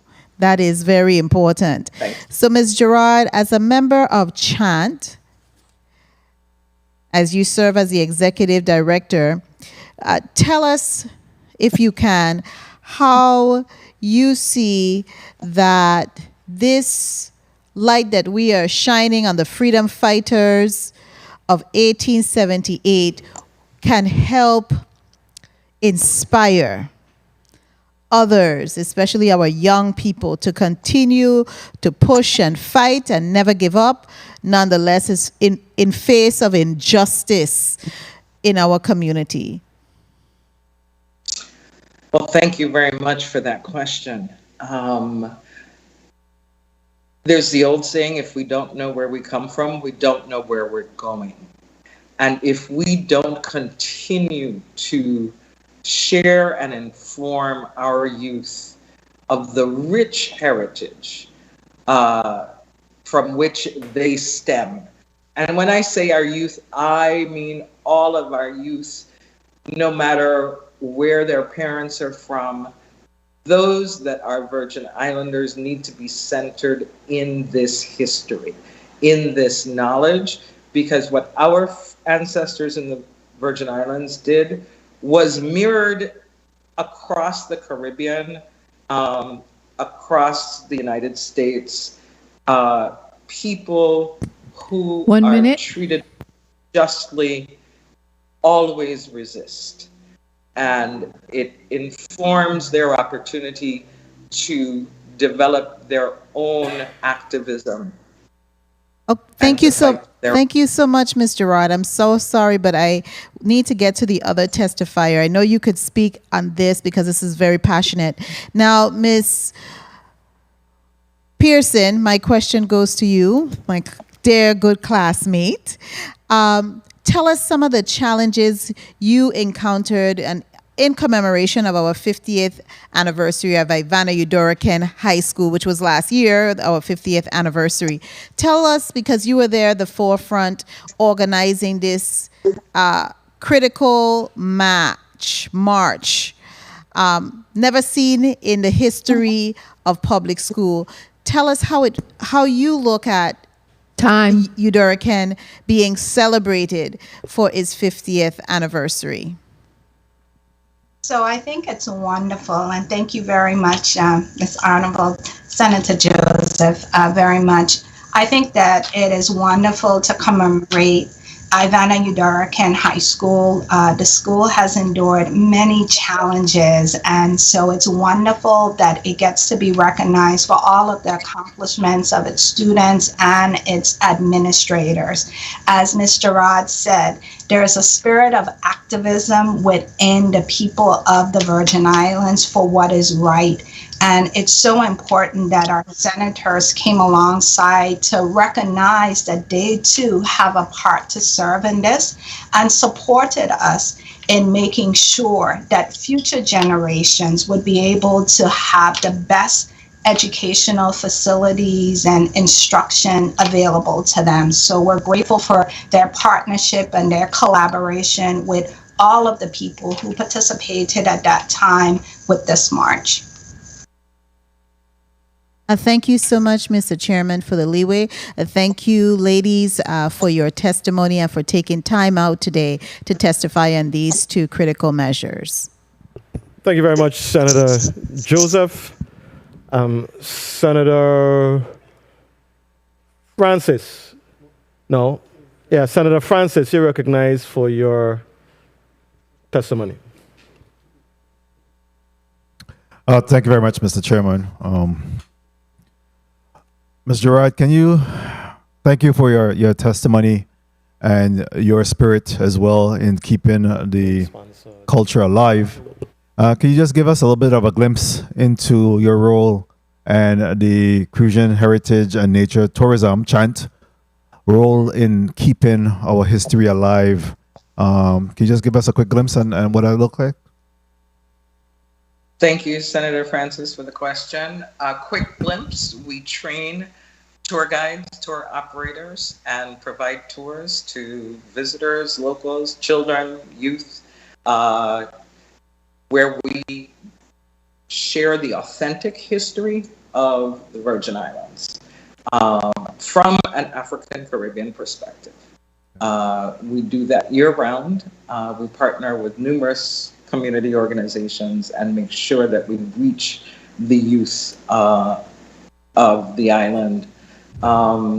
That's one of the ways. We also we'll do a summer program where we introduce the children to youth, to arts and activism with actual community organizing training.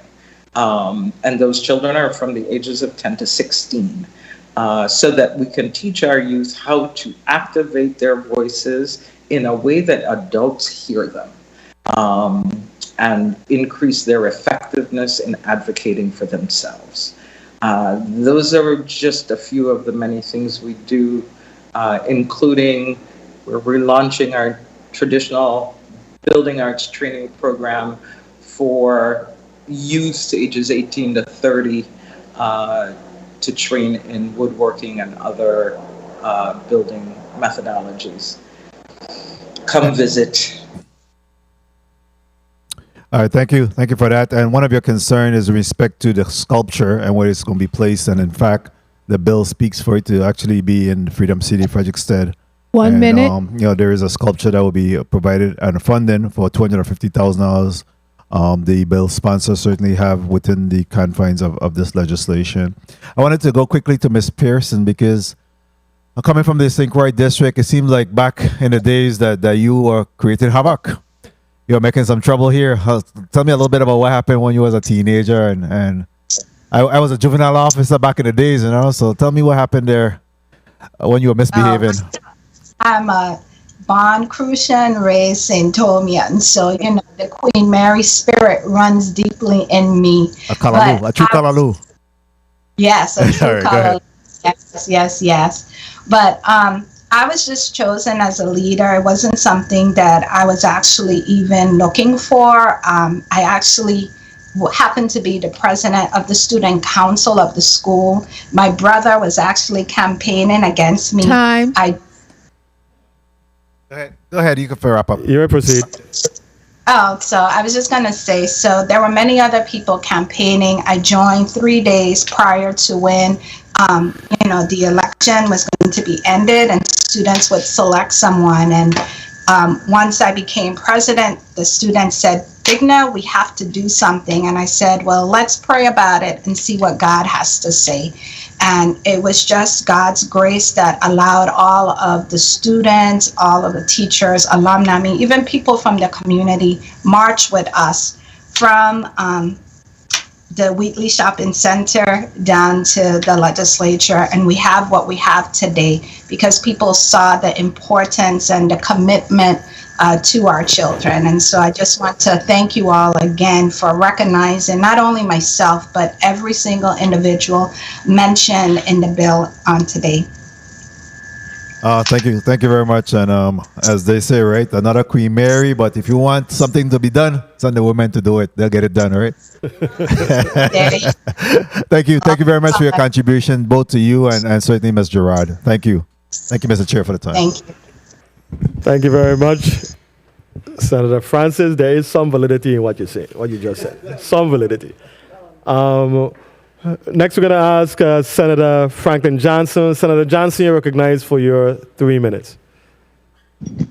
Good afternoon, Mr. Chair. Thank you very much. I definitely write in support of these three initiatives here, but I listened to Ms. Gerard, and she take me back to those memories of going down in Frederiksted on July 3rd and seeing that full reenactment of what took place on that day. And I sure hope we could get back to doing that and not just doing it now and again.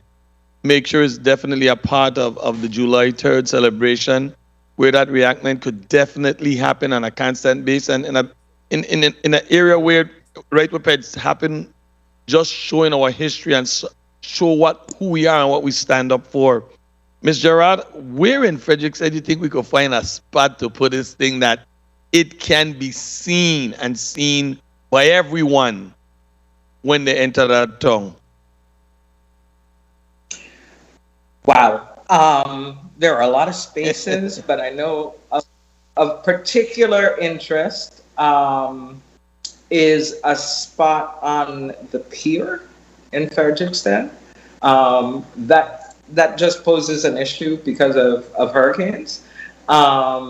We certainly have Butto Park that could accommodate I hope we understand that $250,000 doesn't get a lot when you're talking about a permanent sculpture. Most sculptures exceed, half, double that price. And I think Fort Frederick area is appropriate because that's where both resistance activities started. Okay. I thought about it when you said it, and I was wondering because it's something that needs to be put in a spot that it definitely can be seen by all who visit this territory, especially the island of St. Croix. I agree. Thank you very much for your testimony. And thank you. The last bill here on this block, I do support it wholeheartedly. And I just felt that 30 there's seconds. a lot more information that's missing. When you have a principal that served there from 2000 to 2014, 15, Ms. Sharon McCollum, with all her accomplishment, I think we definitely need to do some amendments and add in those accomplishments of all of that work that she did for this territory, taking that school when it was not accredited and got it into accreditation. So there's a lot more that we need to definitely bring out for that school with the 50th anniversary. And I do support these 3 initiatives. Time. Thank you very much, Mr. Chair. Thank you very much, Senator Johnson. Senator Whitaker, you're recognized for your 3 minutes. Good afternoon. Thank you very much. And I'm going to go straight to Ms. Gerard. Good afternoon to you. Good afternoon. And I just wanted to say that really thank you very much for your testimony. And this is certainly a long time in coming. As one of the sponsors for the legislation, I certainly support this measure. And I just wanted to highlight something that's really important. The 4 queens of the fire burn were really fighting for then the colonial issues of that time. We are still a colony. Still have the fight, more fight to go. Mr. Gerard, can you express to us? Can you hold the time because I'm getting a lot of feedback, a lot of echo. Okay, please hold Senator Whitaker's time. Yeah, because apparently we're getting a distortion and a feedback on her end. Testing. Okay, Mr. Gerard. You're coming through clearly over here. Yeah, it was a lot of feedback at first. Okay. Pull the mic a little closer Mr. to you. One of the questions I have for you concerns how do you see this bill impacting the teaching of Virgin Islands Caribbean history in our schools? How do you see it assisting in that regard? And can you speak to some of the work of Chan in supporting the teaching of VI history, and especially the story of these amazing women?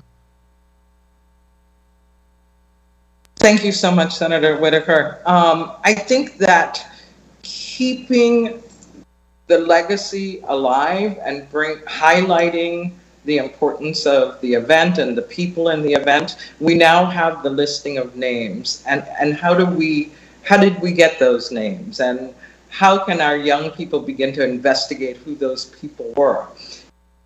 The teaching, our history should be integrated from K through 12 in all of the schools. There should be no confusion, and I find it in adults and children, between emancipation and fire burn.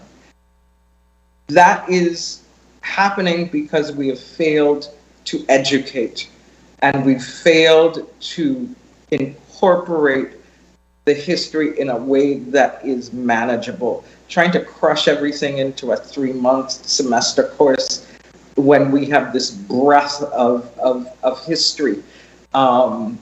I think we underestimate and we don't highlight the important role that Virgin Islanders have played in the resistance, not just from enslavement, but from Jim Crow, from economic inequity. Our leadership. 1 minute. All through the civil rights movement in North America, our leadership on the continent of Africa. There's so much that we have, as Virgin Islanders, contributed, and so few who are investigating and learning and teaching this history. Thank you for that. That sounds very powerful, and that's why I'm continuing to work with yourself and others. As I'm part of that movement, and to continue that effort. We hope to see it beyond the litigation, to see the law being honored on the teaching of Virgin Islands Caribbean history in our schools. It is so critical, and certainly I think this legislation will support that. I continue in my capacity as Education Committee Chairwoman. I have several engagements with all the stakeholders, particularly the Department of Education and the Board of Education, and just continue to ask them to really address this law and certainly, and it's true, a lot of our children, Time. I mean, a number of historical facts it's not being taught in our schools, and as a result, a lot of our children are suffering where they don't understand who they are, where they come from, and it's also connected to crime prevention. And so the more we push on this and honor our important people in our past, we will see a lot of really good results. And just finally, I support definitely the bill number 340174, support the resolution for the 50th anniversary for Ivana Eudora King High School.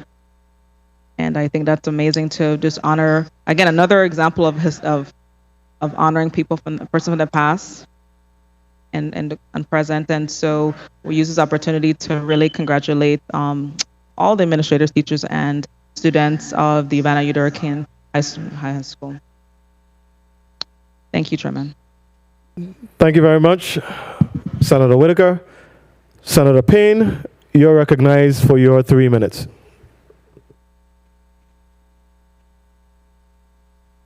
Thank you for the time, Mr. Chair. Mr. Chair and colleagues, good afternoon, testifiers. Thank you very much for gracing us with your presence here today. Colleagues from St. Croix, I can tell you all in the St. Thomas Indian District, years ago, if you ask any young person, anybody from this side, where you went to school, the response would be high school. And it was automatically CHS. Eudora King wasn't even considered a high school. Nazareth school, that was just the other school. Charlotte Molly had a beautiful field for the athletes to practice on. When you see the football players at Eudora King School or Nazareth School coming from practice, it was like they were coming from a battle. Bruised knees, arms bleeding, because we used to practice on rock stones. You can imagine a tackle on rock stones. So by the time the league actually started, half of the players were injured. And no matter how you yell out or cry it out, it seemed to always fall on deaf ears. For years, we had breakfast, lunch, basketball tournaments, PE, introductory night, morning assemblies, afternoon assembly in the same cafe gymatorium, the same hot sweat box. Can you imagine eating in some place after you just had a basketball tournament and you have to eat there and smell that? And if students actually try to rebel or say something about it, Ms. Pearson is right. They threaten you with suspension, expulsion. If you're a senior, you won't be graduating. Shh, sit down, be quiet. But Ms. Pearson, I'm glad you weren't quiet. So let me ask you, at the age of 16, where did that fire come from inside of you? Where did that fire come from? I just believe, in the Virgin Islands, we have an opportunity to really worship the Lord. We prayed in school, and it was because of that relationship that I had with the Lord. That's where that fire came from. They talk about Frederickstead. I was also born in Frederickstead, so that same spirit that was in the island of St. Croix through Queen Mary and all of those other excellent women just kind of flowed through with me. So I just think it's the spirit of God and the spirit of our ancestors just coming together to use me as a willing vessel of God to have us where we are today. Well, so maybe since you are from the St. Croix district, as one of my colleagues here is saying, maybe we need to amend bill number 34, that's 0146, and include your name. Yeah, but thank you very much for what you did for us. Thank you very, very much. And Ms. 30 Gerard, seconds. Ms. Gerard, how can we go about promoting and celebrating the contributions of our ancestors throughout the entire territory in a manner so that they aren't lost or underplayed? We can fund the organizations and community-based organizations and schools that have activities that commemorate our heroes and heroines. You as legislators can review the legislation and improve and strengthen the legislation that requires that our students be taught our history in schools. And we can also take leadership in promoting these activities. Where are you on July the 3rd? Why don't we have fireworks on July the 3rd? Why is it just a little Frederiksted thing and the Fort to Fort walk? Why isn't it, we have to understand that yes, July 3rd happened on St. Croix, but all enslaved people in all of the Danish West Indies were freed on that day. So it is a territory-wide event and celebration. Same thing with the revolt of 1878. All laborers who were tied by contract to plantations were relieved on that day, or the series of days, because of the action on the island of St. Croix. The word is that on the island of St. John, they saw the fire. They saw the blazes on the island of St. Croix with fire burn and knew change was coming. And the other thing is to be constant purveyors for progressive improvement and change in our society. Thank you very much for your responses, ladies. Thank you very much for the time, Mr. Chair. Thank you. Thank you. Thank you very much, Senator Payne. Without question, I rise in support of all three initiatives in the final block of the day. I want to commend Ms. Gerard and Ms. Pearson for their testimony here today. I think it was very, very moving in their own right. Thank you very much, Ms. Pearson, for your advocacy, and I can say the same thing for Ms. Gerard. That is a voice that we hear all the time when it comes to keeping culture and heritage alive. I want to start with just a quick question for Ms. Gerard. Ms. Gerard, what can we do to ensure that we have literature and art from the perspective of Virgin Islanders, that there is a cadre of persons who are trained and prepared to create literature and music and art from the perspective of Virgin Islanders, so that years down the line, just like in other societies and cultures, our history and culture will remain preserved. Because I'm concerned that there is sort of a gap between some of the elders who may be doing that and the millennials and younger folks who may not see that as a priority. Any thoughts on that? Absolutely. Thank you for the opportunity, Senator. I believe the U.S. Virgin Islands is the only territory and probably the only Caribbean entity that does not have a division of culture and heritage. We dismantled that. We have disinvested as a government in the culture and heritage and preservation of that through legislation. You have an opportunity to reinstate that. Our culture, our heritage, the artistry, the musicianship, the art has been devalued by the government. And it's time, past time, to look at reinstating and recreating a division of culture and heritage that is charged with that responsibility. So I think I'll leave it there. Well said. Thank you. Well said, concise, well said. I think that is something that we have to do. You're 100% correct. It's not going to happen by itself. So that is something that we will work together to make happen. Ms. Pearson, my question to you is, what is the single most, I guess, valuable lesson that, or the single greatest takeaway from your experience at Ivana Eudora Ken High School? As an Ivana Eudora Ken graduate, what is your biggest takeaway from that experience? I would say the biggest takeaway, and thank you again so much, sir. The biggest takeaway that I have is related to the importance of one voice being able to have an impact, not just in one day, not just in 2 weeks, but in generations to come.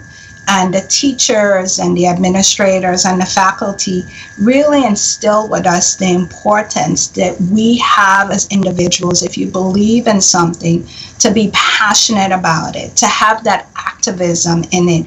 And despite the sacrifices and the costs associated with it, recognize that one voice can make a difference.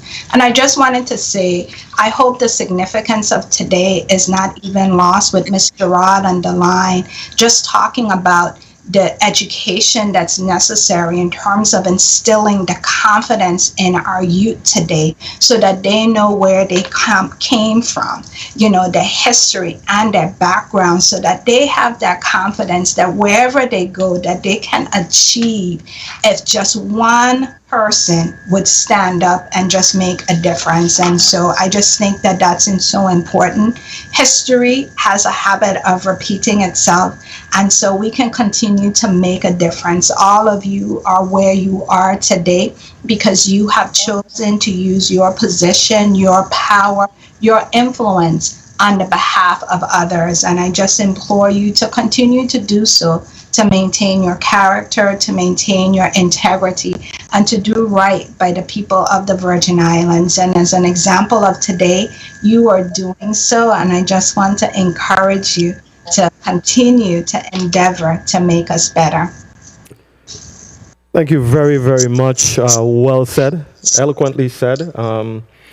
I think that Eudora Ken, just reflecting briefly on my days at Eudora Ken, I mean, it's like you share a bond when you graduate from Ivana Eudora Ken High School.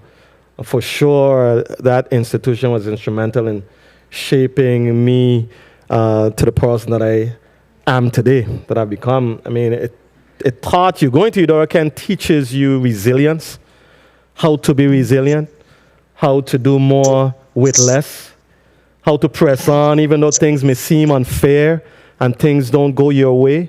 And those are attributes that you can take with you in life. You know, you don't fall apart when things don't quite measure up. You know, so it was an awesome experience, and all Eudora Ken graduates share that bond, and I'm pleased that I am in this institution with all of my colleagues, but it is just a warm feeling to look around and see other Ivana Eudora Ken graduates to the left and to the right. So thank you very much, testifiers, for your powerful testimony here today. Colleagues, we have exhausted our round of questioning today. Point of inquiry, Senator Francis, you recognize. Thank you very much, Mr. Chairman. Real quickly, I just wanted to ask Ms. Gerard, again, I know she's been in the business quite some time. I wanted to ask her, what does restorative justice look like to you? Oh, goodness gracious. Have we got a day? Restorative justice. It means positioning those who have been adversely impacted, positioning them to be able to move forward and take advantage of all of the opportunities that they were denied. And it is a lot of work and takes a great commitment. And we have to decide, where do we start? I think of the young men I work with on a daily basis who have been, we had a situation, they were out selling wares and a police officer and his equipment walked up and they looked at him and they say, see, this is what we can do. Sort of as a challenge to how they are perceived. We need to honor their creativity, honor their genius, and create the space for them to be seen and heard, and for us, I'm a little bit older than most of you all, to understand the level of pain that is inflicted on these young people, and that they have to find ways to survive. I hear the word resilient a lot, but there is no resilience without hope. And if we don't provide the hope, then resilience is not an option. But I'd love to have that convening, Senator, for us to really focus on restorative justice. Thank you very much for that. That was good. And I will be reaching out to you because I'm working a piece of legislation with some others in respect to that. So I'll be making contact with you on it. Thank you very much for the time, Mr. Chair. Thank you very much, Senator Francis. I see sponsor of bill number 34-0146, Senator Javon James. Senator James, welcome, and you are recognized for your 3 minutes. Thank you, Mr. Chair, for the time. Good afternoon to the people of the Virgin Islands. Today was a very sad day in the U.S. Virgin Islands. I just want to say my condolences to the Shank family. It was a very disturbing morning. I woke up this morning and I went there in the scene and I couldn't hold back but to cry. But I will tell you this much. I just pray that VIPD continue to do what they have to do to bring some closure to that family. And on top of that, I just came from the Claudio Marco School. There was a situation down there, so I ran down there. So I asked the good Vice President to move the bill on my behalf, and I just want to say thank you to the Vice President, and thank you to my colleagues for making sure that this important bill is heard today. And as far as the stakeholders, I want to publicly thank Dr. Edward Brown, Dr. Tenzira Kahina, Miss Shalana Brown, my Chief of Staff, everyone who works in my office. Who else? I want to make former Senator Myron Jackson and Ms. Frandel Gerard. This bill is as a result of a teamwork. And I must admit that when they say two heads are better than one, they're absolutely right. So we work on this bill for 8 months straight. We had some up and downs. I just want to publicly thank Governor Albert Bryan Jr., even though I'm still waiting for that letter. Governor Bryan committed to using the Community Facilities Trust Fund to be able to fund this monument, not just for Queen Mary, because anytime we hear about the Queens, we always think about Queen Mary, but it's more than just Queen Mary. We had several queens, and we had men. We had men as well who participated in the 1878 fire bond. So this is a historic day in the U.S. Virgin Islands, because not just us as a body saying that what Denmark did to 1 our minute. ancestors was cruel and unjust, we're basically saying on the record that we're going to build a monument to pay respect to those who paved the way for us. And it's very important that we pass a resolution of this nature, because when people think of Fireburn of 1878, they mistake that for July 3rd, 1848. And as we speak about honoring and commending individuals, I just want to make sure that the Department of Education continue to do their part, not just in Black History Month and Virgin Islands History Month, but all throughout the year. And that is why we have a bill that was passed years ago. I forget the act number, but I think it was passed by former Senator Aldebert Bryan when it comes to Virgin Islands history being taught in our schools. So we have to make sure that we do our due diligence as the Board of Education and the Department of Education to put a curriculum in place that would teach our young Virgin Islanders their true roots and history. I'm not sure if my time was called because we can't hear it on this end, but we'll continue to talk until I'm stopped. It was I'll tell you called. this much. It was called, Senator. Your time was called. But if you want to take a couple seconds to wrap up, we'll allow. So in closing, I just want to say, even though today is a historic day in Virgin Islands history because we're moving this important resolution forward, it is also a sad day because we lost one of our queens. And once again, I want to say my condolences to the Shang family. And thank you once again, Vice President, for moving this bill on my behalf. And I'm happy that I made it in time. Thank you, Mr. Chair, for the time. Thank you very much, Senator James. Colleagues, we've exhausted our round of questioning. Before I do that, though, I just wanted to make Point of reference to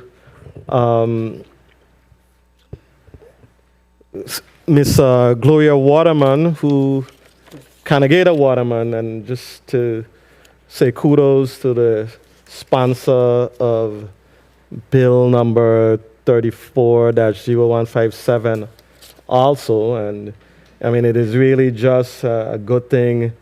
Civilized people give honor and accolades to their own who do exemplary service, and Miss Gloria Canagata Waterman is one such person. She was an outstanding educator and outstanding Virgin Islander. So kudos to her, kudos to her family, and kudos to the sponsor of the legislation.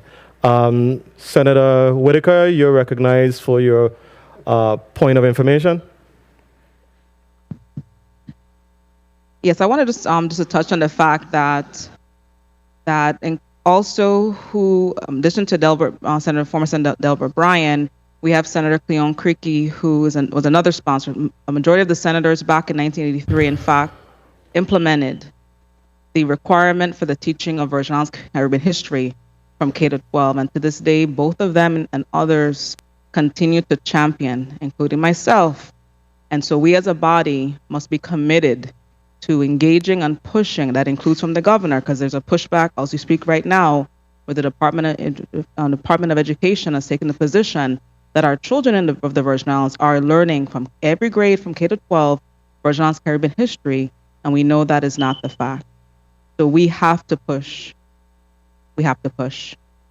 And as we honored people today we honored also a former principal of mine, Ms. Waterman. We have to, when we honor our people, we have to do our best to ensure the children know the importance of the people that we're honoring.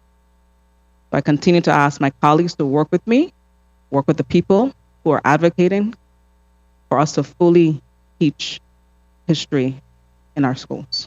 Thank you. Thank you very much, Senator Whitaker. Colleagues, we have exhausted our round of questioning in this block. Do I hear a motion? Senator Francis, you're recognized for your motion. Thank you very much, Mr. Chair. I move that Bill 34-0157, a resolution honoring and commending Gloria H. Canigata Waterman for her outstanding years of service to the Virgin Islands community as an educator and public servant through various organizations, be voted upon favorably by the Committee of Rules and Judiciary and sent to the full body for further consideration. I so move. Properly moved by Senator Francis, seconded by Senator Payne and Senator Joseph. Roll call on bill number 34-0157. Senator Novell E. Francis Jr. Yea. Senator Francis Yeh. Senator Kenneth L. Gittens. Senator Gittens absent. Senator Franklin D. Johnson. Senator Johnson Yeh. Senator Carla J. Joseph. Senator Joseph Yeh. Senator Stephen D. Payne Sr. Senator Payne Yeh. Senator Milton E. Potter. Yes. Senator Potter, yay. Senator Genevieve R. Whitaker. Yay. Senator Whitaker, yay. Mr. Chair, we have 6 yay, 1 absent.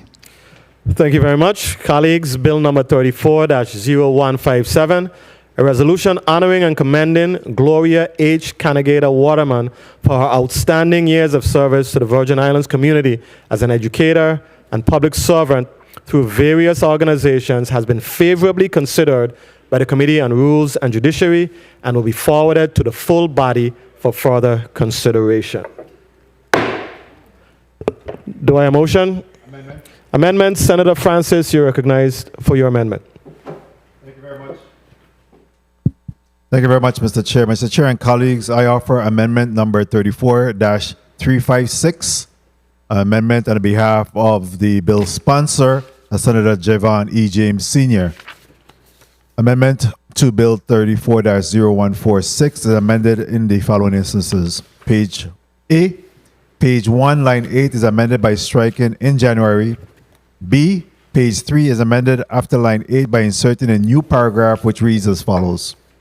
Whereas the other laborers arrested and charged for their participation in the rebellion include James Emmanuel, Manny Benjamin, John Hodge, George Henry, Francis Harrison, Emmanuel Jacob, David Cameron, Isaac Anthony, Joseph Bowell, Joseph Spencer, Hans Christian, John Thomas Sobers, Christopher Samuel, George Michael, Thomas Critlow, William James, George Callender, Henry England, William Arnold, Williams Barnes, George Simmons, Richard Seeley Gibbs, Edward Lewis, Henry Baker, Joseph Briggs, William Henry, Christian Martin, Ren Gittens, George Cambridge, James Cox, Joseph Williams, Johannes Bamberg Samuel, Joseph James, John Samuel, Thomas James, James Griffith, and Rebecca Fredericks. C, Section 2 is amended by adding a new subsection C, which reads as follows. And subsection B remains available until expended. D, Section 3, subsection A on page 4 is amended in paragraph 1, line 5 by striking a representative from the office of the governor and inserting 2 art professionals in the paragraph 5 on line 9 by striking a member of the private sector. E, Section 3, subsection B is amended by precise before location by inserting proper lighting and materials and by striking 145th and inserting 150th. F, Section 3, subsection C is amended by striking 2023 and inserting 2028 and striking 145th and inserting 150th in its place. I so move. Properly moved by Senator Francis, seconded by Senator Payne and Senator Joseph.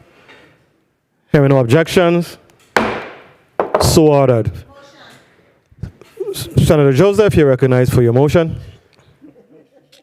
Thank you so much, Mr. Chairman. Mr. Chairman, I move that bill number 34-0146, an act acknowledging and commending the memory of Mary Thomas, Axeline Solomon, Mathilda McBean, Susanna Abramson, and other estate laborers before, during, and after the labor uprising of 1878 or Firebond, and their courageous pursuit of human rights, freedom from serfdom variant, and improvement of labor conditions in the former Danish West Indies, and condemning the excessive, cruel, and unjust punishment meted out to the laborers by the Danish government as amended, be favorably voted upon in this committee and moved to the full body for further consideration and action.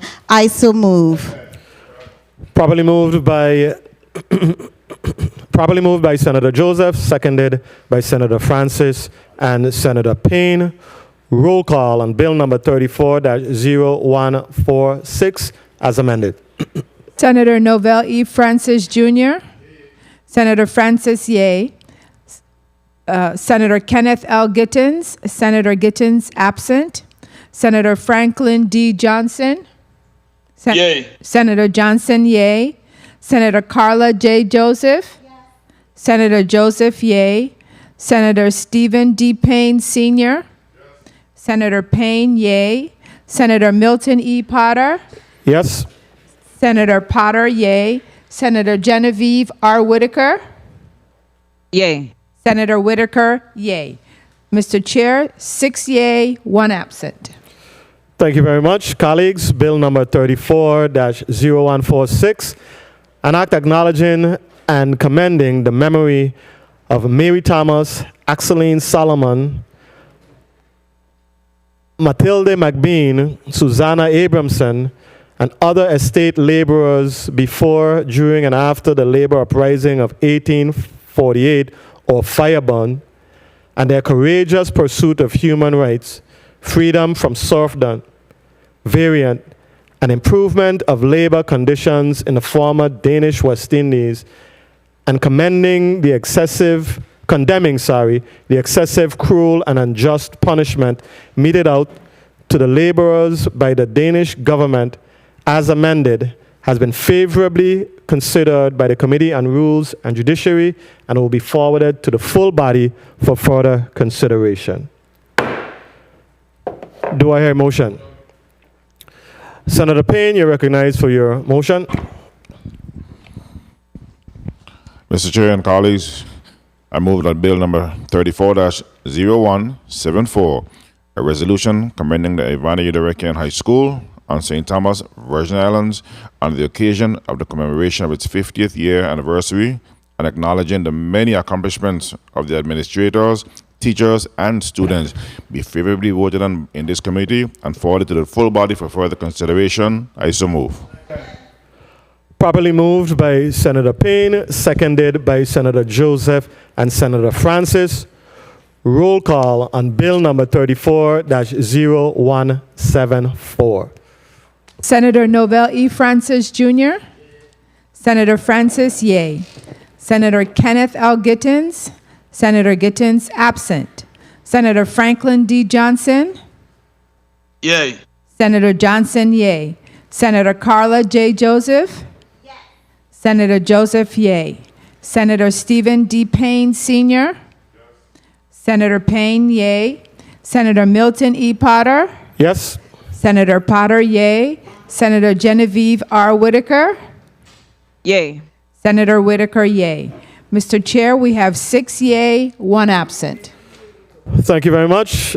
Colleagues, bill number 34-0174, a resolution commending the Ivana Udorekian High School on St. Thomas, Virgin Islands, on the occasion of the commemoration of its 50th anniversary, 1971 to 2021, and acknowledging the many accomplishments of the administrators, teachers, and students, has been favorably considered by the Committee on Rules and Judiciary and will be forwarded to the full body for further consideration. Testifiers, I want to thank you. I want to thank you very much for your attendance and participation in this meeting today. You've made the session a lot more rich, and I want to thank you very, very much. You're officially released from this session, but before you leave, I want to ask you to provide us with a 30-second, for 30 seconds, it has been a long day, for 30-second wrap up before you depart? And we can begin with Ms. Gerard. Well, thank you. 1971, I think the commissioner from 1968-69 was the one that got Eudora School started, right? Look up his name. And I just appreciate that we commemorate those that came before us and implore us all to honor them in our daily walk through life. Thank you. Thank you, Ms. Gerard. Your camera came on for the last 5 minutes of our presentation. So that's good. Yes. We won't complain. We'll just accept that in gratitude. We saw you at least to the tail end of your presentation. Ms. Pearson, you're recognized for your 30 seconds.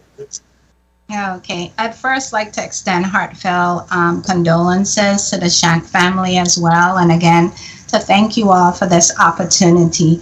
I think today shows us about how important strength is, that whole reservoir of strength, about unity, perseverance, about so much more, about having that confident expectation that one day that something good is going to happen. And so if we continue to persevere, if we continue to push to do what is right, the outcome will always be what we expect it to be. So continue to walk in faith, and God bless all of you today. And remember that we are better together always. Thank you very much. Thank you very much, Ms. Pearson. And ladies, you are officially now released from the Committee on Rules and Judiciary meeting of January 27, 2022. Thank you again. Thank you. Senator Johnson, you're recognized for your point of personal privilege. Good afternoon. Thank you very much, Mr. Chair. This week been a very, very difficult week for the legislator. On the Big Island, many of our colleagues, employees have lost loved ones throughout this week, counting today. I want to take this time to extend condolence to Ms. Constancia Ebanks Hodge, my legislative assistant, on the passing of her mother, Ms. Olivia Ebanks Shaw. And I extend condolence to the Shank family as well, and all the other members of this body who family have lost loved ones. It's been a very difficult week thus far for the 34th legislature. And Senator Carrie Young's office, his chief of staff lost her father. And right here in media, Ms. Melissa lost her brother. So this has been a very difficult week, and I extend condolence to everyone who have lost their loved ones. And may God be with them, and they rest in peace. Thank you very much, Mr. Chair. Thank you very much, and well said, Senator Johnson. I too rise in just reflection and to express my deepest condolences to all of the employees of the legislature who have lost loved ones, and of course the senseless tragedy that occurred earlier today. You know, your loved one goes to bed last night and thinking that it's a normal night, a normal day, and you wake up to such a devastating, senseless tragedy. Who feels it knows it. So I definitely can understand what the family must be dealing with today.